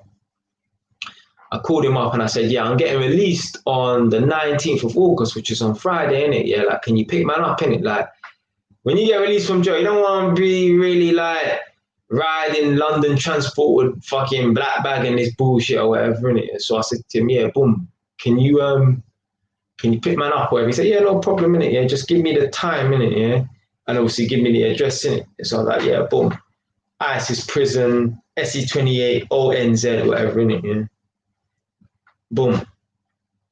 So about an hour before I was due to be released, before I went in my shower, I made a quick phone call and I said, "Yo, cousin, you outside, innit?" He said, "Yeah, I'm there, innit? I'm just waiting in the car park." And I said, "Yeah, I might be like an hour or so now, so I don't know how long it takes to get released or whatever." Boom. Called him up now. So I finished the phone call now. I've showered, whatever. Boom, boom, boom. I've gone down to the reception to get checked out or whatever. They made me sign some stupid disclaimer thing or whatever in it. Yeah, it's about non-firearms, yeah, whatever in it. Like, yeah, you need to sign this thing to say that you will not possess no firearms in the next 5 years. Well, duh, you shouldn't be possessing firearms in the first place. Yeah, no guns, no air rifles or whatever in it. Yeah, obviously in it. But when I also signed it, right, I was signing to say that I would not be in the possession and I wouldn't fire off any fireworks. I'm like, what? I'm a grown man at 18 years old. You tell me I can't fucking handle no fireworks or whatever in it for the next 5 years. So anyway, that was one of the parameters, whatever you want to call it or whatever in it. Boom. They gave me back my clothes. that I actually went to jail in. And when I went to court, I was just wearing like a black shirt, black trousers, and Air Force Ones. Yeah? Now, I was wearing my Air Force Ones in jail the whole time anyway. Yeah? So, yeah, I already have my Air Force Ones or whatever. Now, they were decent when I first got to jail, but after wearing them every single day, they got fucked or whatever. So, boom. So, yeah, I changed my clothes, whatever, and sign paperwork, whatever, and then like they give you like £50 or like something like that for travel. Yeah, they give you a free £50 for travel, whatever. So boom, they gave me money for the travel. Obviously, I didn't need it because my cousin's picking me up, whatever.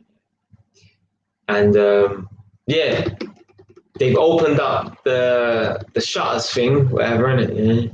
Oh no, I think that they press like a green button or whatever, innit? Yeah. And they open up the shutters, innit? As soon as the shutter opened, innit, yeah, the bright light from outside came racing in, yeah, and it just illuminated the fucking the holding area or whatever, innit, yeah. And it was waiting for the shutters to go up, and then bam, when the shutter was up, my man just gave me that nod to say, yeah, you're free to go, man. When I stepped outside, yeah, like it was only 8 weeks, but I felt like I was in jail for a long time. When I stepped outside, like it felt so good to be out in the open. Like it felt so good. Like, I'm actually picturing it right now. Yeah? It was a nice summer's day as well. See, August the 19th, innit? Yeah. So still in summer. It was a nice warm day. It wasn't hot or nothing like that, but it was a nice sunny day. I think it was probably maybe 12 o'clock midday or maybe about 11 o'clock. I don't know, in the morning, obviously. Innit? It was a nice summer's day. And I remember just walking across the car park, and my cousin had this distinctive car that he used to drive. It was like a kind of like a 4x4 looking off-road type of car. And yeah, I'm walking through after I've left the prison, whatever, and I'm walking through the car park, and I was just taking my time in it, just walking like proper slow, whatever. And just taking it felt so nice to take in some fresh air. Now, obviously, when you're in prison, when you go in the exercise yard, you're out in the open, but you're still within the confines of the prison. But right now, at that point in time, I was free. Yeah, there was no one to tell me nothing like that. So I'm just walking. When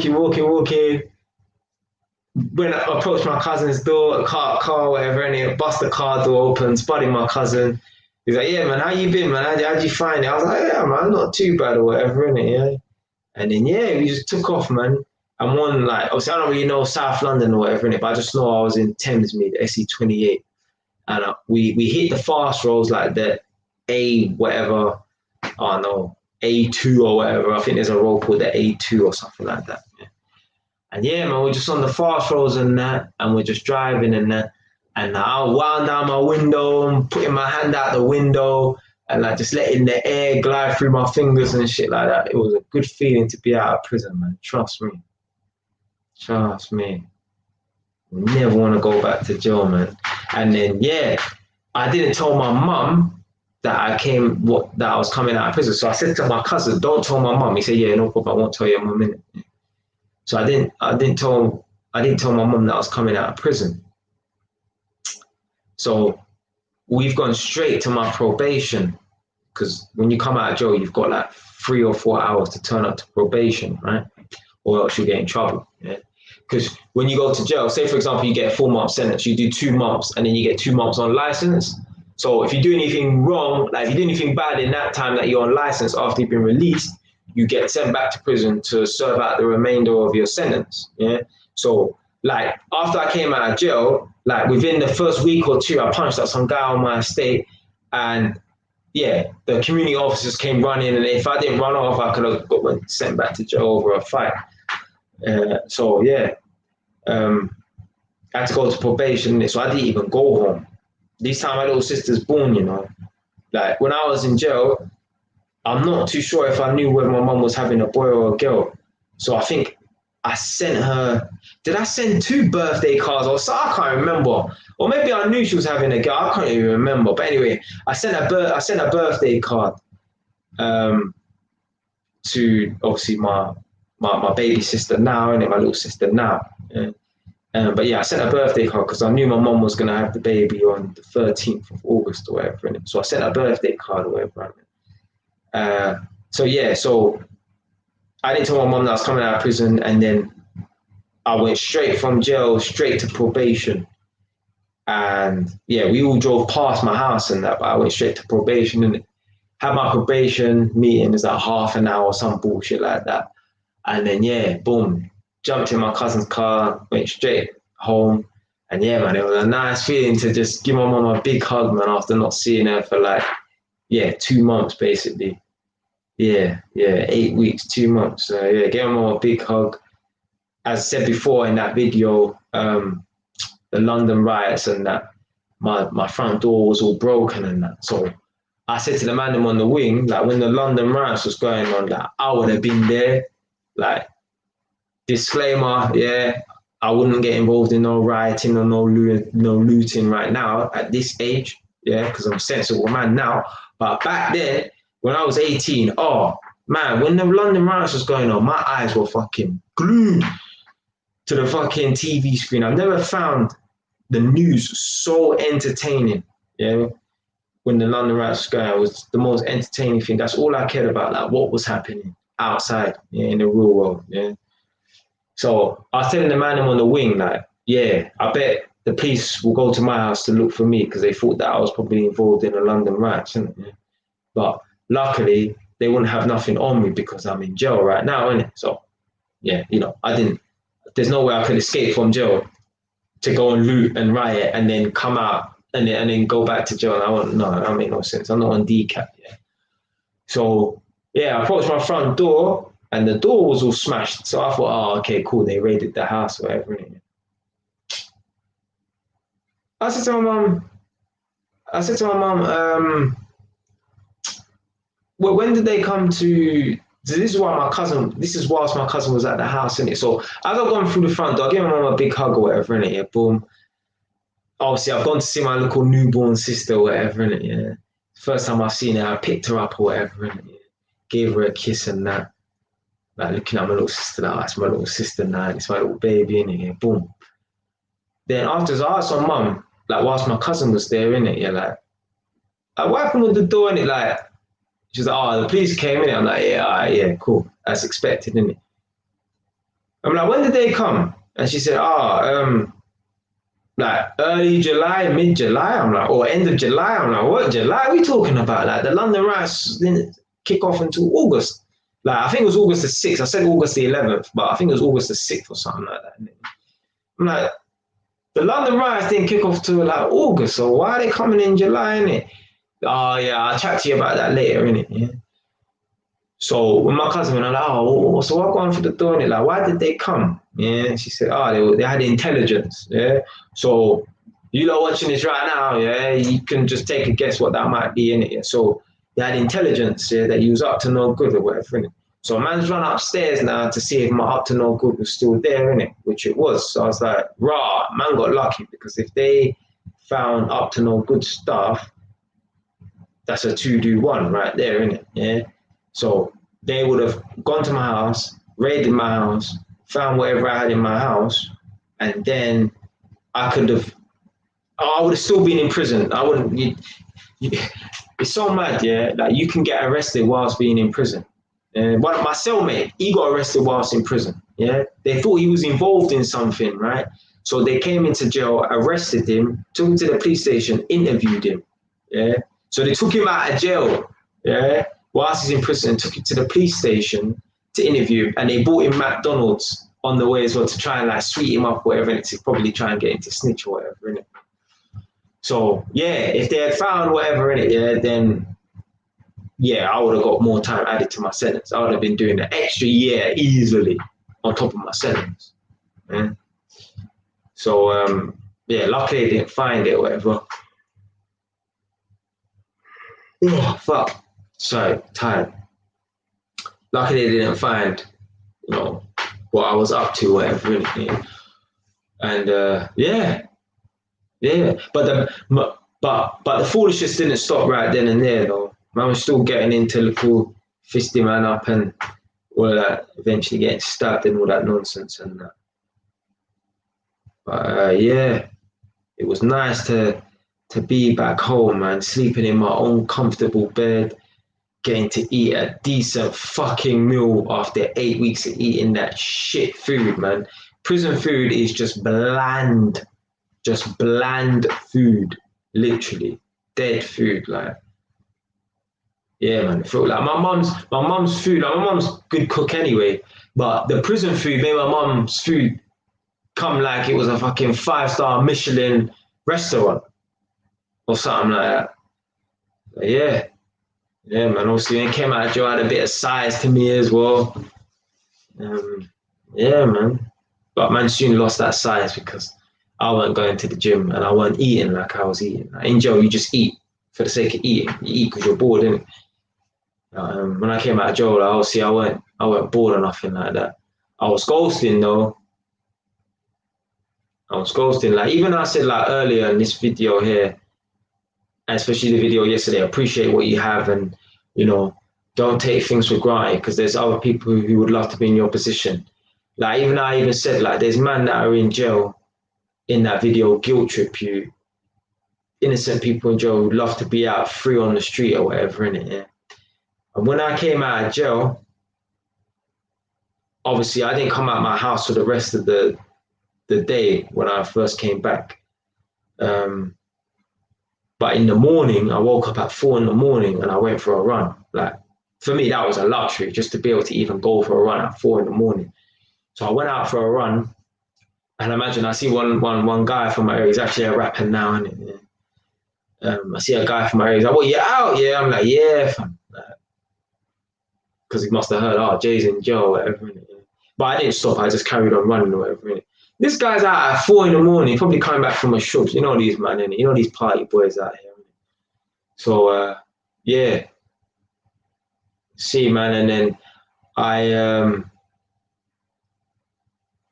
yeah, still on a ghosting thing. Like, I'm not leaving my house until it gets dark. I don't even know why man's moving like I'm fucking wanted fugitive, like not leaving my house until it gets dark or whatever, innit? But Saturday night, yeah, was it Saturday night or Sunday? I can't remember, innit? I got a phone call from one of my friends.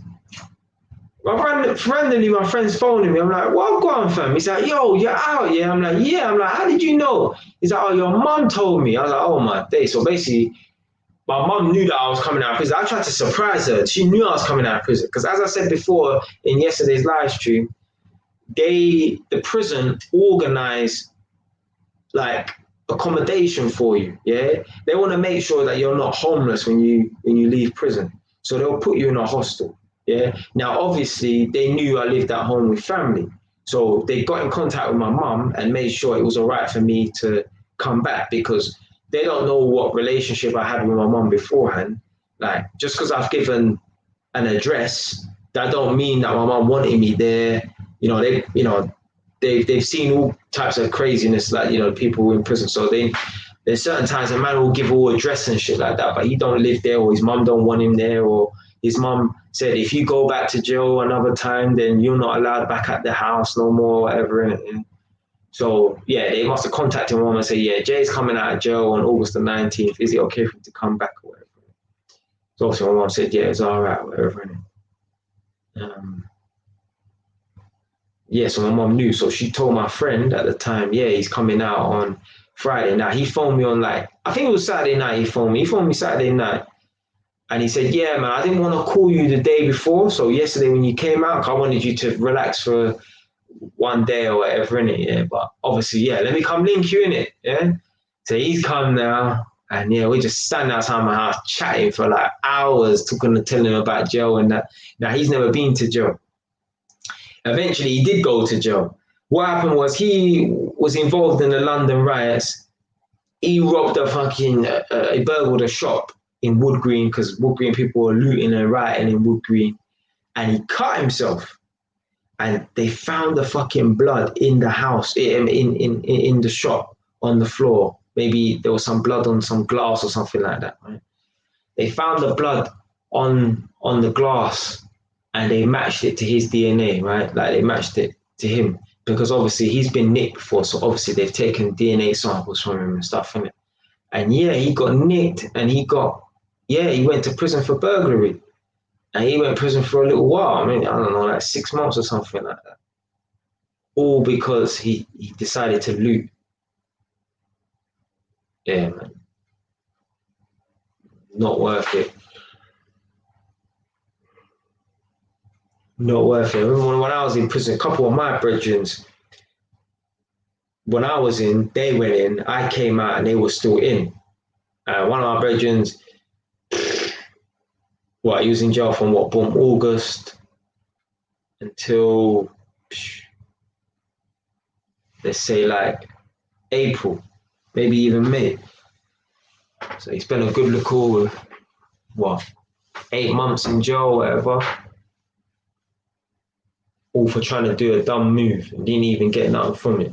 All he done was got a chase and got a sentence. But so you live and you learn, innit? But yeah, man. I remember the day that I went to prison as well. So, like when you're a teenager, like your mom like kicks you out for a couple of days or whatever, innit? So I was staying at her auntie's house or whatever, innit? And I came back to my mum's house after being at my auntie's house for like a week or something like that, innit? Came back to my mum's house. I was at my mum's house for a day, yeah? One whole day. The next day I had court and I knew I was going into prison. I think one of my friends, because I have a couple of random that live on my estate, one of my friends lives close to like the end of his road, right? Or the beginning of his road, he lives close to. And he said he was at his window and he saw me walking past his house and he knew I was going to court that day. And he said, when I didn't knock for him after court and he didn't receive a phone call from me, and when he called me, my phone was off, he knew that's it. Jay's not coming back.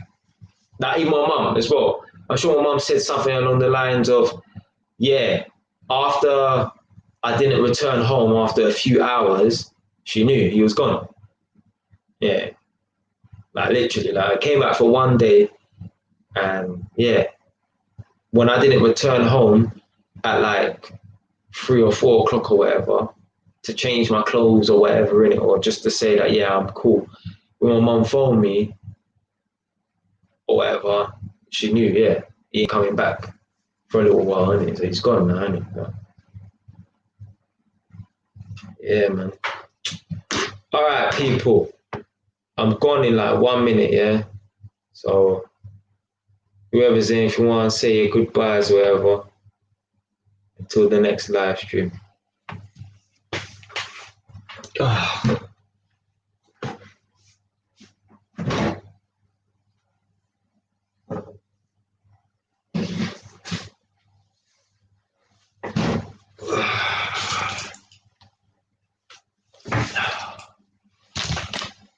No, I'll be signing out in like 30 seconds, yeah?